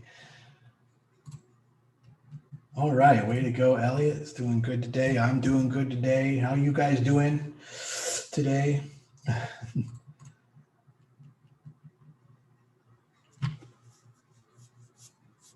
CSTR mines Bitcoin will rise as Bitcoin rises, and then a deal in Hong Kong, CSTR. All right, I'll take a look at it. If anybody can bring me any momentum ABCD patterns that have formed on the day, any of you who understand the ABCD patterns, I'm interested in seeing those on any stocks that are, you know, like massively up today.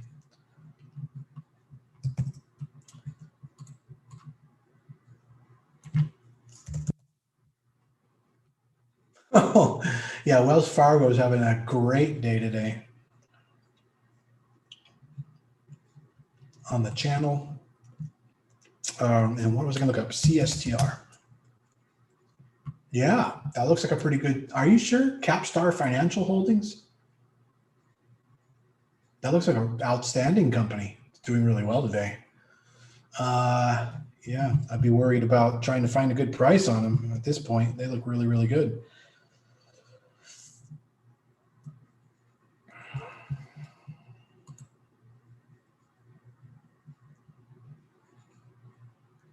Channel verification to hi in Discord on free chat, something like that. Interesting. Okay, John, as far as posting it into the Post Your Gains channel. Okay. All right, let me see. Let's just keep it wide open now then. Hold on.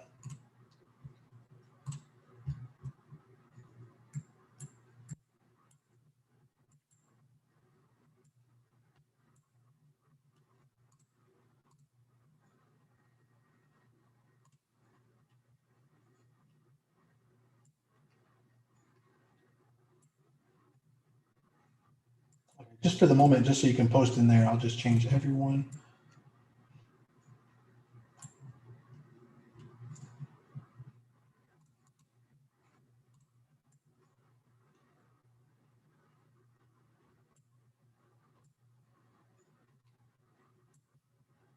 Okay, check now. Try it again, John. Let me know what happens. See if I fixed it.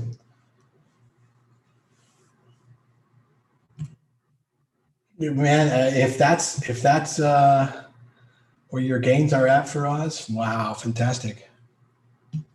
You maybe made $4,000 today. Oh shit.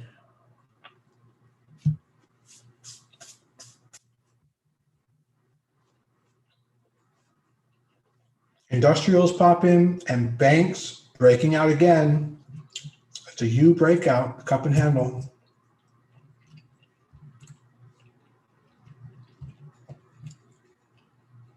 I still have 60% of my Wells Fargo position, but you know this run is wonderful. It's got to pull back soon.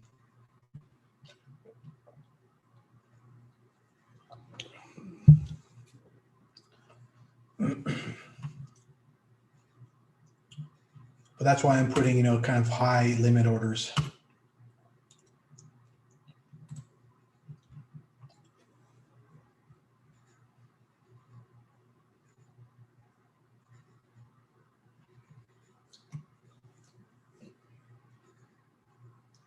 I don't understand for us. Not sure why I'm not, but just private message me and we'll catch up after hours, and I'll get in sync with you on what you're trying to explain, and we'll high five each other over it. All right, sound good? Okay.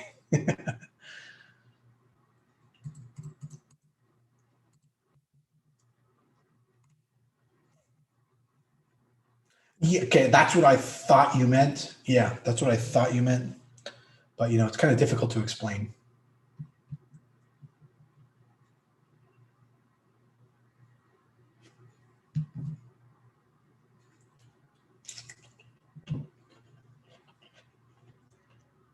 All right, so who's up on Wells Fargo? Tell me how much. Who's in Wells Fargo? How you doing? Percentage gains, money gains, whatever you want to share. Let me know right here. That'd be cool. Still going up. Hopefully, if you had multiple contracts, you've been scaling.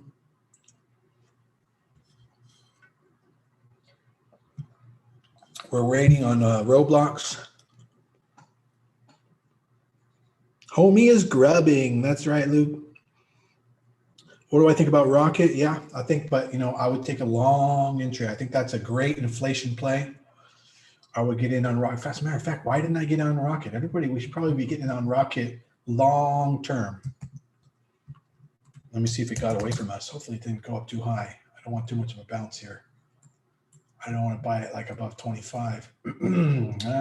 27. Yeah, I don't know. Nah, I'm going to wait for it to pull back more.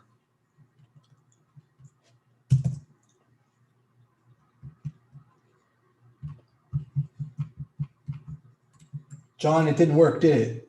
Because I don't see that you posted in there. John, did you try again? Try posting that again to the Post Your Gains channel. All right, way to go, Elliot.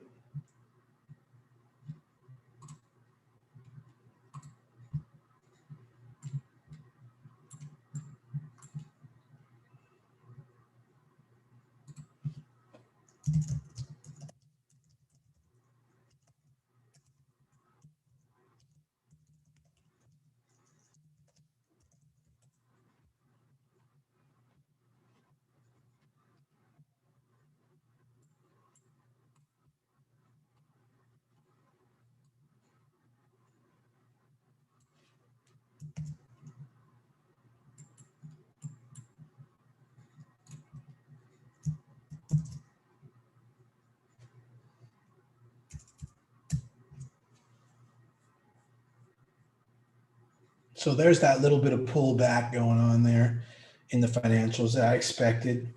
In the meantime, industrials are still going.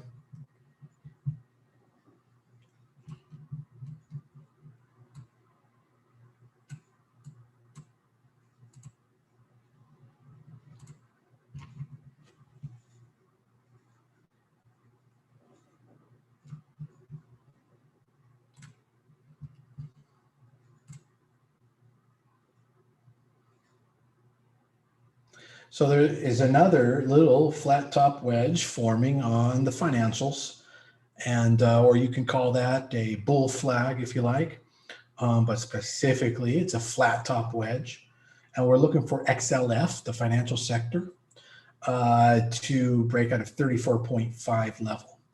And right now, industrials are just continue to be on a tear. And I think, getting into GE, if you haven't already in the last few weeks on this inflation, is an excellent place to go, even long term. But also Deere, Caterpillar, and then there's an ETF called PAVE. You just plant some seeds in PAVE for a forever, just a savings, a savings play.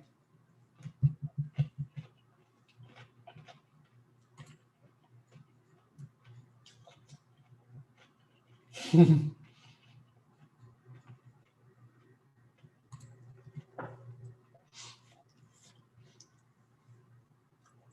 got an ascending wedge going on GME, but I really think that that's a dangerous place to trade right now between those two zones, the high of the day and that low of the day, because the volatility is going to be so extreme. It can just drop right out on you.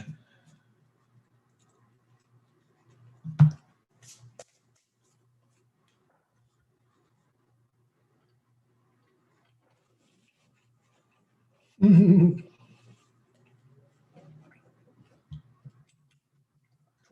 on Wells Fargo. That's pretty damn good, Okoro. Nice. Have you been taking some profits?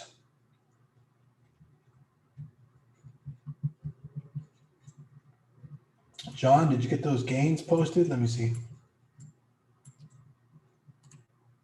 Yes, William. All right, awesome. And then post the screenshot you had from yesterday. I remember you showed me that. That was pretty awesome too.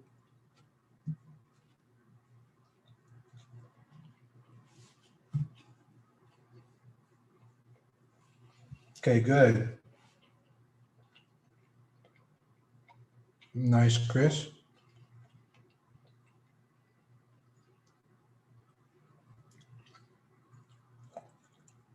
Good price to get in on Pave. You know, when you have to worry about those kinds of things, and we're talking like really long term, like just savings account type of entries, you start by just getting what's called a starter position, and that now allows you to participate in the stock. You know what I mean? Now you can participate. So you just get a little sprinkle. You know, like let's say you knew in the next month you want to get in this much dollars on that particular ETF. Your starter position could be, you know, just 5% of that. You just get a little bit in. Then you don't have to worry. Here we go. Roblox is opening 64.5. It's running. All right, let's watch. Let's watch. A huge range there from 64 to 70 on the first candle. We're going to use directional movement here. All right, it's actually going down, so we may be able to buy a dip. All right, everybody, get your Roblox ready. That sounds pretty funny. Time to get your Roblox on. You can't trade options on IPOs, so don't be looking for that. We only trade shares on IPOs. RBLX is the name. And use market orders when it's time. We'll be taking any kind of breakout we can find, and we'll see if we get lucky and that's the right way it goes.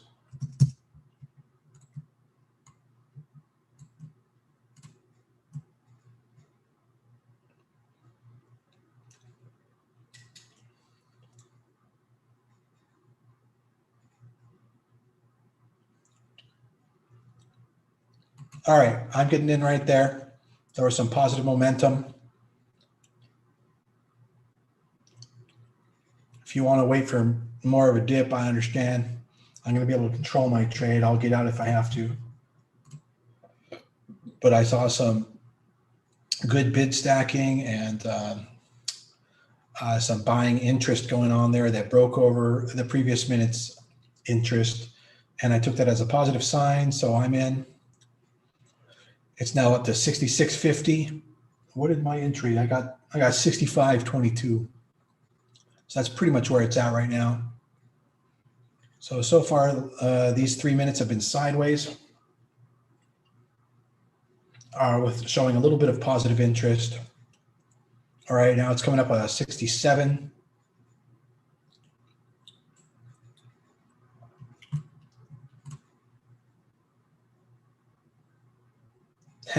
So we're, thank you, man. Click on the link in my bio and join us in the group, man. Discord, YouTube, some way, come to us.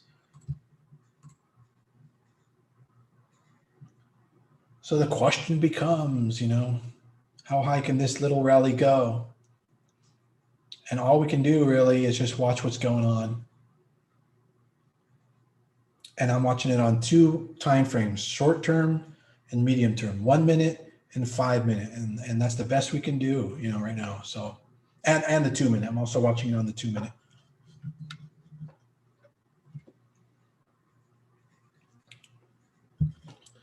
All right, Roblox at 67.30. You got 64.90. Good for you.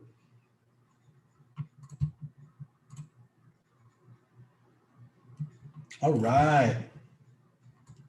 Roblox taking off. Good for Roblox.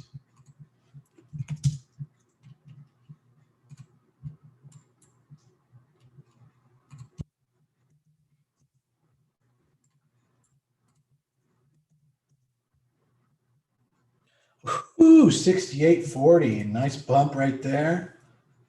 I'm now up 5%, couple $100. I don't know about you guys, but I couldn't get a whole lot because I didn't have a ton of settled funds because of all the other trades we're in right now. But I'm happy, and we're following this trades. And if you guys are making a killing, that makes me proud and happy of you guys. And we've got Roblox on CNBC behind us as well. We actually got the tick behind us. All right, we're up to 60, almost 69.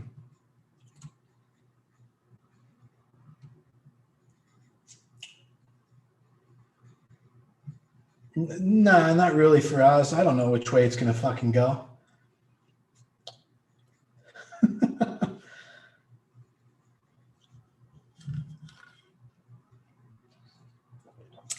But I see why you asked that question. No, we got to day trade this. We don't know which way it's going to go. These things can dip. You know, they go up, they make a high, they mark off that high, they double top, we get all the hell out, and then they drop. So everybody, you know, make sure you have your finger on the sell trigger, because I might say, now, get out. Depending on how crazy it gets. Or I may say, hey, scale out here. This is pretty extraordinary. All right, we just hit 70. And there is a ton of sell orders at 70. So that's where we're at right now. And it popped it back down to 68.9. So obviously we're not going to get past 70 very easily. So you should take out some. Sell 10% of your position at 69, 90. And then, maybe we'll get all out if it doesn't even, if it starts to fall back from there. But take some profits because 70 was a pretty hard wall. I mean, I'm talking there was, I missed it. It was something, maybe 1 million shares, unless that person raises their order, their sell order. And that could be the CEO, who knows who that is. Then we're not going to get through that wall. That's the best price you're going to get. So let's see. Here comes the level 2 again, coming up on that 70 spot. I'm not seeing that big order anymore. There it is, 250. Wow, it's dwindling really fast. So there we go. Boom. We just broke through. And I did indeed take a little bit of profit there, 10%. And we are up 7.3%. I'm up about half a grand. So that's good for me. How about you guys? How you doing?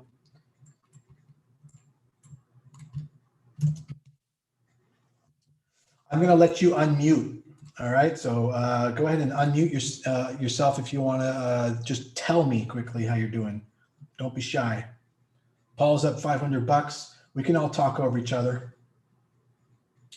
You can just mute right back away after that. Evan, we love you. All right. I didn't understand that, but hell, man, yes, man. Yeah, Jared, that sounds good. 300 up another $100, up to 600. Thanks to Roblox. Oh, sweet. All right. Well done, Bill. Well done, William. Whichever one you like to go by. Paul's up $500. John's up 317.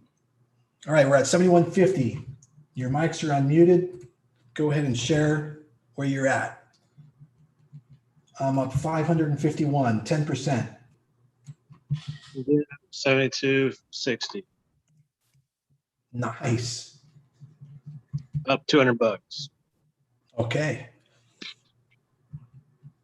And we're still up even more. Roblox is now at 72 and broke through 72.35.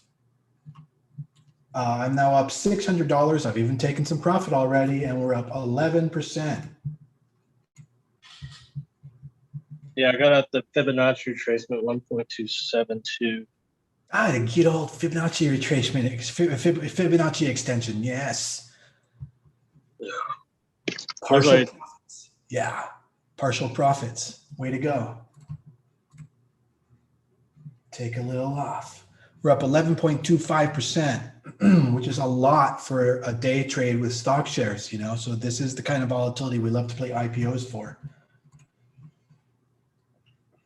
I'm up $700 plus a little profit already. How are you guys doing?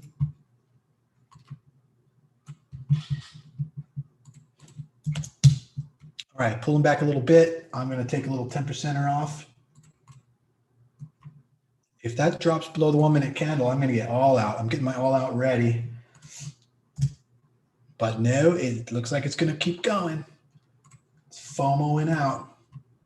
But I will take 10 shares off right here at this level.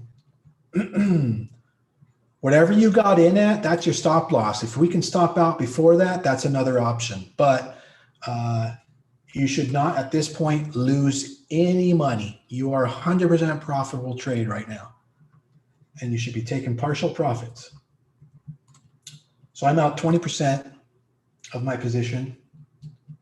And we're up 11%. And I still have almost $600 of gains on the books with the 80% that I have left. So looking really good.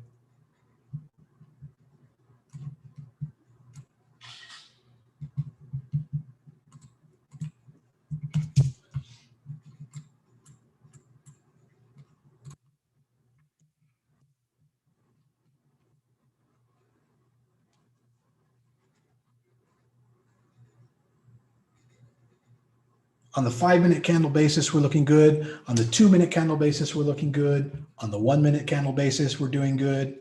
At any point here, we may have to fall back to a higher time frame though. Let's see.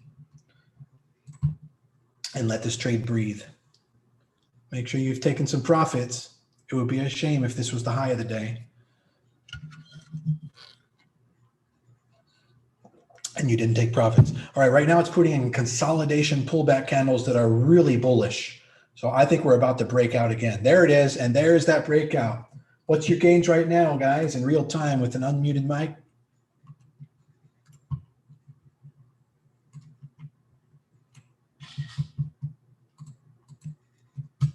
Yeah, 13%, $670. That was a topping. Say again? I'm out at 72.60. I'm just sidelines. Okay. Still in, trying to figure out where to see the profits on Webull. Oh, okay. It's in the bottom left. Well, if you're on the desktop version, account. Account, okay. Some dollar sign there or something. Nice.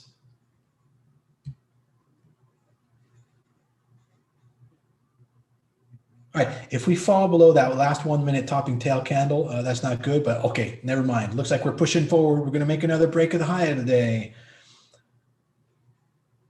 74.44, 7444. That's what we're waiting for now.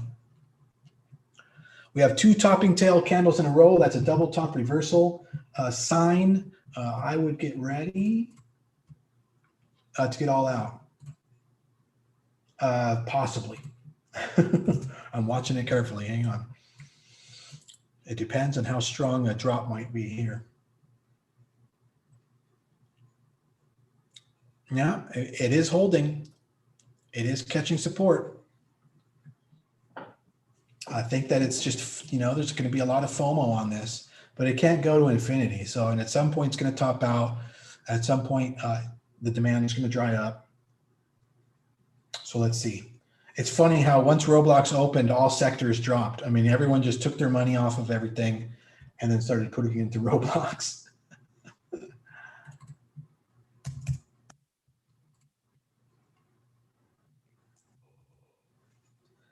All right. Yeah, man. Come make sure you click the link in my bio, okay? So that you can join my ecosystem over here with the Discord or the YouTube. Yes, Kevin? All right, we've been going sideways for a while. 5 minutes in a row. The candles, the 5 minute candles are getting a little bit shorter. Here comes some energy right now. It could be a triple top. So I'm going to take out 10 shares on the break here in case it pulls back.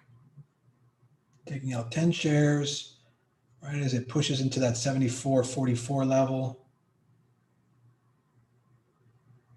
Right there. All right, so I took out another, I got 70% left.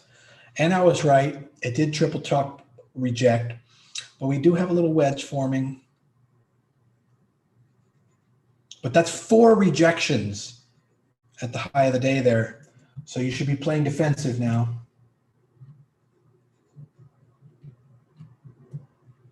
And getting ready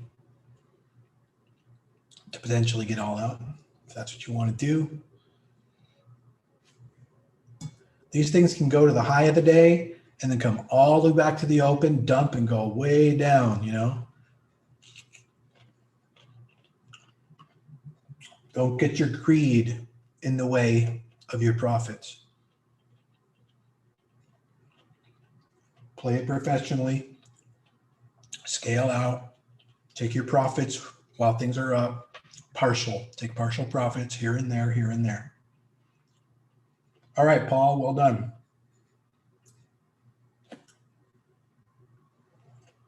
Very good, Kevin.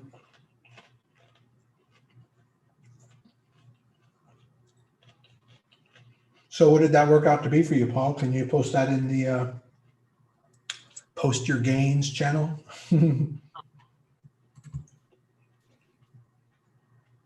Or you can unmute, yeah, just let me know.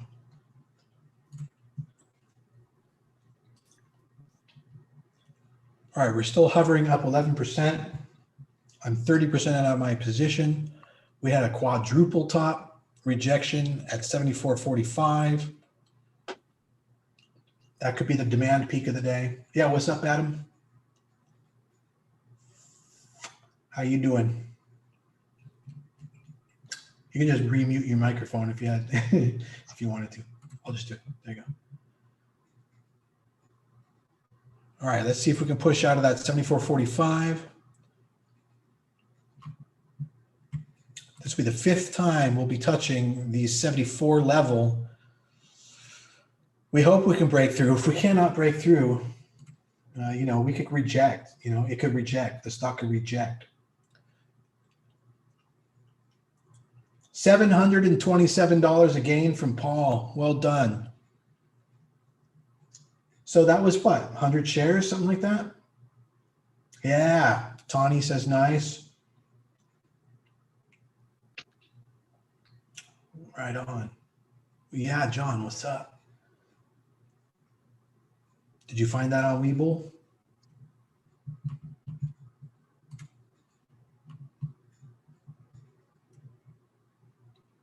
And we're trying to pop the top end here, 74.37. Man, this is the 1, 2, 3, 4, 5, 6th time we've tried to pop this top. That's a miracle that you even get 6 attempts. So really think about taking some partial profits up here, because if it can't make it through, that could be the last time, and it could really reject hard off this top. But if it can break through, obviously it's going to be a big push, because it's been building up for about 10 minutes. There it is. There it is. There's the break.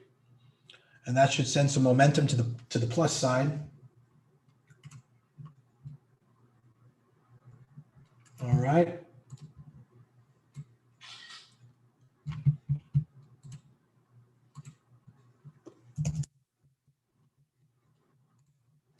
And that's how we play IPOs. Everybody's making money. You don't lose money at this point. Take a little profit. If the thing comes back down to your entrance, then you break even on it. But we're not even going to let that happen. We're going to get out way before that if that happens. Yeah. Who was that? Paul? No. Somebody who, yeah, what's up?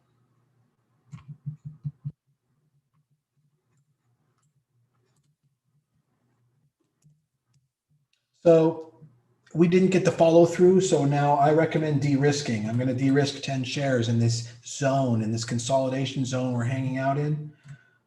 Just because we did not get the follow through. We got the breakout we were looking for, no follow through. These are signs.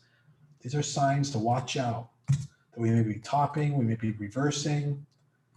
So you can just like de-risk while things are still okay. That means take a little bit off. Lighten your load. Take profits.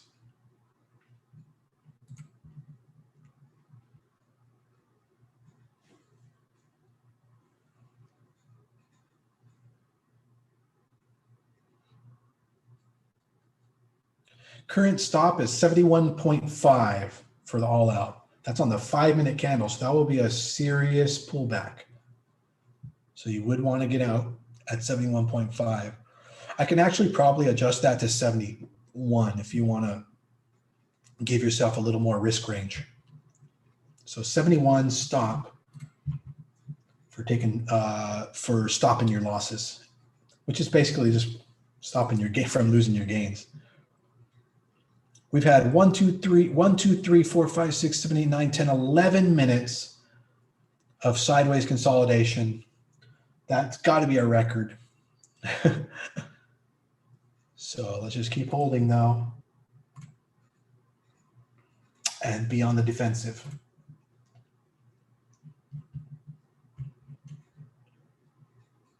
I'm up 13.5%.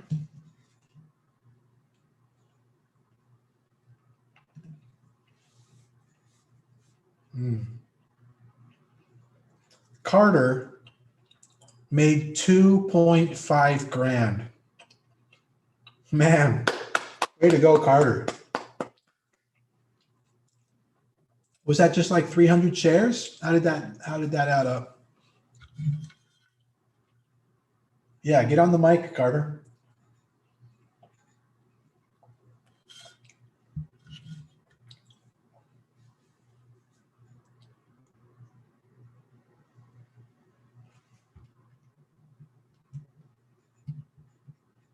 Tawny says, good job, Carter.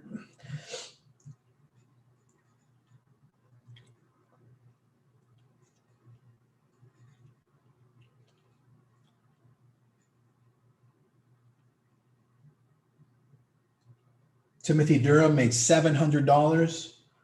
Thanks, Evan. Yeah, you bet, bud. I just made your whole account in one trade. You just made my whole account in one trade. So Carter made John's whole account in one trade.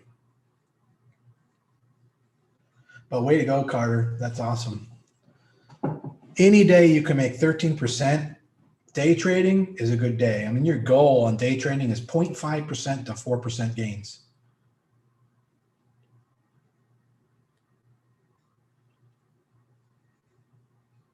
We're still looking at 71 for our stop out.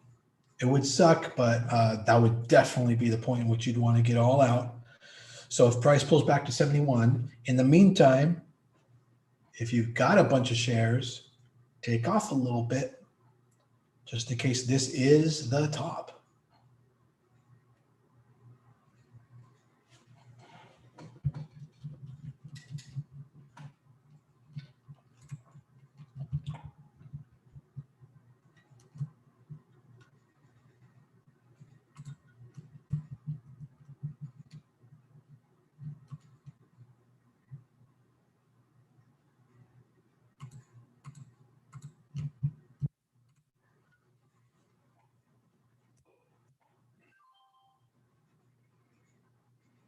I sounded like your teacher when he encourages you to use the mic. Yeah, just do it, man. Be brave. Unmute your mic. Tell us how you're doing. Tell somebody, hey, way to go, Carter. Whatever. We're all here on this. I think some of you are trying to talk, but you got to click unmute on your microphone.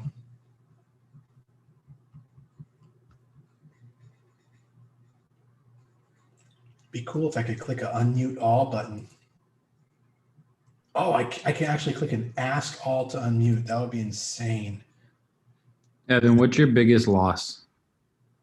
$1.2 million. How recently? That was the worst trade of my life. But that was many years What did ago. you trade? Say again? What did you trade? Oh God, it was so many years ago. That was about 25 years ago. And that was the typical, I was a typical beginner and built up $110,000 to $1.7 million on thinking that I knew what the fuck I was doing. Basically dipped by trading. But really, I mean, looking back, I knew maybe 3% of what I understand now. So anyway, yeah. How long did it take you to come back? Oh God. Oh, Well, God. I don't know if because I take out money for income. So I don't even know if I've ever fully recovered that. But yeah, probably if you add up all those years. Yeah, I've been so much Wow. more conservative ever since then. But that's just typical. I mean, I certainly I recovered, the 110,000 seed that it started from. But What's that your biggest loss yeah. this year so far? This year so far, or you mean like in a year? Just this year since the first January. I think it's been about like 27,000, something like that, or since the first of the year. Yeah. So taking it slow. Last year was 100 grand. So in about an 8-month period. I have funny can't take trades in those that I really want to trade, Oh, hey, let's get out of Roblox. There's the drop.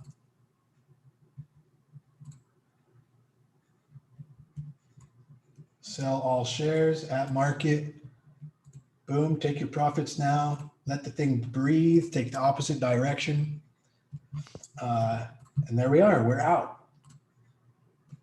I think between us all, we must have made about 20 to 25 grand collectively right there.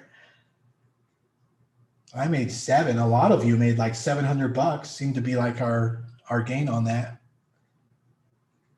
Tawny says, bet you learned real quick. Yeah, now, yeah, learned how to be careful real quick. I didn't learn how to be profitable real quick. That still took a long time.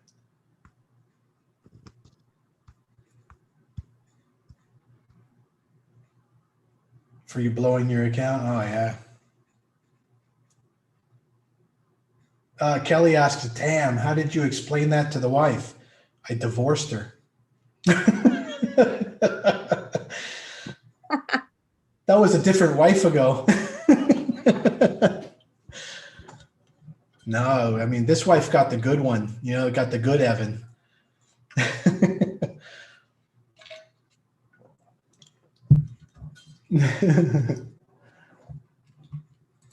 All right, so we're out of Roblox, and now we'll watch the 5-minute candles. That'll be the stronger candle for anybody who wants to keep playing it.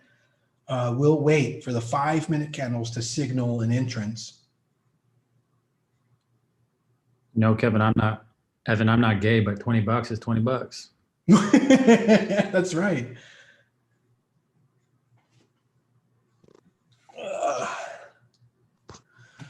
This has been one smooth day. What do you guys think? I mean, we have just moved from one thing to the other. If my funds settled, it would have been a great day. But paper trade wise, awesome. Oh, I can stop calling you Jim now. Excellent. Okay. Yeah. Gabby, cool. So now you can see why we got out at that pivot point. And I could have got you guys out even a little bit earlier, about 50 cents higher. But I wanted to let it breathe just in case it bounces. In any event, you can see that the thing is just totally crapping out now, right? And that's how it works. I mean, this is what the beauty of learning how to read price action is all about. And I just love that. I just love that you can, it's really game theory and strategy.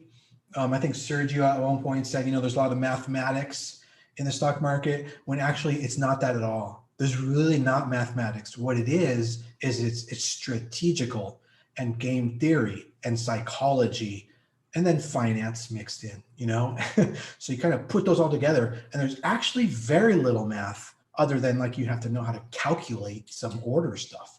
But the actual movement of things are based more on game theory and tricking you and being a chess player. And hey, if this goes up here, I know that everyone's going to sell, so I'm going to get out just underneath. But then that causes a sell, and someone else says, hey, I knew you were going to do that, so I sold underneath you, motherfucker. And so you see what I mean? So there's this whole psychological game theory aspect to everything. How long have you been doing this Discord and these live tradings and the live trading? I think actually it's only been about 7 months with the live trading and the Discord, some months further than that. Ask Elliot, also one of the admins. He knows when the founding date is. Who is my oldest student? I mean,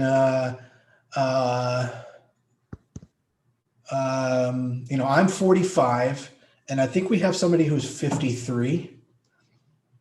But, this is something that, if I was, learning at the end of a retired career or something, that I would enjoy doing. Evan, my husband is 70. I'm sorry. Oh, yeah? Okay. But who? What? I said I like them old. That's cool. All right, I gotta get my gray hair a little bit better going here. All right.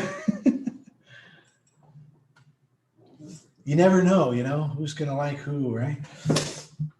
Different folks for different strokes. John says Evan, he's 70. I'm not 70.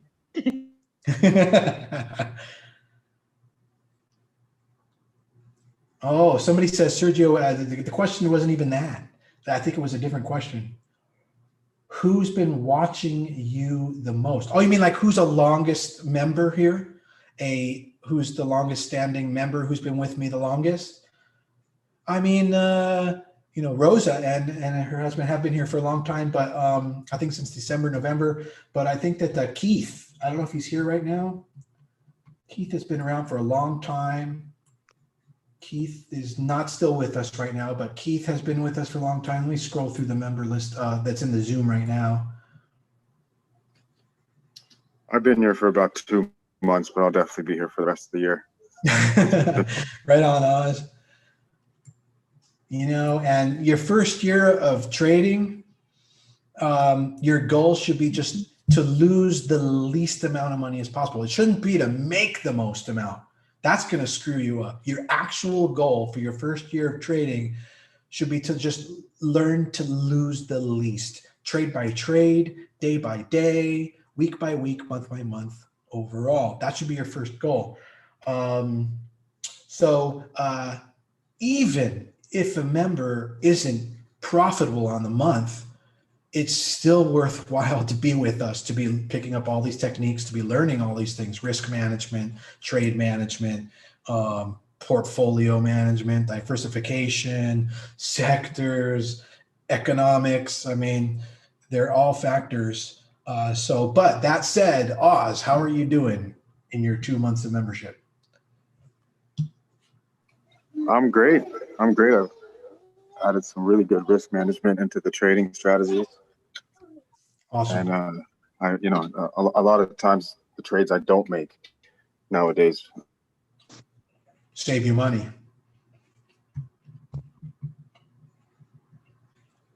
Kelly, same age. Okay, cool. No, not really, John, because losses are, I guess you could say, deductible against your gains. So it's okay to lose money. In fact, at the end of the year, we do tax loss harvesting, and that's something that I help guide everybody in. We did it last December. And that's where basically, if you have any positions you've been holding that are still short-term gains or loss, they're actually a loss right now at that point, then we advise to just cut them all. You cut them all, and then you can take a 30% deduction on all those losses. That's called tax loss harvesting. What was your craziest gain? Well, I can tell you this. One of the funnest gains was last year, just a few months ago. It might have been 4 months ago, 5 months ago. Zoom had incredible earnings, and I just played it so well.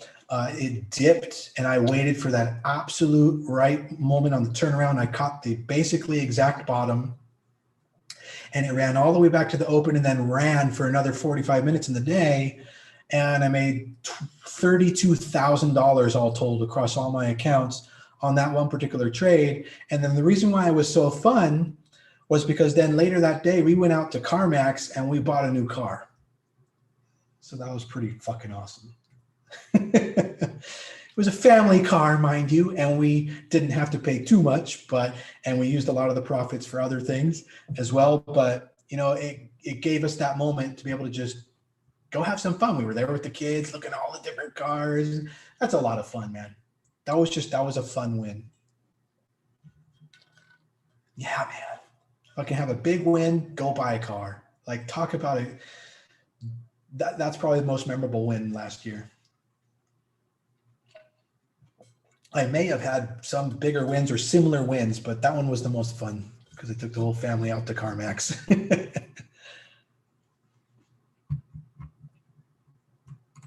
Risk reward, yeah.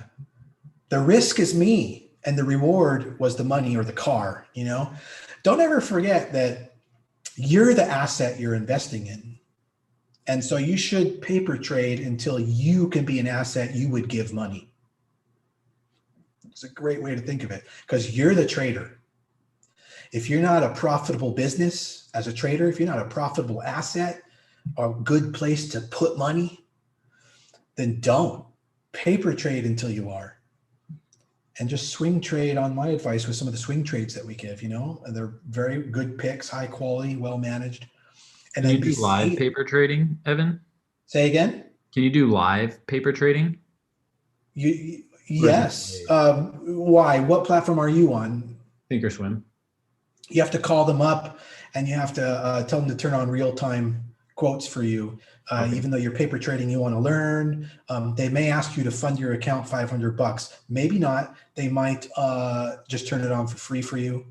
And so give them a call and you can do live real-time paper trading with Thinkorswim. You can. Also, there's Webull. I think your minimum deposit $100. And then probably the highest end is the DOS Trader, high frequency trading platform. You can get like a simulator account. It's a little bit cheaper per month. That's a per month fee, but well worth it. It's like, you know, maybe $100 a month. You could do that for a year and, you know, actually understand if you're a profitable trader and have no excuses because it's so fast, you know. You can't say, oh, well, it's, you know, because I wasn't able to get in, you know, or I wasn't able to get out, you know, or I didn't have this or that set up. And it's a no, that's the top, you know. And that's linked to your Thinkorswim account? Yeah, you can do that. Yes, mine is. Yes. Do you ever use the active trader or would you recommend that? Yeah. Yeah. In fact, that's what I set up one of those students with just the other day. Kip. I think his name is Cam in here. Are you still here, Cam? Yeah, there you are. I think, was it Cam? I don't know. I had a lot of students this week already. We had a lot of slots this week.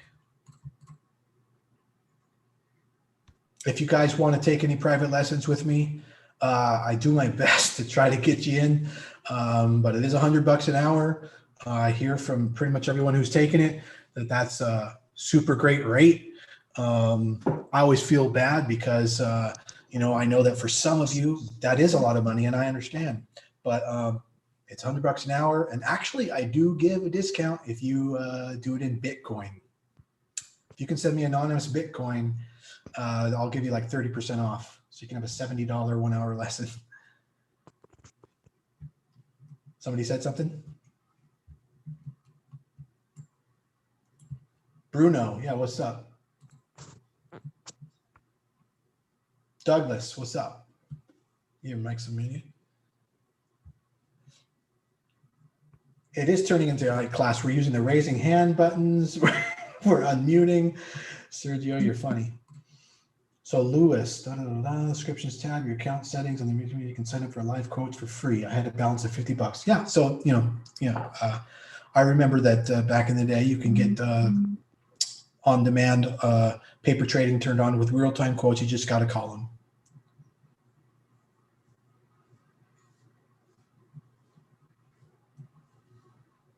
Yeah, okay. So there can be some little glitches with on-demand in options, John says, and that may be the case. But you may be able to better practice day trading stock shares. Same principles, because the reason why we buy or sell options are not because of what the options do, in case you've noticed. The way I help guide you trade with options is options are just the tool for us to take advantage of the move that's occurring in the stock, right? And that's what options are. So we don't, we're only using options to kind of just leverage our stock trade. We're actually paying attention to the stock price when we trade options. And options are pretty sloppy. I mean, the gamma, the vega, the theta, the delta, they all factor so much that you can't predict an exact price. I can't tell you get in at 13.12, whatever on the option, and then get out at 17.52. It's just not going to work that way. So options trading, day trading, and even swing trading, options swing trading is very sloppy cowboy style kind of game. So it's very interesting. The market all day has done what?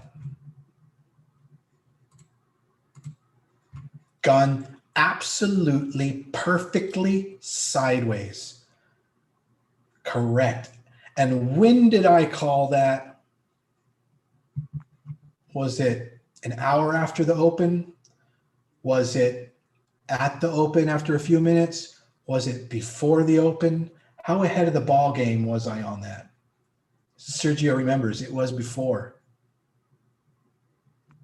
And that's what allows you to know how to trade that day. You take breakouts very cautiously on sideways days. When the market gets up to the top of the range, you don't get too excited. You get the opposite. You sell, and then it goes back down. It's a totally different game on a sideways day. Luckily, it's been a rotation day, so we actually have a massively bullish, look at those 4 sectors on my chart on the right, on the grid.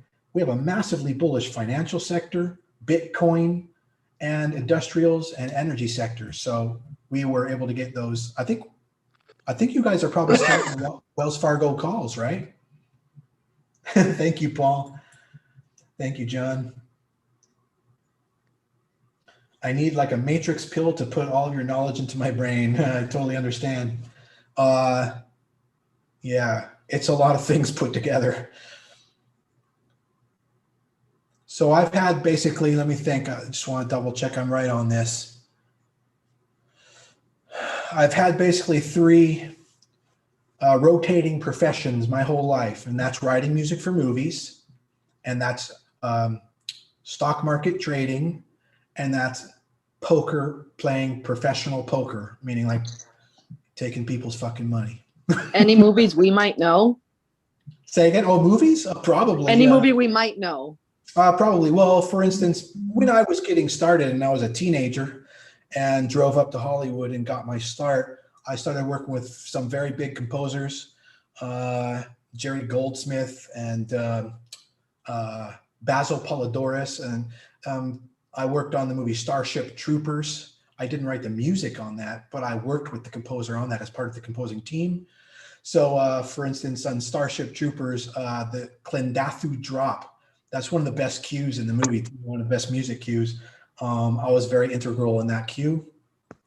And that movie, I love that movie. I actually love that movie. It's such a cool movie. It's sort of like Psycho, where you're following, well, I don't know if you haven't seen it, but if you're following the main characters, there's a big surprise sort of midway into the movie, and it's just hilarious. It's just Paul Verhoeven all the way.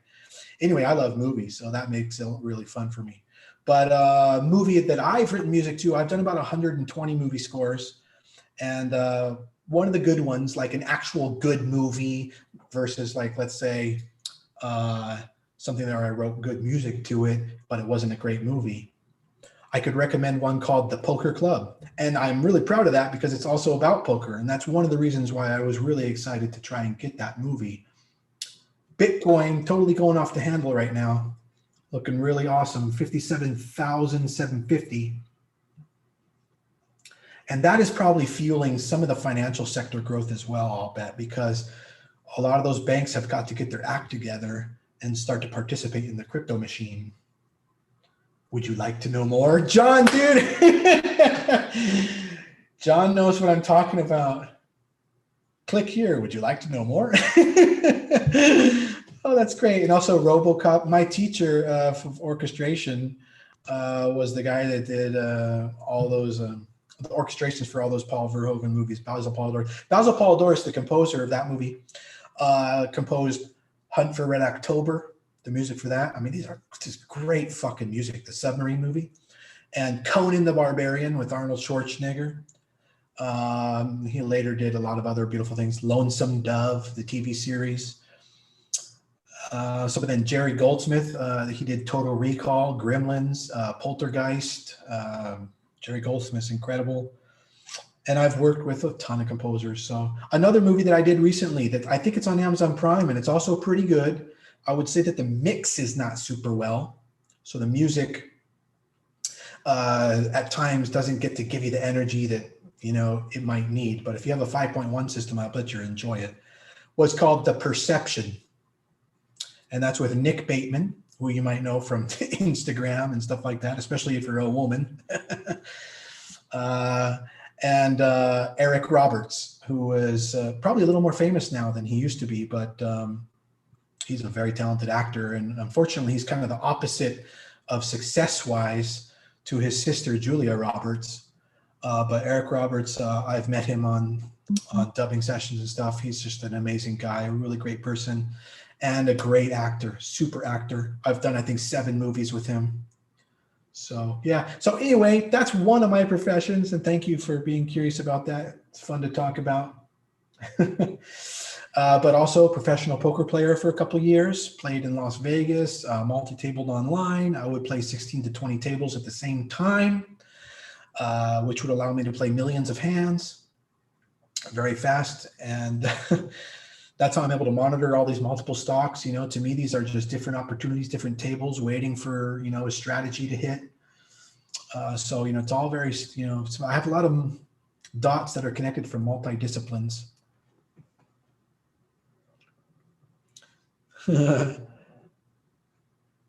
Well, yeah, it is. Somebody asks me, is this my job? And yeah, yes, it is. Continue playing Big TV. Oh, they're describing some kind of a wedge breakout thing there. That's pretty cool. On the live TD Ameritrade channel. Nice. Skyworks. What time frame is that? Daily. So they're illustrating how there's a potential dip buy right now at support on Skyworks SWKS. Good opportunity spotted there. That's a daily swing trade they're posting on the YouTube channel. Yeah, Doug, what's up? Okay. Oh.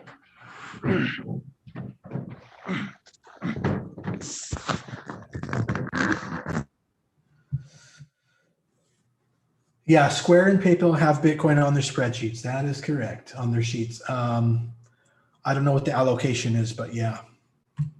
Look at Mara and Riot. Mara and Riot.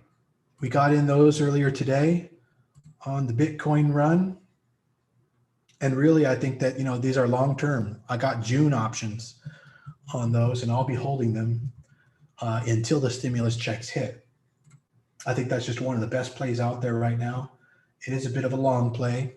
I understand for people without patience, that can be a bummer, but you know, I'm going to put a lot of money into it. So it's, you know, one of those things that can kind of work out. Like Bill Ackman, you know, pushing all that money onto shorting the market right before the crash. He kind of crashed the markets too. He was on CNBC, you know, talking about how the markets should crash now because of XYZ, and everyone took his advice. And 6 days before that, he had already planted a short bomb on that, basically.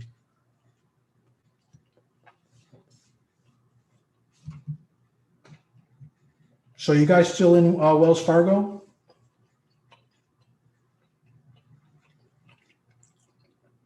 Well, Sergio, you said, who do you think is the best trader of all time? His name is escaping me right now. Jim, I can't remember his name. He had basically the highest performing, Jim Simons. I believe that's the name. Let me double check. Yeah, and what makes him really interesting. No, thanks. I didn't get that for a second there, Elliot. That's a good one. Ah, thanks, guys. What the hell? Sergio, thank you, guys. That's very nice, very kind. We will get there. Yeah, I'm going to get my SEC certification over the summer and probably immediately LLC and open up a hedge fund and just go ahead and lead the trades myself. And then people, you just put money in the pot, you know, and then you get your percentage gains. And the way a hedge fund works is I take money out of the profits only. You don't take money out of losses. So I only make money if I make you money, kind of thing. So we'll get there. Thank you, Adam. Well, yeah, it'll be probably a private hedge fund. You're going to have to know somebody who knows me. At least the first few years.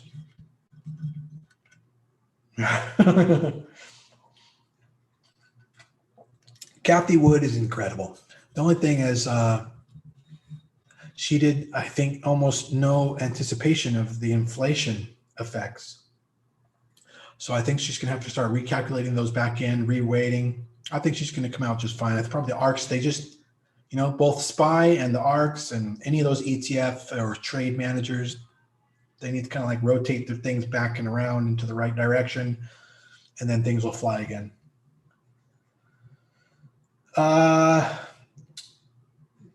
Opening one on Webull. Did you use my link or code or whatever so we can get some stock out of that, or maybe somebody else referred you? Fine. Just make sure you get some free stock by using a code. And then what do I say is better, an IRA, a rollover, or a traditional? The Roth typically is, I can't remember now right off the bat why the traditional can have some real advantages. I can't remember at the moment. I understand the tax reasons there. Oh, I think it's because with the traditional, you can take it out early for less penalty. I can't quite remember, but I do believe that with a traditional, you can also add in other asset classes. So you could sign over a house or a car and put it into there if it were something that would appreciate over time, like a Lamborghini, I guess. But yeah, Roth IRA is pretty much the best.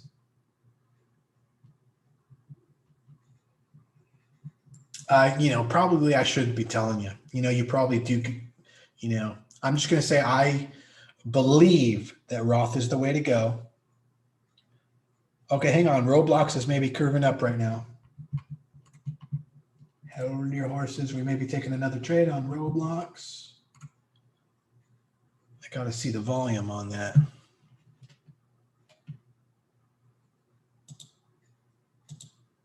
It won't let me. Oh, man. It's a bit low. We have an hour and 35 to the market close. And I don't know if I got an answer. I was asking if anybody's still in Wells Fargo.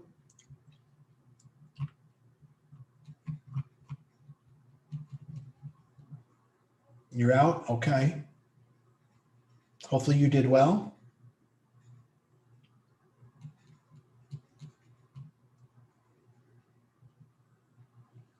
Good. All right.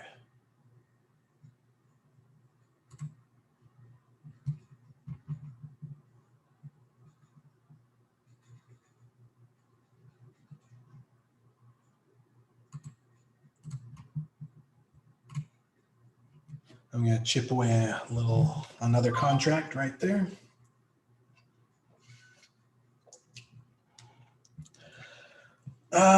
Yeah, maybe. If you look at the 1 minute chart on Roblox, what do you see? Does anybody see anything pattern wise on the Roblox chart?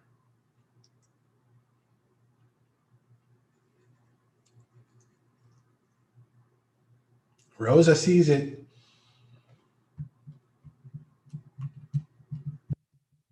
So potential ABCD buy kind of like right now. That's right. So yeah, I'm going to start to put in. I'll risk it.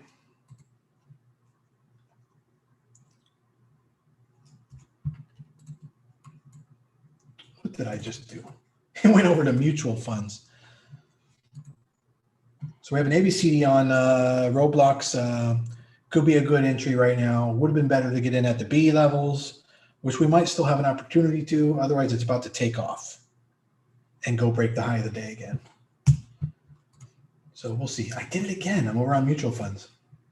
I'm taking forever to get into this Roblox here.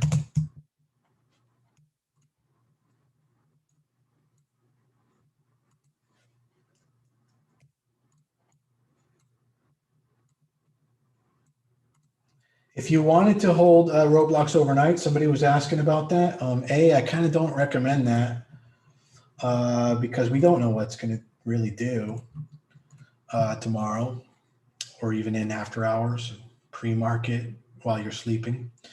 But like one way you can get around that is just risk a whole heck of a lot less if you just wanted to experiment with that.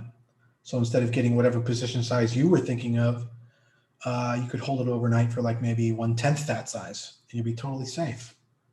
Basically be okay with the amount of money you would lose. It should just roll off your shoulders like water, just like nothing. That means you sized properly. It shouldn't hurt. If it does hurt, it's too much. You're getting in too big. You got to size down.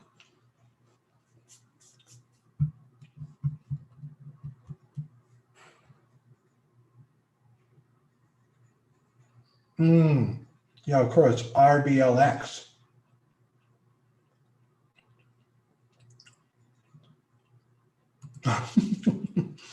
It is in there. RBLX. You could try restarting your platform. Maybe it just wasn't loaded, or maybe you had it open from yesterday and it didn't refresh. Something strange like that could have happened.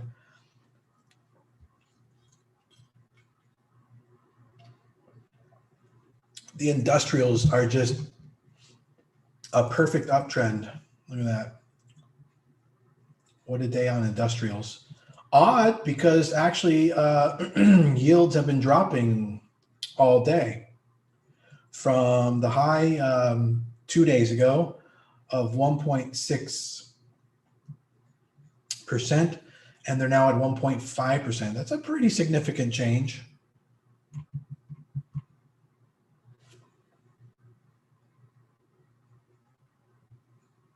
Oh, it expires Friday. All right, so do you have level 3 options, Alon?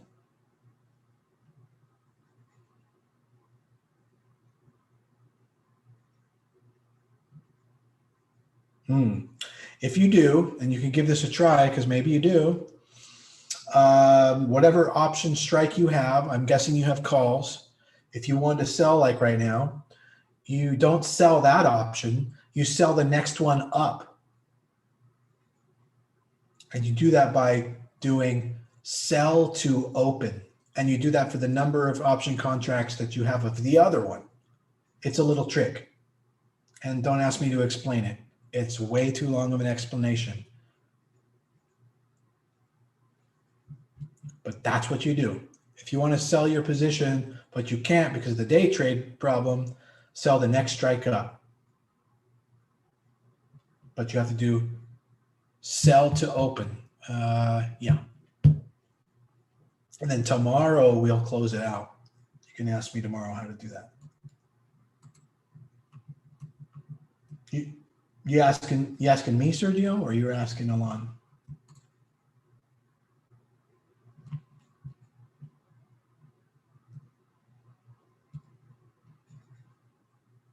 Okay.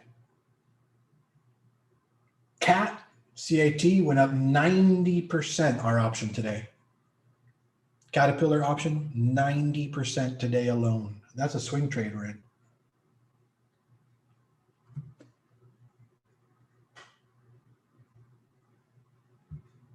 Oh, Elliot, are you in here? Elliot, whoever is in the TikTok named Bullseye Trader 26, I would recommend they put a profile photo on themselves because kind of looks like a fake account or something. Elliot, are you around? Okay. Yeah, go tell Jacob to just upload maybe our logo, or something. or anything. A bullseye, a target logo with a dart. That doesn't look very legit. Hey, Congress just passed the bill. Just now? The stimulus bill? Oh, man. Really? Let me see. Breaking news. Winners in the COVID relief bill. COVID relief. House passes the 1.9 trillion COVID relief package. Wow. So Bitcoin is going to start getting priced in. Be careful. Now, how does that not move the market? I don't even see SPY jumping. How does that not move the market?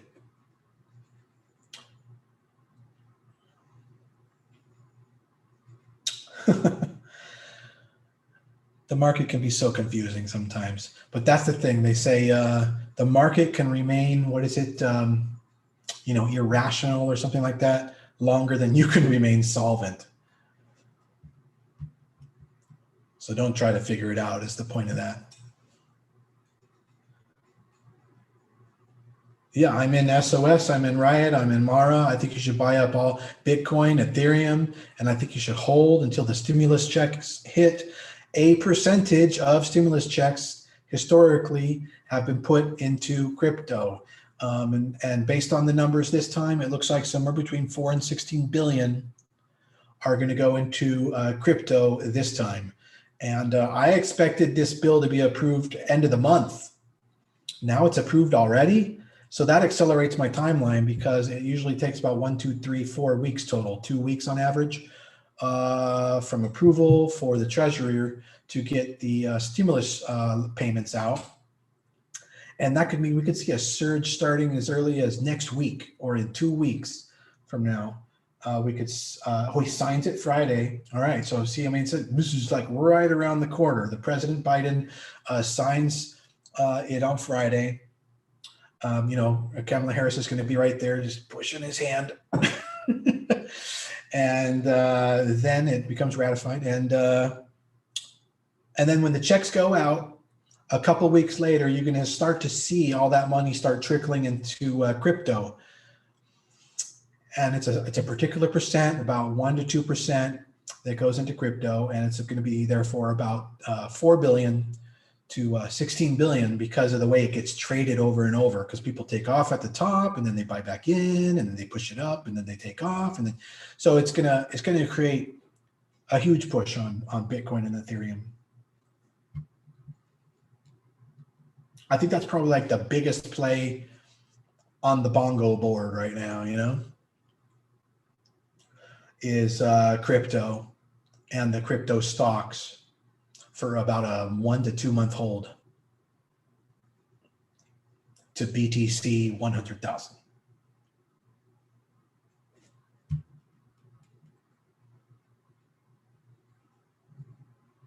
I don't, go for it, John, but also be adding on dips because you could be wrong. Don't forget. So you need to have kind of a trading strategy that also gets you some partial entrances in other spots,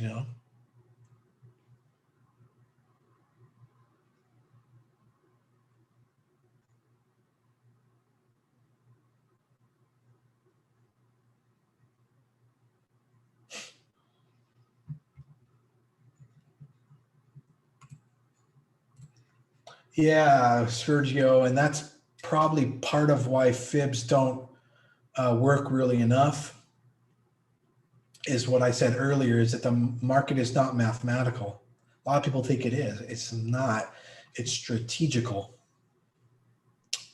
Game theory and psychology and finance kind of coming together, these 4 different fields. But math is actually a very, very, probably almost non-existent part of it, other than there's mathematical correlations between the different products and stuff.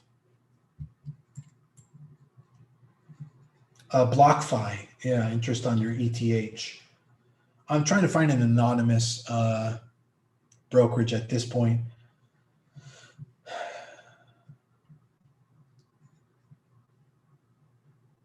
Timothy asks, why did I buy a $50 call on Riot when it's already 57? So that's what makes my options trade so goddamn good and profitable. And we lose less than probably every other options trader out there, is because I buy a deep in the money option so that we get a very high delta. When you have a higher delta of like 75, it means you get 75 cents for every dollar that the thing moves.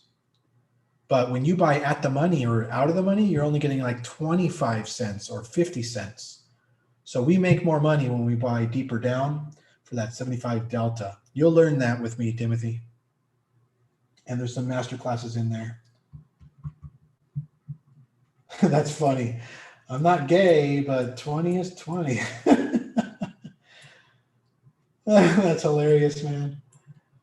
Yeah, that's pretty great news. Thanks for letting me know. Who was that? Well, thank you, lady. I'm not sure what your name is. Flop, maybe. That's a cool name.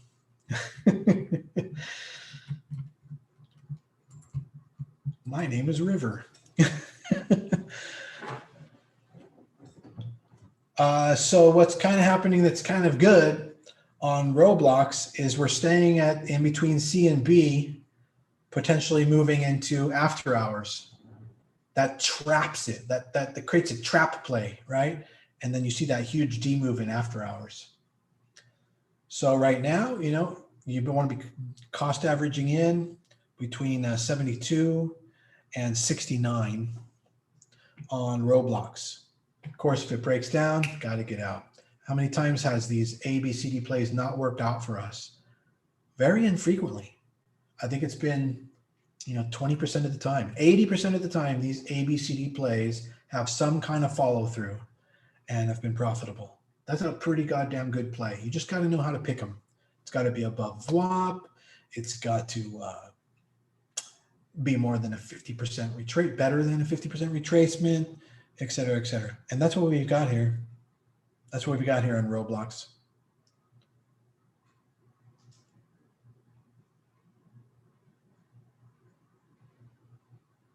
Do you think XOM will hold up until tomorrow? I don't know. I don't really know. Things can change, overnight. Outlooks, reports can come out. I wouldn't do that to yourself if you don't want to. I don't know how much of that you have, but take some profits. Eyes breakout. We've played it before. Yeah, that's true. All right, let me take a look.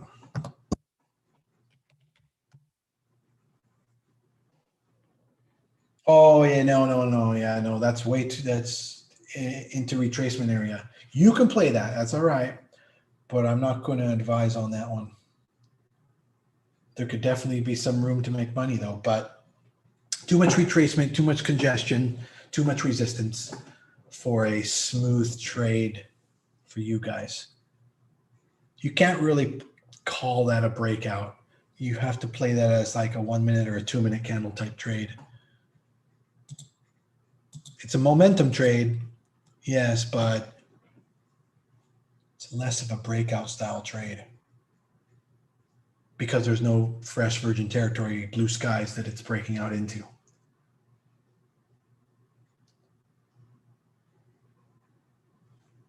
H bar, all right.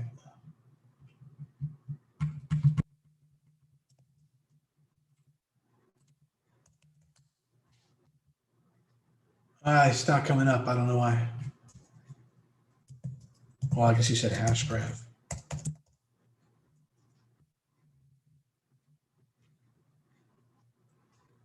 Oh, that's on Binance. That's an actual crypto. Oh, okay, yeah.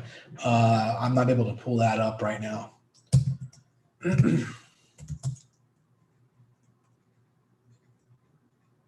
So GE didn't really get pushed up by all this industrial bullish activity today in the industrial sector. So I think GE is a great value buy still right now.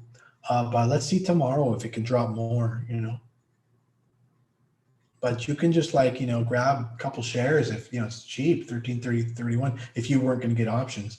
However, if you're waiting to time an option entry, yeah, you might wait for it to maybe pull back a little more. I mean, today it basically pulled back to where you would have wanted to get in, like 13. That would have been great.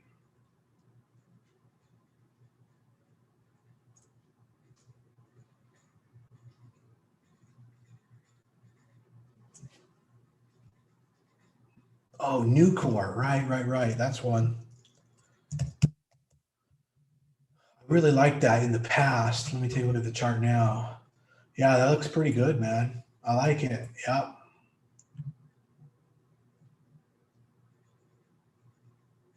Rates have eased off. Stimulus check is like basically signed. I don't understand why the market hasn't rallied off of that.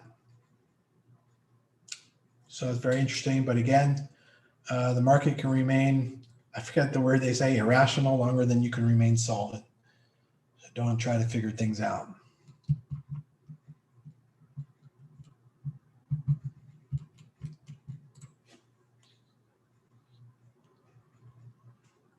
All right, Roblox wedging up to that C level.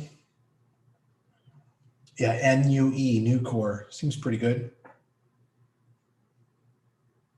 Somebody says, what's a good stock to buy in before the market crash or before a market crash? Consumer staples will hold steady. Like for instance, cereal, like General Mills, through the crash was just flat, basically unaffected, you know. But consumer staples grows really slow. It's not a growth stock, it's a value stock, and it's a consumer defensive stock. So it's just kind of a safe place to put some money. You should always have some staples in your portfolio as a little bit of a hedge. You want that asset class diversity. VIX is down to 22.5. That's really good. And as far as the industrial sector, energy sector, and financial sector goes, the VIX is probably in nirvana land. I mean, it's absolutely outstanding.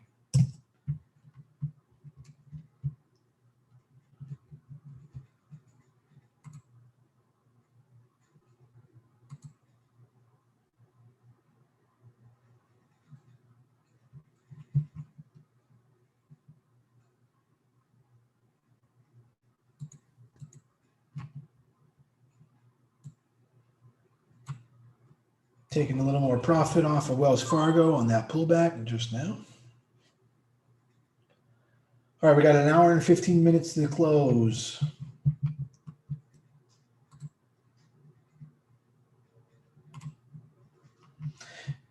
Give me a second to just stretch. I'll be back in just a couple minutes. Grab something to drink.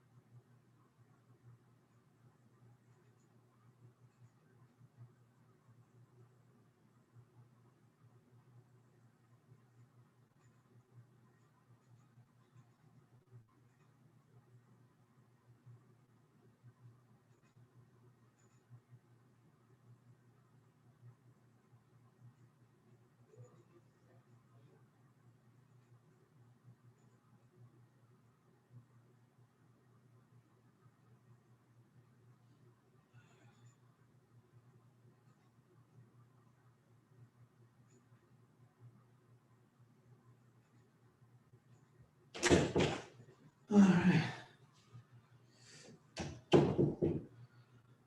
Looks like my wife found some like Civil War Canon pencil sharpeners. There goes SPY. It's kind of funny, kind of cool. These different ones, they're all different kinds. So I'll put those like right over. Where should I put those? Right over here, I guess. Because I think that's way cool.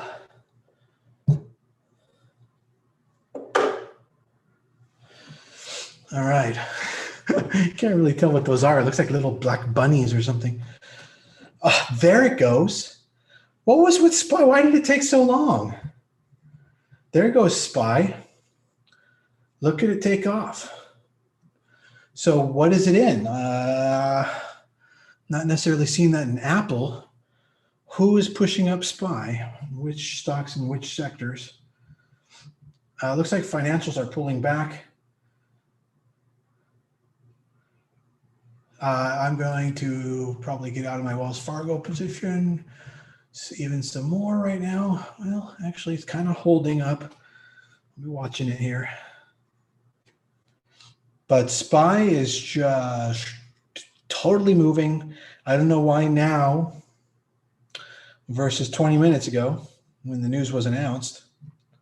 But that's how it is sometimes. And what is leading the way? It looks like Tesla has had, is starting to react off the bottom on that. So whoever had those Tesla puts, you probably should release them now. Got to be quick to adapt. He who is fastest is he who wins the most. And when it comes to the market, fastest to adapt. Stimulus was approved. Is what the news was. Ryan says, if banks and industrials are going to be the play for the next few months, should I not sell any of those that I have? Right. Well, it depends. I mean, it just depends. You know, you could have to approach it day by day. You know, things oscillate. Nothing's a perfect straight line.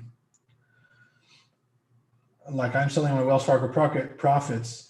If the market's shifting from tech, yeah, but like right now, that was kind of a really short-term trade I was doing on the fact that the market was bullish the last few days. And I think I have it's expiring on Friday contract. And I'm very happy with the gains that Wells Fargo gave today. And, you know, it may pull back from here because that's just the way things are. They have to breathe, you know.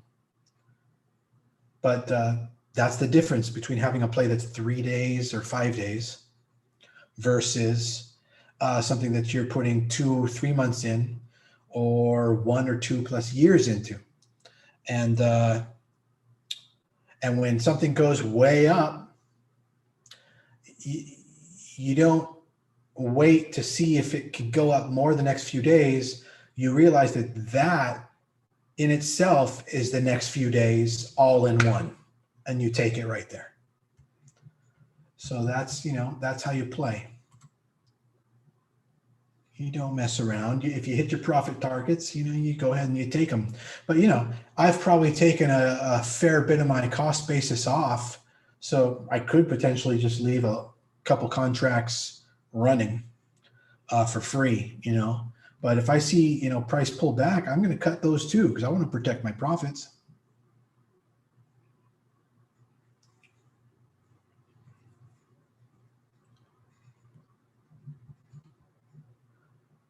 So not seeing the other sectors react yet negatively.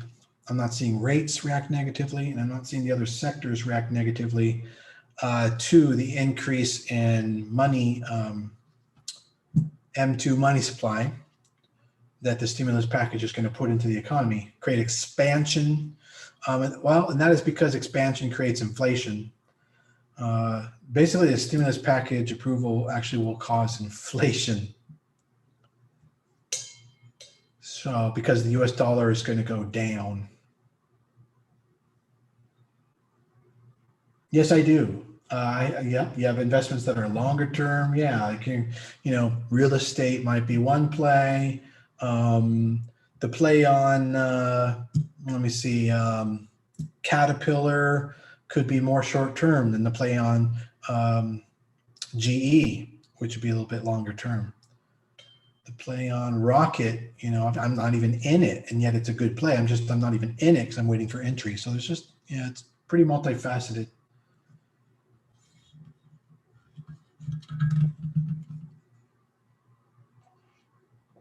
I don't think anyone's in on Shopify, but that is a consumer kind of cyclical type of deal. Those aren't like essential goods versus luxury goods. Got to think of it like that. People have extra money, they go into Shopify, do their thing there. But Shopify is probably a good mix between both. So it'll probably just go sideways over the next months. I don't know how it's doing today, though. Maybe it's doing great. Let me see. I haven't even looked at the chart. We're just going riding on theory here. Yeah, it's actually down today.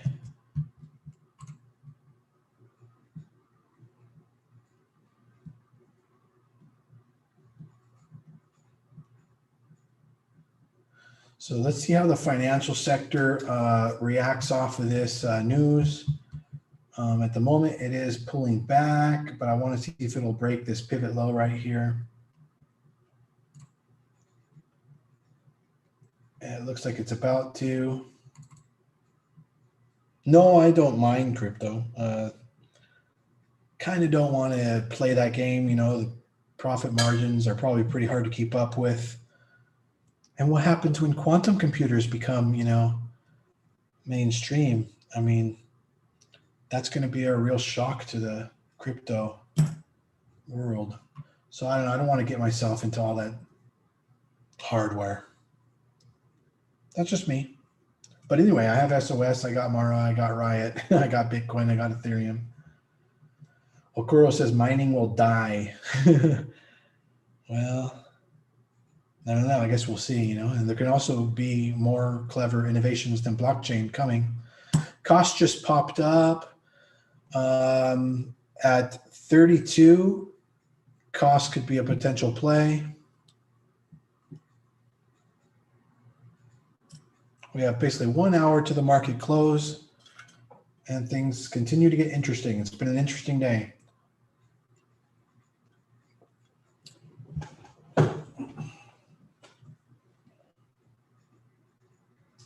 Change big TV volume to 70%.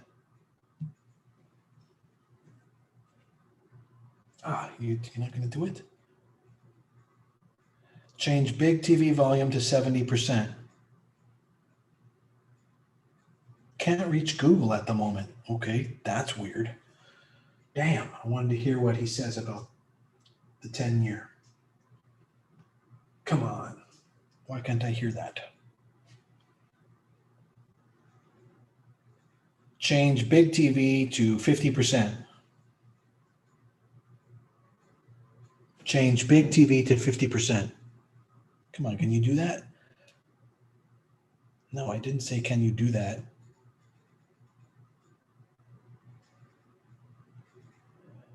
Change big TV to 50%. Yeah, it's just not able to do it. No, Roblox is not taking off right now. It's just in a sideways consolidation. Depends on relative to the price, that it's in a sideways consolidation right now. But you guys, between 69 and 72, that was our buy zone, right, on Roblox. So now when it hits, 69.8 just a few minutes ago, what do? If you're prepared, you get in for a pretty strong allocation because that's a very low average cost on the CB risk levels, right? So that's where you get in 40% when it hits the low end of the risk. Understand? So you may have just missed a decent opportunity to get a good average price on Roblox on this ABCD pattern that it's forming.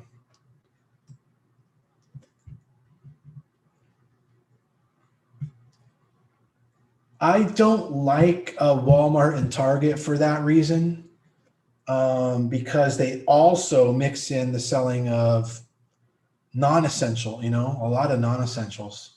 So I think that Walgreens will do better in an inflationary area than a Walmart or a Target, especially a Target. Target's like the more elite luxury version of Walmart, right? Like Target's going to be behind Walmart as far as performance in an inflationary era.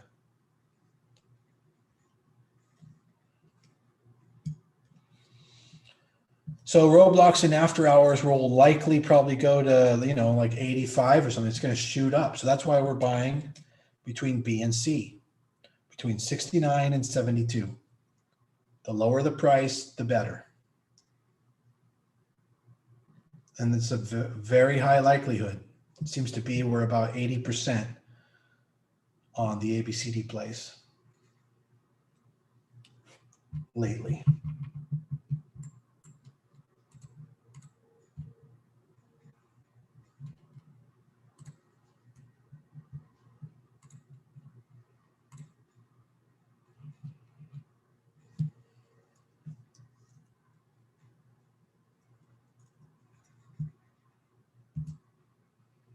Elliot, if you're listening, hopefully you got out of your Tesla put on that stimulus news. I hope you did. Okay, awesome. That was definitely anti-Tesla put news. Definitely not good. Oh man, but at least you got something out of it. Good to hear. I'm really proud of how everybody did today. We did so good as a group. We managed every single kind of trade there was today. We had the Wall Street's bets. We had some momentum trades in the morning. We had some value options trades. We had some ABCD trades. Yeah, I mean, we were all over the map. We were on the right sectors. I think we started the day by shifting into potentially going calls. We quickly reversed within minutes and said, no, we're going puts on tech. And that is in fact the way it went. And so we had people making money on Tesla and Apple and the darlings that went down, tech darlings. And now we've had the news, we've seen a bottom reversal everywhere across the market, and we're making our money. So now I see that the financial sector has broken a pivot low and is in a confirmed downtrend currently on the day. So I personally, I'm going to get full out of my Wells Fargo position now. I only have a little bit left. I've already scaled out 70% on that huge run. I've got a little left that I'm going to take a little bit off right here. Maybe we'll see it wiggle up. I'll take another one and then I'll be out.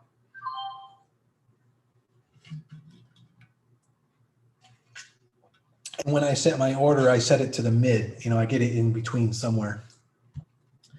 It can be either a cent below the ask. It just depends on how panicked I am about getting out. Otherwise, I'll even switch it to a market order.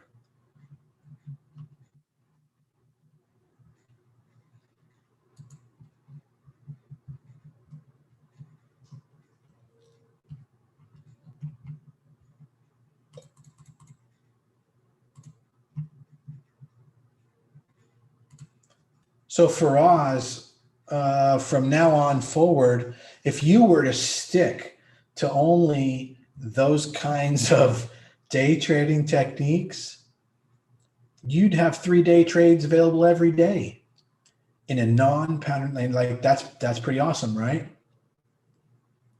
So, but let's see how that, shakes down in the morning. Yeah. Did you already release that? No. Okay. It seems. All right. Yeah, let's see how that works out tomorrow morning.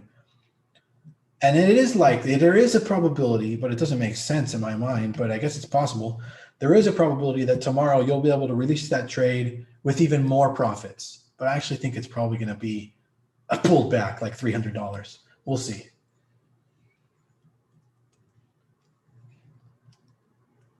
So yeah, so we'll see. So Palantir is up 2.6% today. All right. But yeah, I still am not too convinced about Palantir in the AI sector / play right now.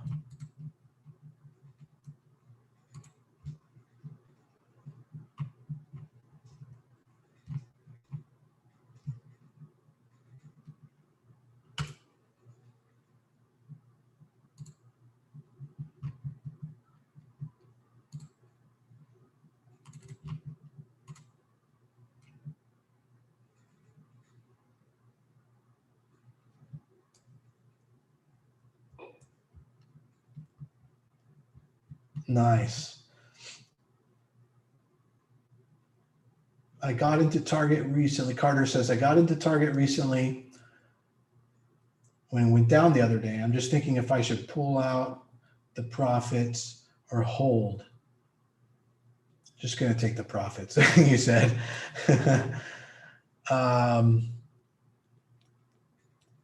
You know, yeah, if you're ever concerned about something, there's just nothing wrong with just converting over to cash. You shouldn't ever really be concerned. Like, things should be working out. And then you should know that they're going to work out. Otherwise, you should get out. Kind of makes sense, right? I mean, if you look, there's a lot of certainty in the market. If you know where to look, you don't have to put your money at very much risk. That's why I'm not in here going, hey, let's give it a try on this. Hey, let's take a lotto ticket on that. Ooh, you know, I mean, yeah, we'd all be bankrupt in like 2 weeks. That's just ridiculous. We take only quality trades. All right, there goes another one of my contracts on Wells Fargo. Got one left. Let's see where we're at on that. And that trade on Wells Fargo, that was a flat top breakout. So it just goes to show, you know, how profitable these patterns can be. That's not a momentum, like a typical momentum trade, you know, other than it's a breakout, because it takes time. It takes time to form. And you can be getting in at multiple points. That kind of ABCD thing where it's good for midday, good midday setups, the flat top breakouts, the ABCD patterns. That's exactly what I'm thinking too for us. Yeah. Yep, that's probably exactly what I'm thinking. If we're lucky, it's less, which it could be. It's just the calculations are insane. It's going to be very difficult to predict. Going to have to like let it settle, price itself in, see where those chips lay, and you can't do anything about it till tomorrow anyway.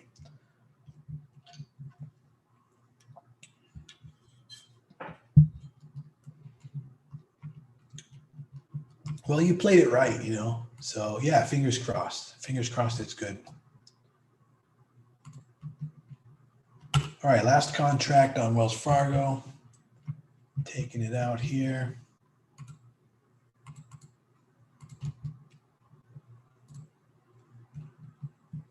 I am very proud of how everybody did today. And don't forget to please now go through and post your gains. Give me some screenshots in the post your gains channel. If you want to say something nice or bad, that's all right. Put it into the testimonials so that other people can hear criticisms or praise. And then over on the VIP, if you want to post it there, fine, share it there with us there, or the free chat room.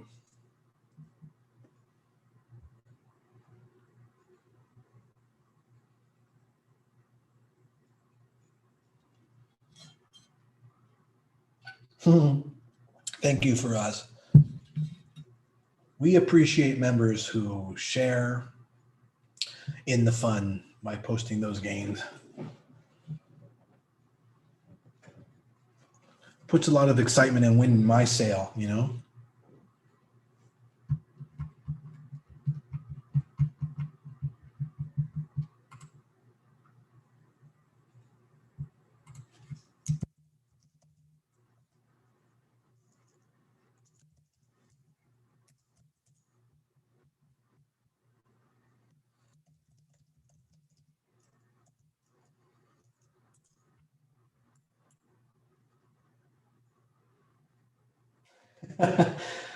That's cool, Elliot.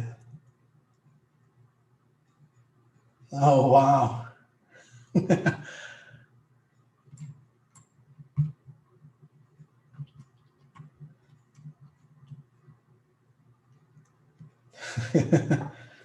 Yeah, that's all right. You know, hey, we can only be truthful.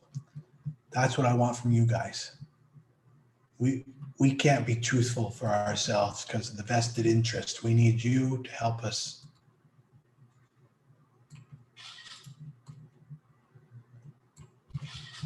No one will believe us.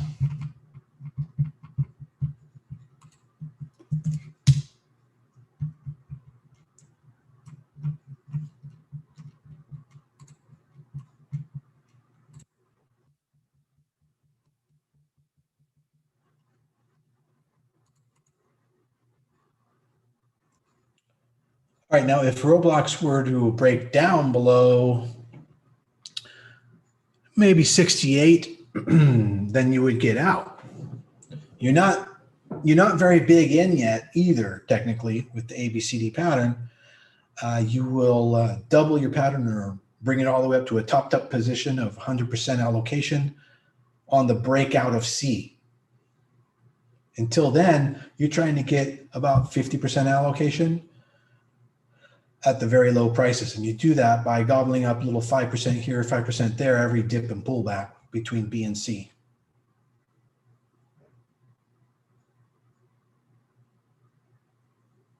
So regarding the AMC GME dump, somebody asks, what do I think about it? You know, the stocks became unhinged today, so we're just day trading it. So that's how we'll approach it tomorrow. We'll day trade it again until it comes back into a sensible movement range. Until then, we'll keep day trading it. We'll make money off of it, off of its volatility. But I don't advise holding overnight.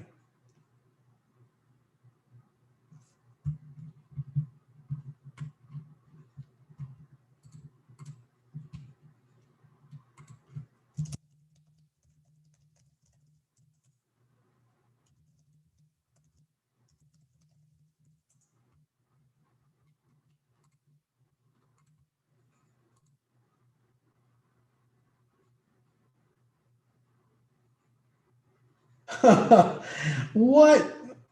That's amazing, Brian. Brian, will you please screenshot your phone or whatever you just did that on, and please share that gain in the group. That's fantastic. So Brian, first time in the group, I guess, following along while working, got in Roblox, okay, at 70, and made, how much did you make, Brian? Because he initially said he made $6 grand. Now he's dialing that back, but it doesn't matter as long as he made some money. That's great. Okay, gotcha. All right. Okay, good. So you're in with us on the ABCD trade. Okay, I understand. Very good. Paul, you got 69.95. Very good. All right, that's way close down to B. Love it.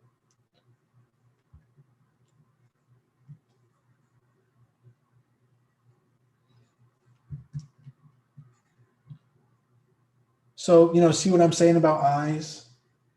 I don't know who brought that up earlier to check out eyes. But you see, it didn't run, and that's the problem. Too much resistance. Those things, they peter out. You'll learn that from experience after a while.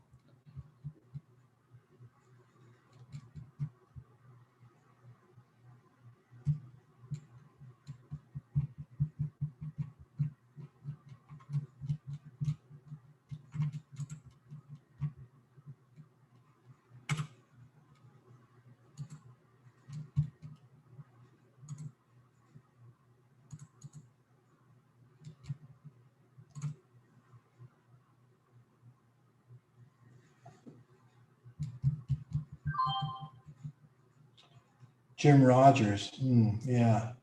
I think it's Jim Simons.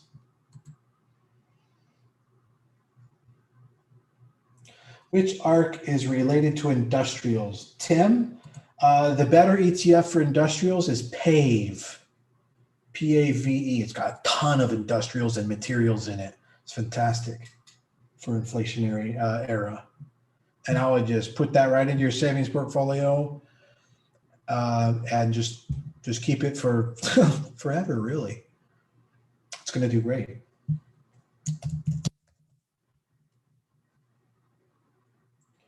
Sweet. Bulek says he got in Roblox at 64.5 and got out at 73. What did we get in? And I think we got in at 64.2, 65.2. Yeah, and then took profits all the way up to the top and then cut the rest at about 72.5. Let me take a look at the history. It's been a wonderful day. Tons of profitable trades.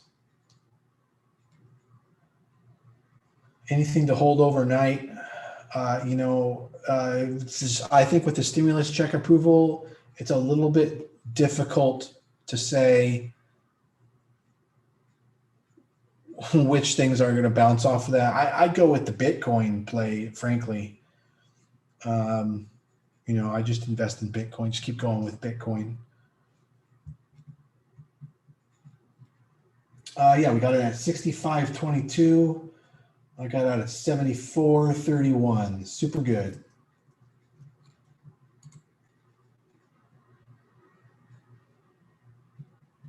And we're also in Mara. We're up 70% on Deer, 35% on our cat swing.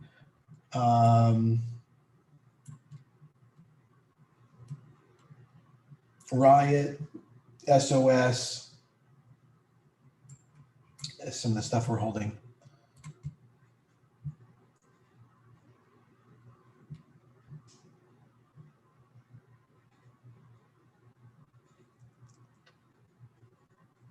I might let this stimulus, like push up a ARC-F a little bit and then cut it at break even. But until things can be rebalanced, SPY and ARCs and all these places can be rebalanced more towards like no debt, sort of value basically, and inflation, then I would stay out. All right, Bitcoin just with a pretty hard pullback right now could be an excellent point to buy. 56,700 to buy a little dip. Could buy a little bit right now.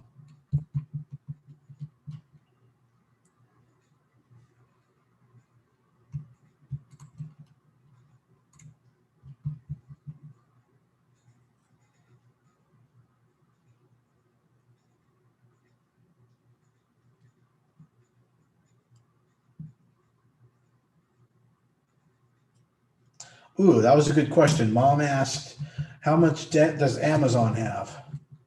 Let's see. That was a pretty smart question. All right, from Mom.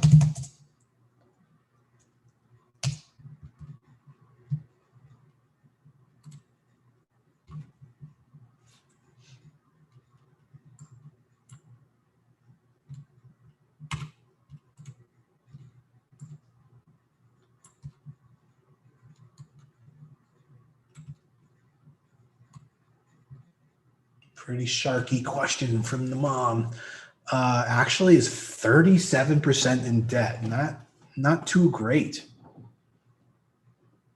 So anyway, that's why I like Facebook and Google as growth stocks going into inflationary era, because they've got less than 7% debt. They can just pay off their debt. Debt's not even an issue with those guys. They have the right philosophy. Steve Jobs used to have that philosophy. Tim Cook just messed it all up.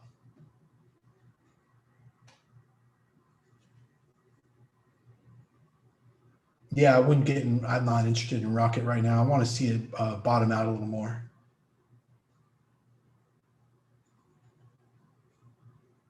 With a little research, I mean, you guys can do the research and you can get me what you find, and then I'll do research when I can as well. But together as a team, you know, we can work together and we can find these things. With a little research, you may be able to find some ETFs which specialize in credit and high quality credit ETFs, you know, so lenders or mortgage. There might be a mortgage ETF. And what you want to try to find is actively traded or dynamically traded ETFs, because those are constantly rebalanced, like much faster, like the ARCs, much faster than like SPY.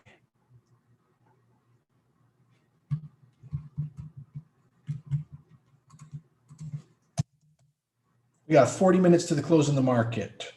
I got Roblox at 63.05, says Dexter Spark, and got out at 73. Perfect. Sadly, I only got one share. That's all right, man. Just good job. It is hard to make the right decisions, and you made the right decisions. So you did good. That's what's important. It's the thought that counts. It's not the fact that you probably could have made more money than that, you know, raking leaves on your neighbor's lawn for an hour. Some people work so hard to make $8, you know? All right, Fred, way to go. He said he made 45 bucks with Roblox. Awesome. What do I think about ENVB for Power Hour? Doesn't look like it. Not seeing the potential. I'm looking right at it. No, doesn't look like it. Power Hour has been pretty unpowerful. We had a lot of fireworks today. But this power hour is a little dry, wouldn't you say? I think so.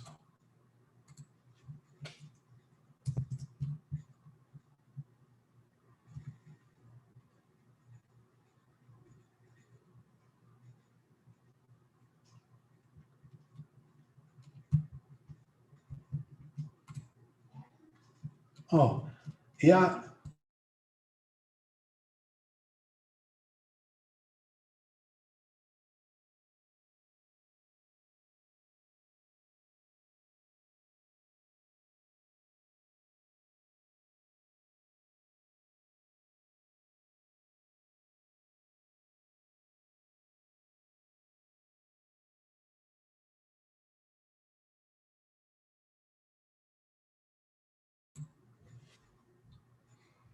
Thanks, man. Did you get in on any of it? That'd be awesome. We had thousands upon thousands of dollars of gains across all of our members today. Really, really wonderful. Was an excellent Wednesday. Was an excellent Tuesday. Was an excellent Monday. Was an excellent Friday. I mean, I think what really had us in control was being able to predict which way the market was going to go each day based on how the economic factors were in play.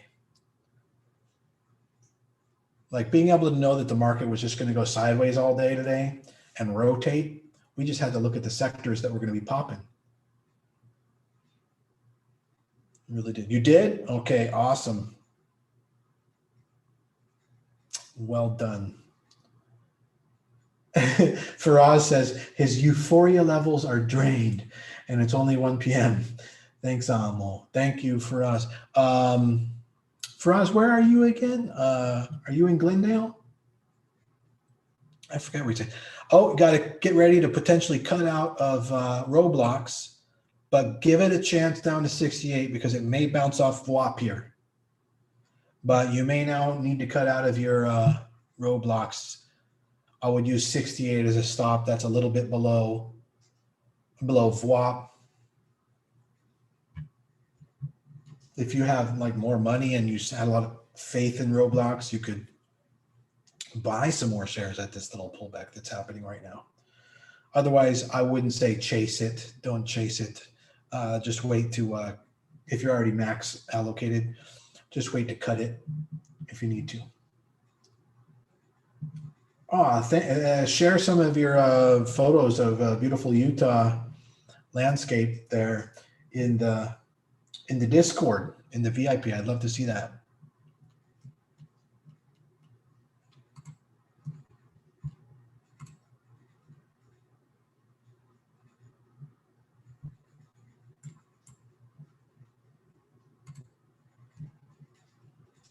All right, so we are getting that hard drop on Roblox. If it breaks 68, I'm cutting all shares. If it breaks 68, oh, it's moving fast. I got to get my order in. 68.30.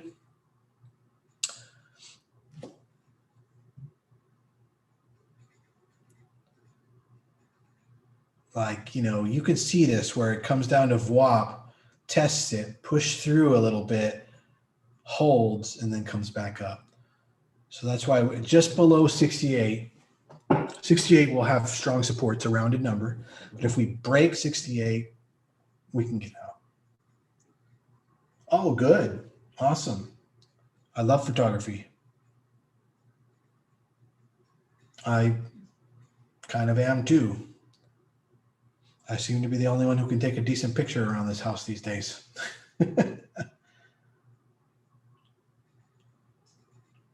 Yeah. You know, I'm like, take a picture of me. And I look at it, I'm like, didn't you even think about that freaking plant in the corner there? Like, here, stand over here. And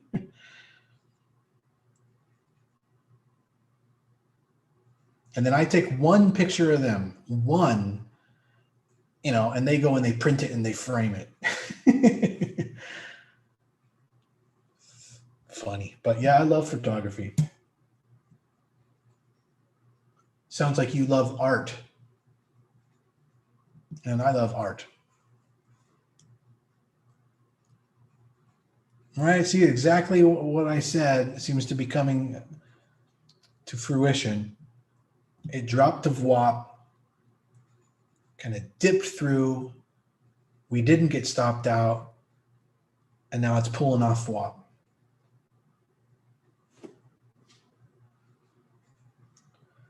Carter, it can be either way. I mean, was it snow? I can't remember, but there was a recent decent IPO, and you know, it dropped day after day after day after day after day. So you know, it's what I do is I let the trend develop, and then maybe I'll start to feel comfortable about picking up a directional multi-day trade on it. But I wouldn't do that until enough time has been put in. You can start to look after like 3 days at like the 1 hour candles or the 30-minute candles, and then start to see like a pattern. You might be able to see a pattern, but then whatever that trade is probably only going to last hours when it happens, you know? So it takes many days and weeks to start to develop a swing tradable position pattern. Okay, Kevin. Correct. I mean, you know, you just be gambling at that point. We don't want to do that.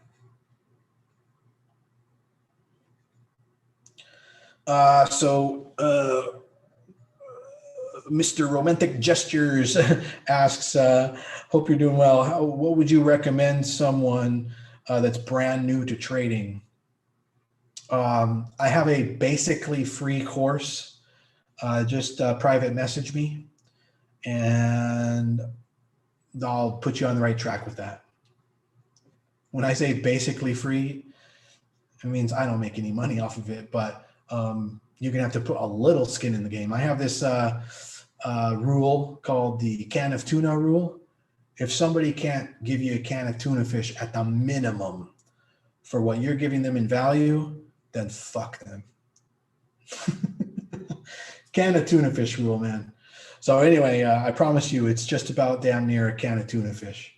And if that works for you, you're going to get a lot of value in return out of that. And that's what I would recommend. And we can talk a little bit more about, you know, what you can do and, you know, to grow into this potential.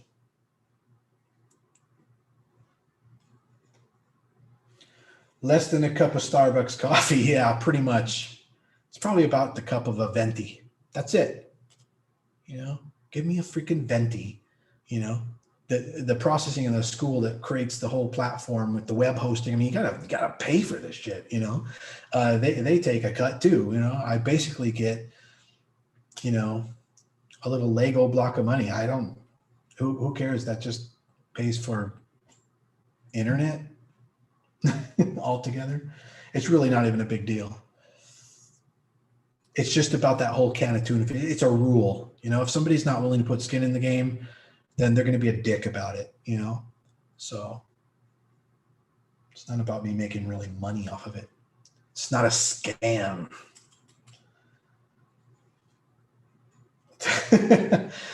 Yeah, because I stay away from Starbucks. I have a couple of Starbucks gift cards from my travel hacking credit travel hacking stuff. You know, you always get those free Starbucks cards.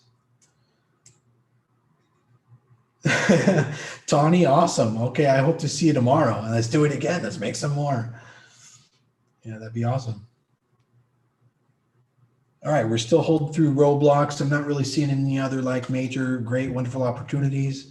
I think we did have something going on costs. Let me zoom out on that. Yeah, not too much. I'd like to see cost break 32 for there to be a trade, and I'm not really seeing it do that. We have 30 minutes left on the bell. That's cool, man. So you understand. He says, that's why I never ask for free haircuts from my barber friends. Yeah, I mean, you know, you can still be the right kind of person, you know, for them to give you a free haircut and for me to give you the free course or whatever. But, you know, I can't filter it out. Who knows, you know, on the other end, how can we be sure that that other person getting the free thing, you know, isn't just going to like be a dick? We don't know. But you know, of course, as a person on the other end, and maybe if you're friends with those people, you can, you wouldn't have to charge your friend. But why not, right? I mean, Jesus, a haircut should be at least $10, probably 20 for a guy.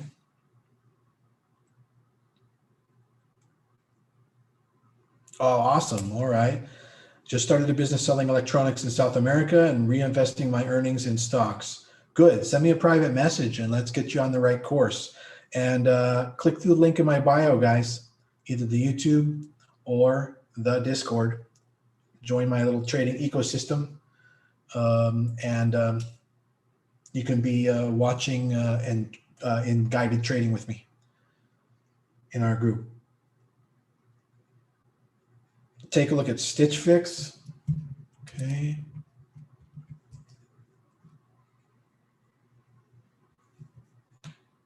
Oh, that's cool for us. You guys talking about barbers. For us, you said, okay, that's better. Cat setting a new. You can just go, okay, here's the best way to do it for us. Look, and then we'll all know what it means. And then those that don't know what it means will learn. Like that. Right? Easy. It's like you're telling us what's up. What's up with Cat? Cat, new high of the day. Hey, thank you very much for the present. Was it Wolf? Thank you, man. Wolf Ghost. And I think, yeah, look at Cat. And I think, you were freaking out about Cat, weren't you, for us? You were so nervous about Cat. You were so nervous. Oil is rising, and the energy sector is about to break out again on the day and set a new high.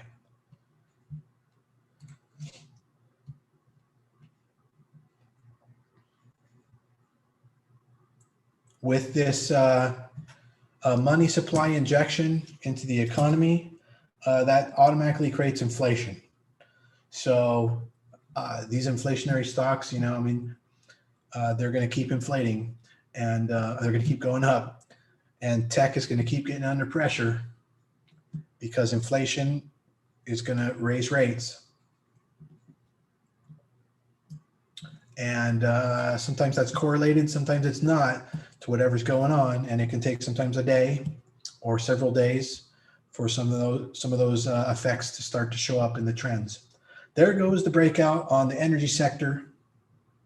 So probably ExxonMobil is about to break out. Yep, there it is. And we did break 32 on costs, guys. If anybody had that on alert, I was saying get in at 32 on costs. I said I didn't think it was going to happen today, and that was 3 minutes ago. It really shot up. So anyway, it's back to 31.98. And if you want to try to get in on costs for potential C to A move, you can get in right now. And if you know the ABCD play, you know how much to take off where, how much to keep on, moving into after hours, etc. That reminds me of, what was that movie where this guy is a really good actor. He plays a Split. He plays like a multi-personality guy. And one of them is like, etc., etc. You guys know what I'm talking about? Frankly, that was an incredible movie. That was a really good movie, Split. If you haven't seen Split, that was really good. I feel like watching that again. My favorite movie of all time sometimes shifts over the years, over the decades. Every decade I have kind of a new favorite movie, but they're usually old classics of some kind. But I think what's really remained number one in my mind, I watch it every year, at least once, with uninterrupted, full big screen 5.1, is called The Edge with Anthony Hopkins and Alec Baldwin. My favorite movie of all time. And as you get into poker and economics and trading and alpha and beta and conservatives and liberals and right, left, and dominance hierarchy and social, dominance theory, all this stuff, and then you go and you watch that movie, The Edge. Unbelievable. Ego versus no ego. There's everything in that movie. Incredible movie. Lisa says that's one of my faves too, if not her fave. Yeah, that movie is, goddamn, just the absolute best. And a beautiful score, beautiful music score by my favorite film composer, which was Jerry Goldsmith, who's unfortunately no longer with us, but basically wrote some of the greatest scores of all time. Star Trek, I said earlier, Poltergeist, Gremlins, Total Recall, Papillon, Islands in the Stream, ton of Twilight Zone episodes. Great composer. Movie trivia stuff, you get a little bit of that with me. And poker. So oil still moving up and energy pulling back. So there's a bit of a delayed effect. I'm not sure if that means my feed on futures is delayed. Probably is. Some. I also feel the same way potentially about the yields, the yield rates on interest rates. It seems like they might be delayed. I'm going to call TDA tonight and see what's up with that. Why do they not seem in sync? Been noticing that lately. So there you go. Roblox held that drop pull back to the VWAP. And by making that stop a little bit under VWAP, we were able to avoid getting stopped out. Pretty cool little trick. Bart the Bear. Yeah, so sad. He was in a lot of movies.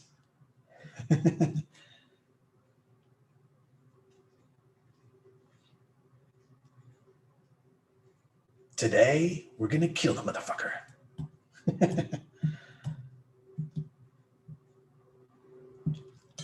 What one man can do, another can do.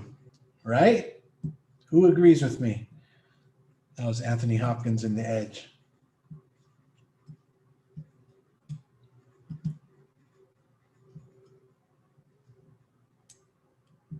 Yep.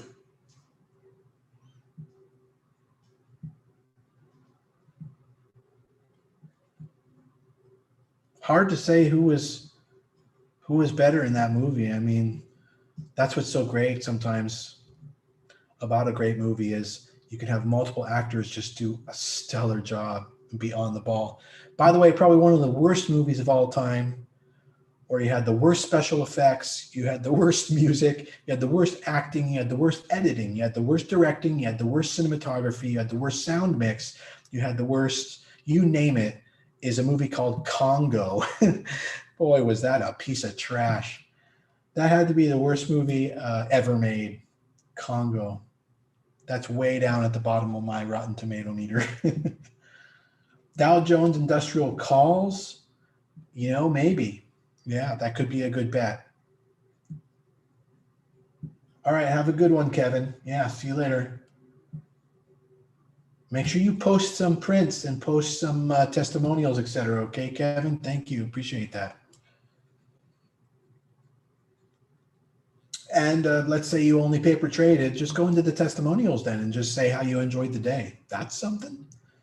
Appreciate it. Thanks, man. Let's make this Wednesday a really valuable day. Opinions on Roblox. We're holding. We're holding because we expect about an 80% chance of it running up and over the high of the day in after hours. But that won't happen if it doesn't hold. So our out is at 68, and that's the point in which that play breaks down.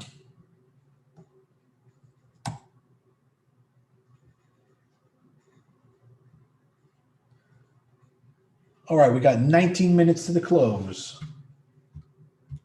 I have my finger on the Roblox position, like order. I can probably take that a little bit off now. Don't have to make the Roblox people so nervous. It's like we're having a conversation. I got a gun in my hand, you know. Like, do you think you could lay off the trigger there?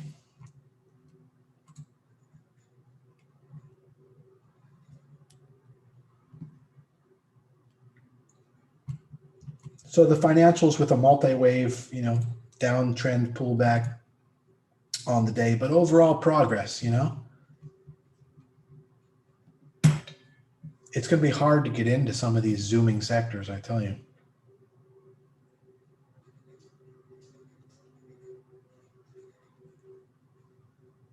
So with this stimulus approval, and then the market rallying on it,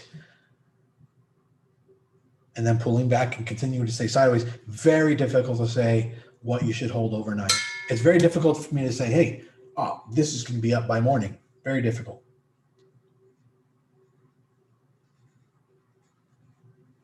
Oh, yeah, cool. So the pump is beginning. Paul says, just got an email from Yahoo Tech all about Roblox, creating a gaming empire. Nice.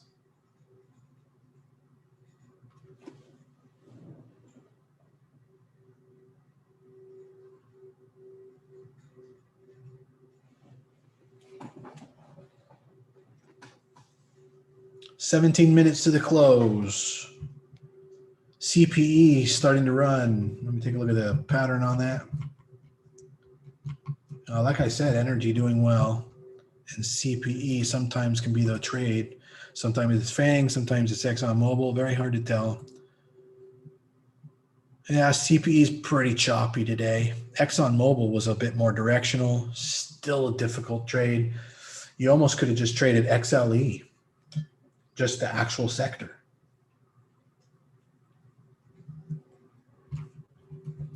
Let me check what the liquidity on options are on XLE.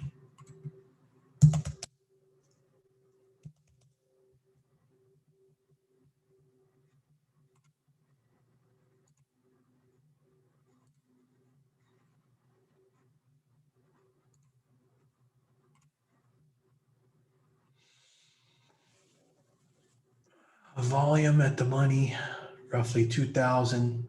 Open interest, 5,000. Spread, about 2 cents. So it is possible you can option day trade these sector ETFs too. It's another way to go on these days when we can see something going on in the sector, but we're not quite sure which stock to pick to play it on. We can just play the sector. Oh yeah, where was the first Starbucks ever built? All right, Cody. Palantir for 319. I'm not too bullish on Palantir. In fact, I'm bearish on it at the moment, for like the next 3 months to 18 months. But for 5 to 10 years, I'm bullish, quite bullish, but not right now. And for the little short-term trade you're talking about, March 19th, I'm not sure. Tani says Seattle. AVEO, new high a day. Yeah, we had some people recommending AVEO a little earlier.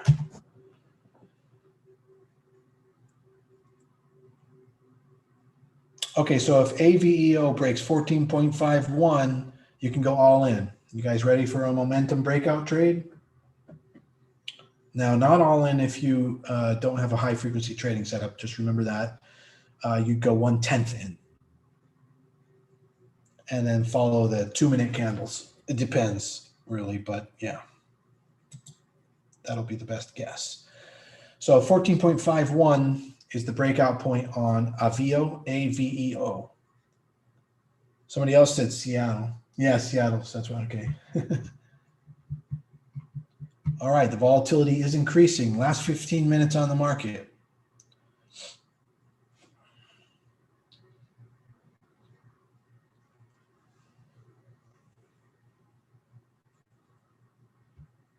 All right. We're about to retest VWAP on Roblox. If I missed the call out of the breakout on AVEO, that's on you. I'm giving you the information. 14.51, 1/10 your account in. If you have a slower setup, follow the 1 or 2 minute candle lows to get your stop loss. Take profits every 10 cents. If you have a high frequency trading setup, you're welcome to go all in. Again, the ladder is 10 cents. All right, see you later, Sergio. The market closes in 13 minutes. You couldn't have waited.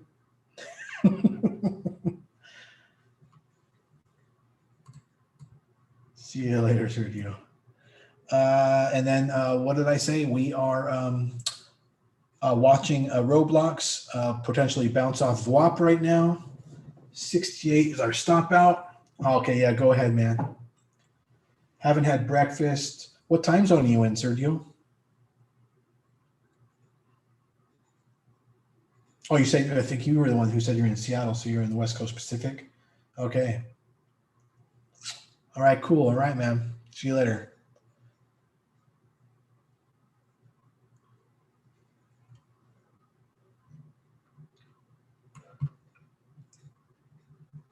We're probably going to get a second place, little vacation place over in Florida. Miami's just too beautiful and too close to pass up on a regular basis.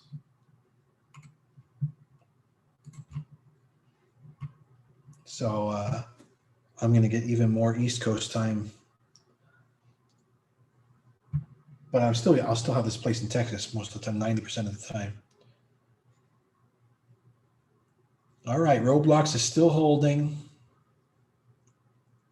And we're looking for the 14.51 breakout on AVEO, AVEO.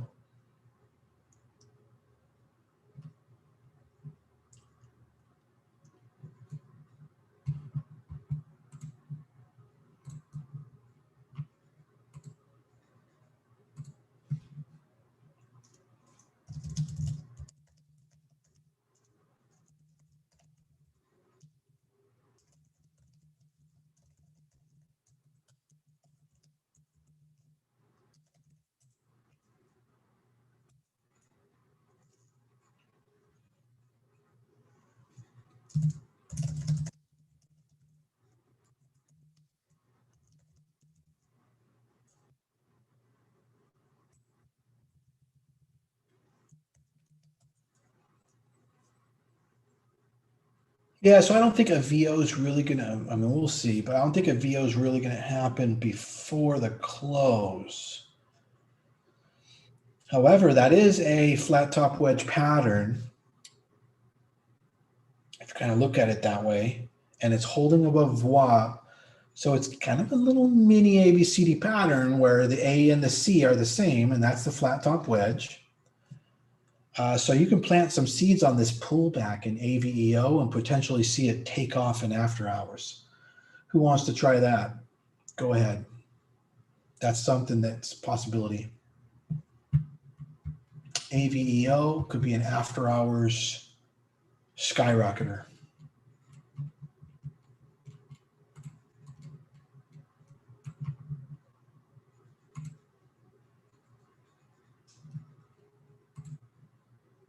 You ever notice how we never have any Hawaiian traders? No Hawaiian day traders. Why? Because they're just, that's it. They're in heaven already. They're already living in paradise. Like, why do they need to sit around a desk all day trying to squeeze a little extra money out? Right?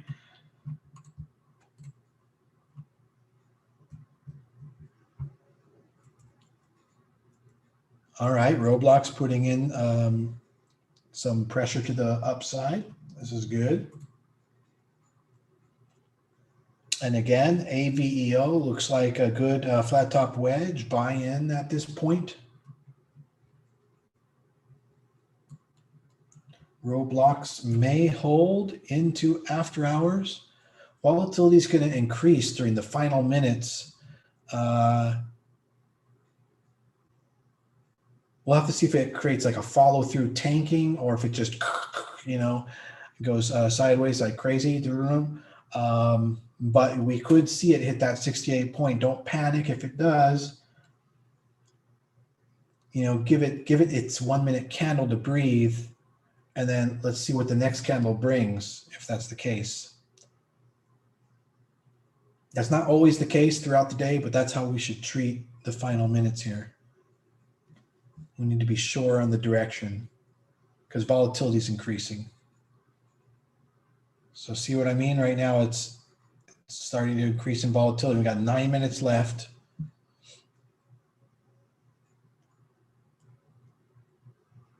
It just bounced off of WAP. If we see it just hard crash, remember you're only in 50% of your position, intended position maximum. You double up or get max position when it breaks C, and C is going to be like 72.5. You got 1313 on AVO? All right, awesome.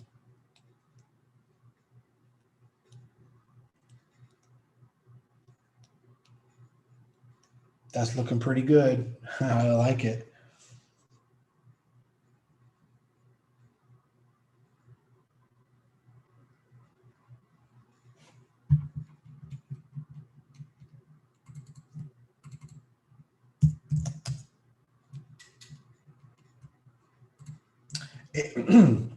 Excuse me. AVEO actually does have options. 250 bucks per 100 shares for the at the money. For the overnight hold, you can get the 12 or the 11. I don't even know if I would touch the options because you could look at all your money going away, but maybe that's a cheaper way to get some more shares and a little more gain. I wouldn't buy more because you could, because the options might be cheaper though. Be careful with that.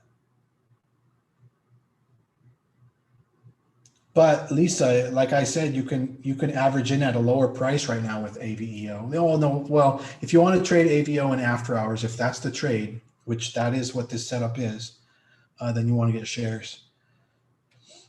All right, so we're watching Roblox like a hawk and we're watching AVEO like a hawk.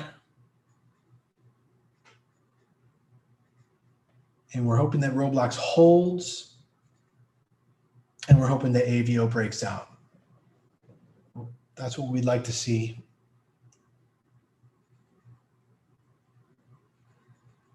All right, 14.51 breakout on AVEO coming up. It's hitting 14.25. Roblox is still holding 14.35, 14.4. All right, we're getting really close. Looking for that 5-1. It is coming. 2-5, a little bit of a pullback. Might go back into a triangular wedge. We'll see. 31. Roblox holding. 1439. 38, 39, 38. Once it gets into 40s, man, that's going to be strong. All right, we got 5 more minutes. Demand is increasing. Remember the differential. 1,000% more volume in the last 2 hours, in the first 2 hours of the market than there is in the midday. Here we go, 43. Looking for that breakout. Here it is, 48, 49, 50, boom. That was the breakout right there. Already up 620 bucks on IPO. Yeah, that's because you got in at the bottom of that flat top wedge. Way to go. And now this will be a 10-cent ladder for high frequency trading. Or, so that'd be if you were all in on high frequency trading, or you following the 1 minute candles right now, which means you have a pretty wide stop. The bottom of your first entry would be 13.5 for your out.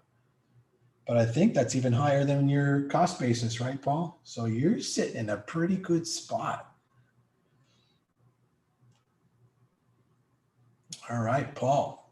4 minutes, 40 seconds left. Roblox holding.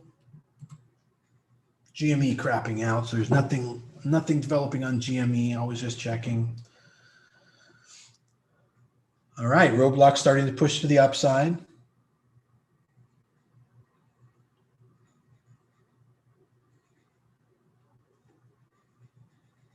AVEO basically creating a new flat top and then still wedging. Think of it that way. So if you're able to draw those lines on your chart, that's basically what's going on right now. So it's a bit of a fake out. So I do not recommend high frequency trading AVEO, but it's perfectly fine to probably 2 minute candle it. Let's switch over to the 2 minute candle. Yeah.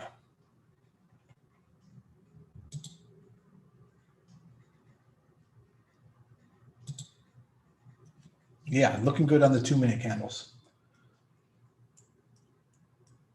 There's a bit of a bullish hot dog forming on the 2 minute candles on AVEO. Roblox, we're seeing some buying pressure. That's good. It's all the way up over 70 now. That's going to activate some FOMO in people. They're going to say, hey, wait a minute, I wanted to try to get in at 69. Now it's too late. It's in 70. And they've got to put their orders in at 70. I'm seeing some bid stacking, but at the same time, I'm seeing bigger orders on the ask. So there's a bit of a fight here around 70.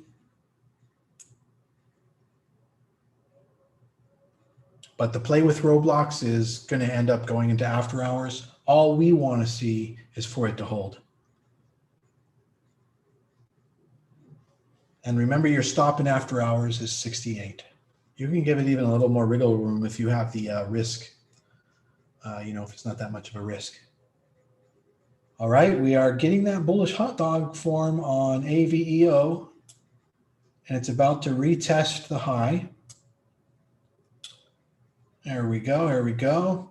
Paul, you want to unmute? I'm curious if how your gains are. Maybe I can find you here and ask you. You don't have to if you don't want to. Here we go. Ask to unmute. There you go. All right. What are your gains now, Paul? You can type it too.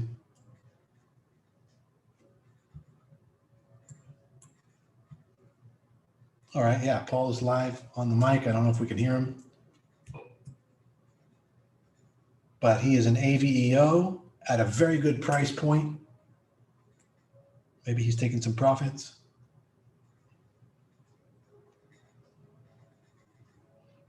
Up $810 on the AVEO play right now. Way to go, Paul. 1 minute to the close. Volatility ahead, Paul. So maybe scale out a little bit. But AVEO could run further. Maybe take off 50% soon before the closing bell. All right, he's up 910 bucks. No, Bill, we already talked about that. There's really no swings today. No overnights is what you're asking about. They're called overnights.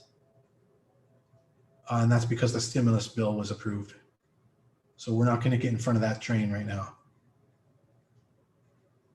All right, 43 seconds to the close. Roblox holding fine. Go ahead and hold into after hours, and let's see if it creates the D projection, maybe up to 85. Over there in AVEO, we're trying to cut through 15. Could be hard. Paul, you might want to. There you go. We got the break, 15.25. I recommend you take some of that, Paul. Take a little profit up there at 15.20, above the 15 level, because it could easily pull back, because the next real psychological number is 20, too far away. All right, 15.27. Take a little off and then just hold some into after hours. I kind of would recommend 50%. There we go. All right. We've got people in, hopefully, AVEO. We've got people in Roblox for the ABCD play in after hours. I totally am cutting the session off just about in a few seconds here. It's been a very long day. It's been really good trading with you all. We made gobs and gobs of money together. That's the way it's supposed to work. And I think this may be like the 5th day straight of just really, really well managed and controlled positions in trading across all the market. Eddie says, I just want to say thank you for doing these Zooms. I try to listen in when possible.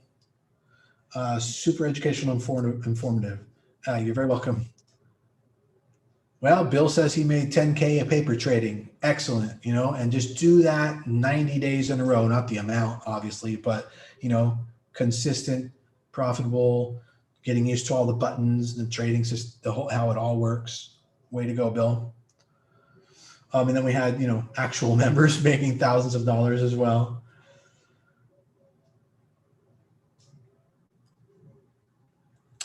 All right, I'm going to leave it at that. Watch your stop on Roblox, 68. If you want to lower it to 67, that's up to you. Give it a little wiggle room in after hours. And over there on AVO, by the way, your stop would be like 1375. You could even get that all the way down to about 12.75 if you wanted to give it a lot of breathing room. Otherwise, 1375. All right, take profits, 10% profits whenever you get a big rally and a little bit of pullback and it slows. All right, Rosa, did you make some money on that? Awesome. A lot. Thank you. Okay, awesome. Woohoo. All right, you guys. Later. It's been awesome. It's been a great day. Woohoo. Rosa says. All right. I'll see you in class tonight. Probably I will be dead by then. So tired. See you later. Bye.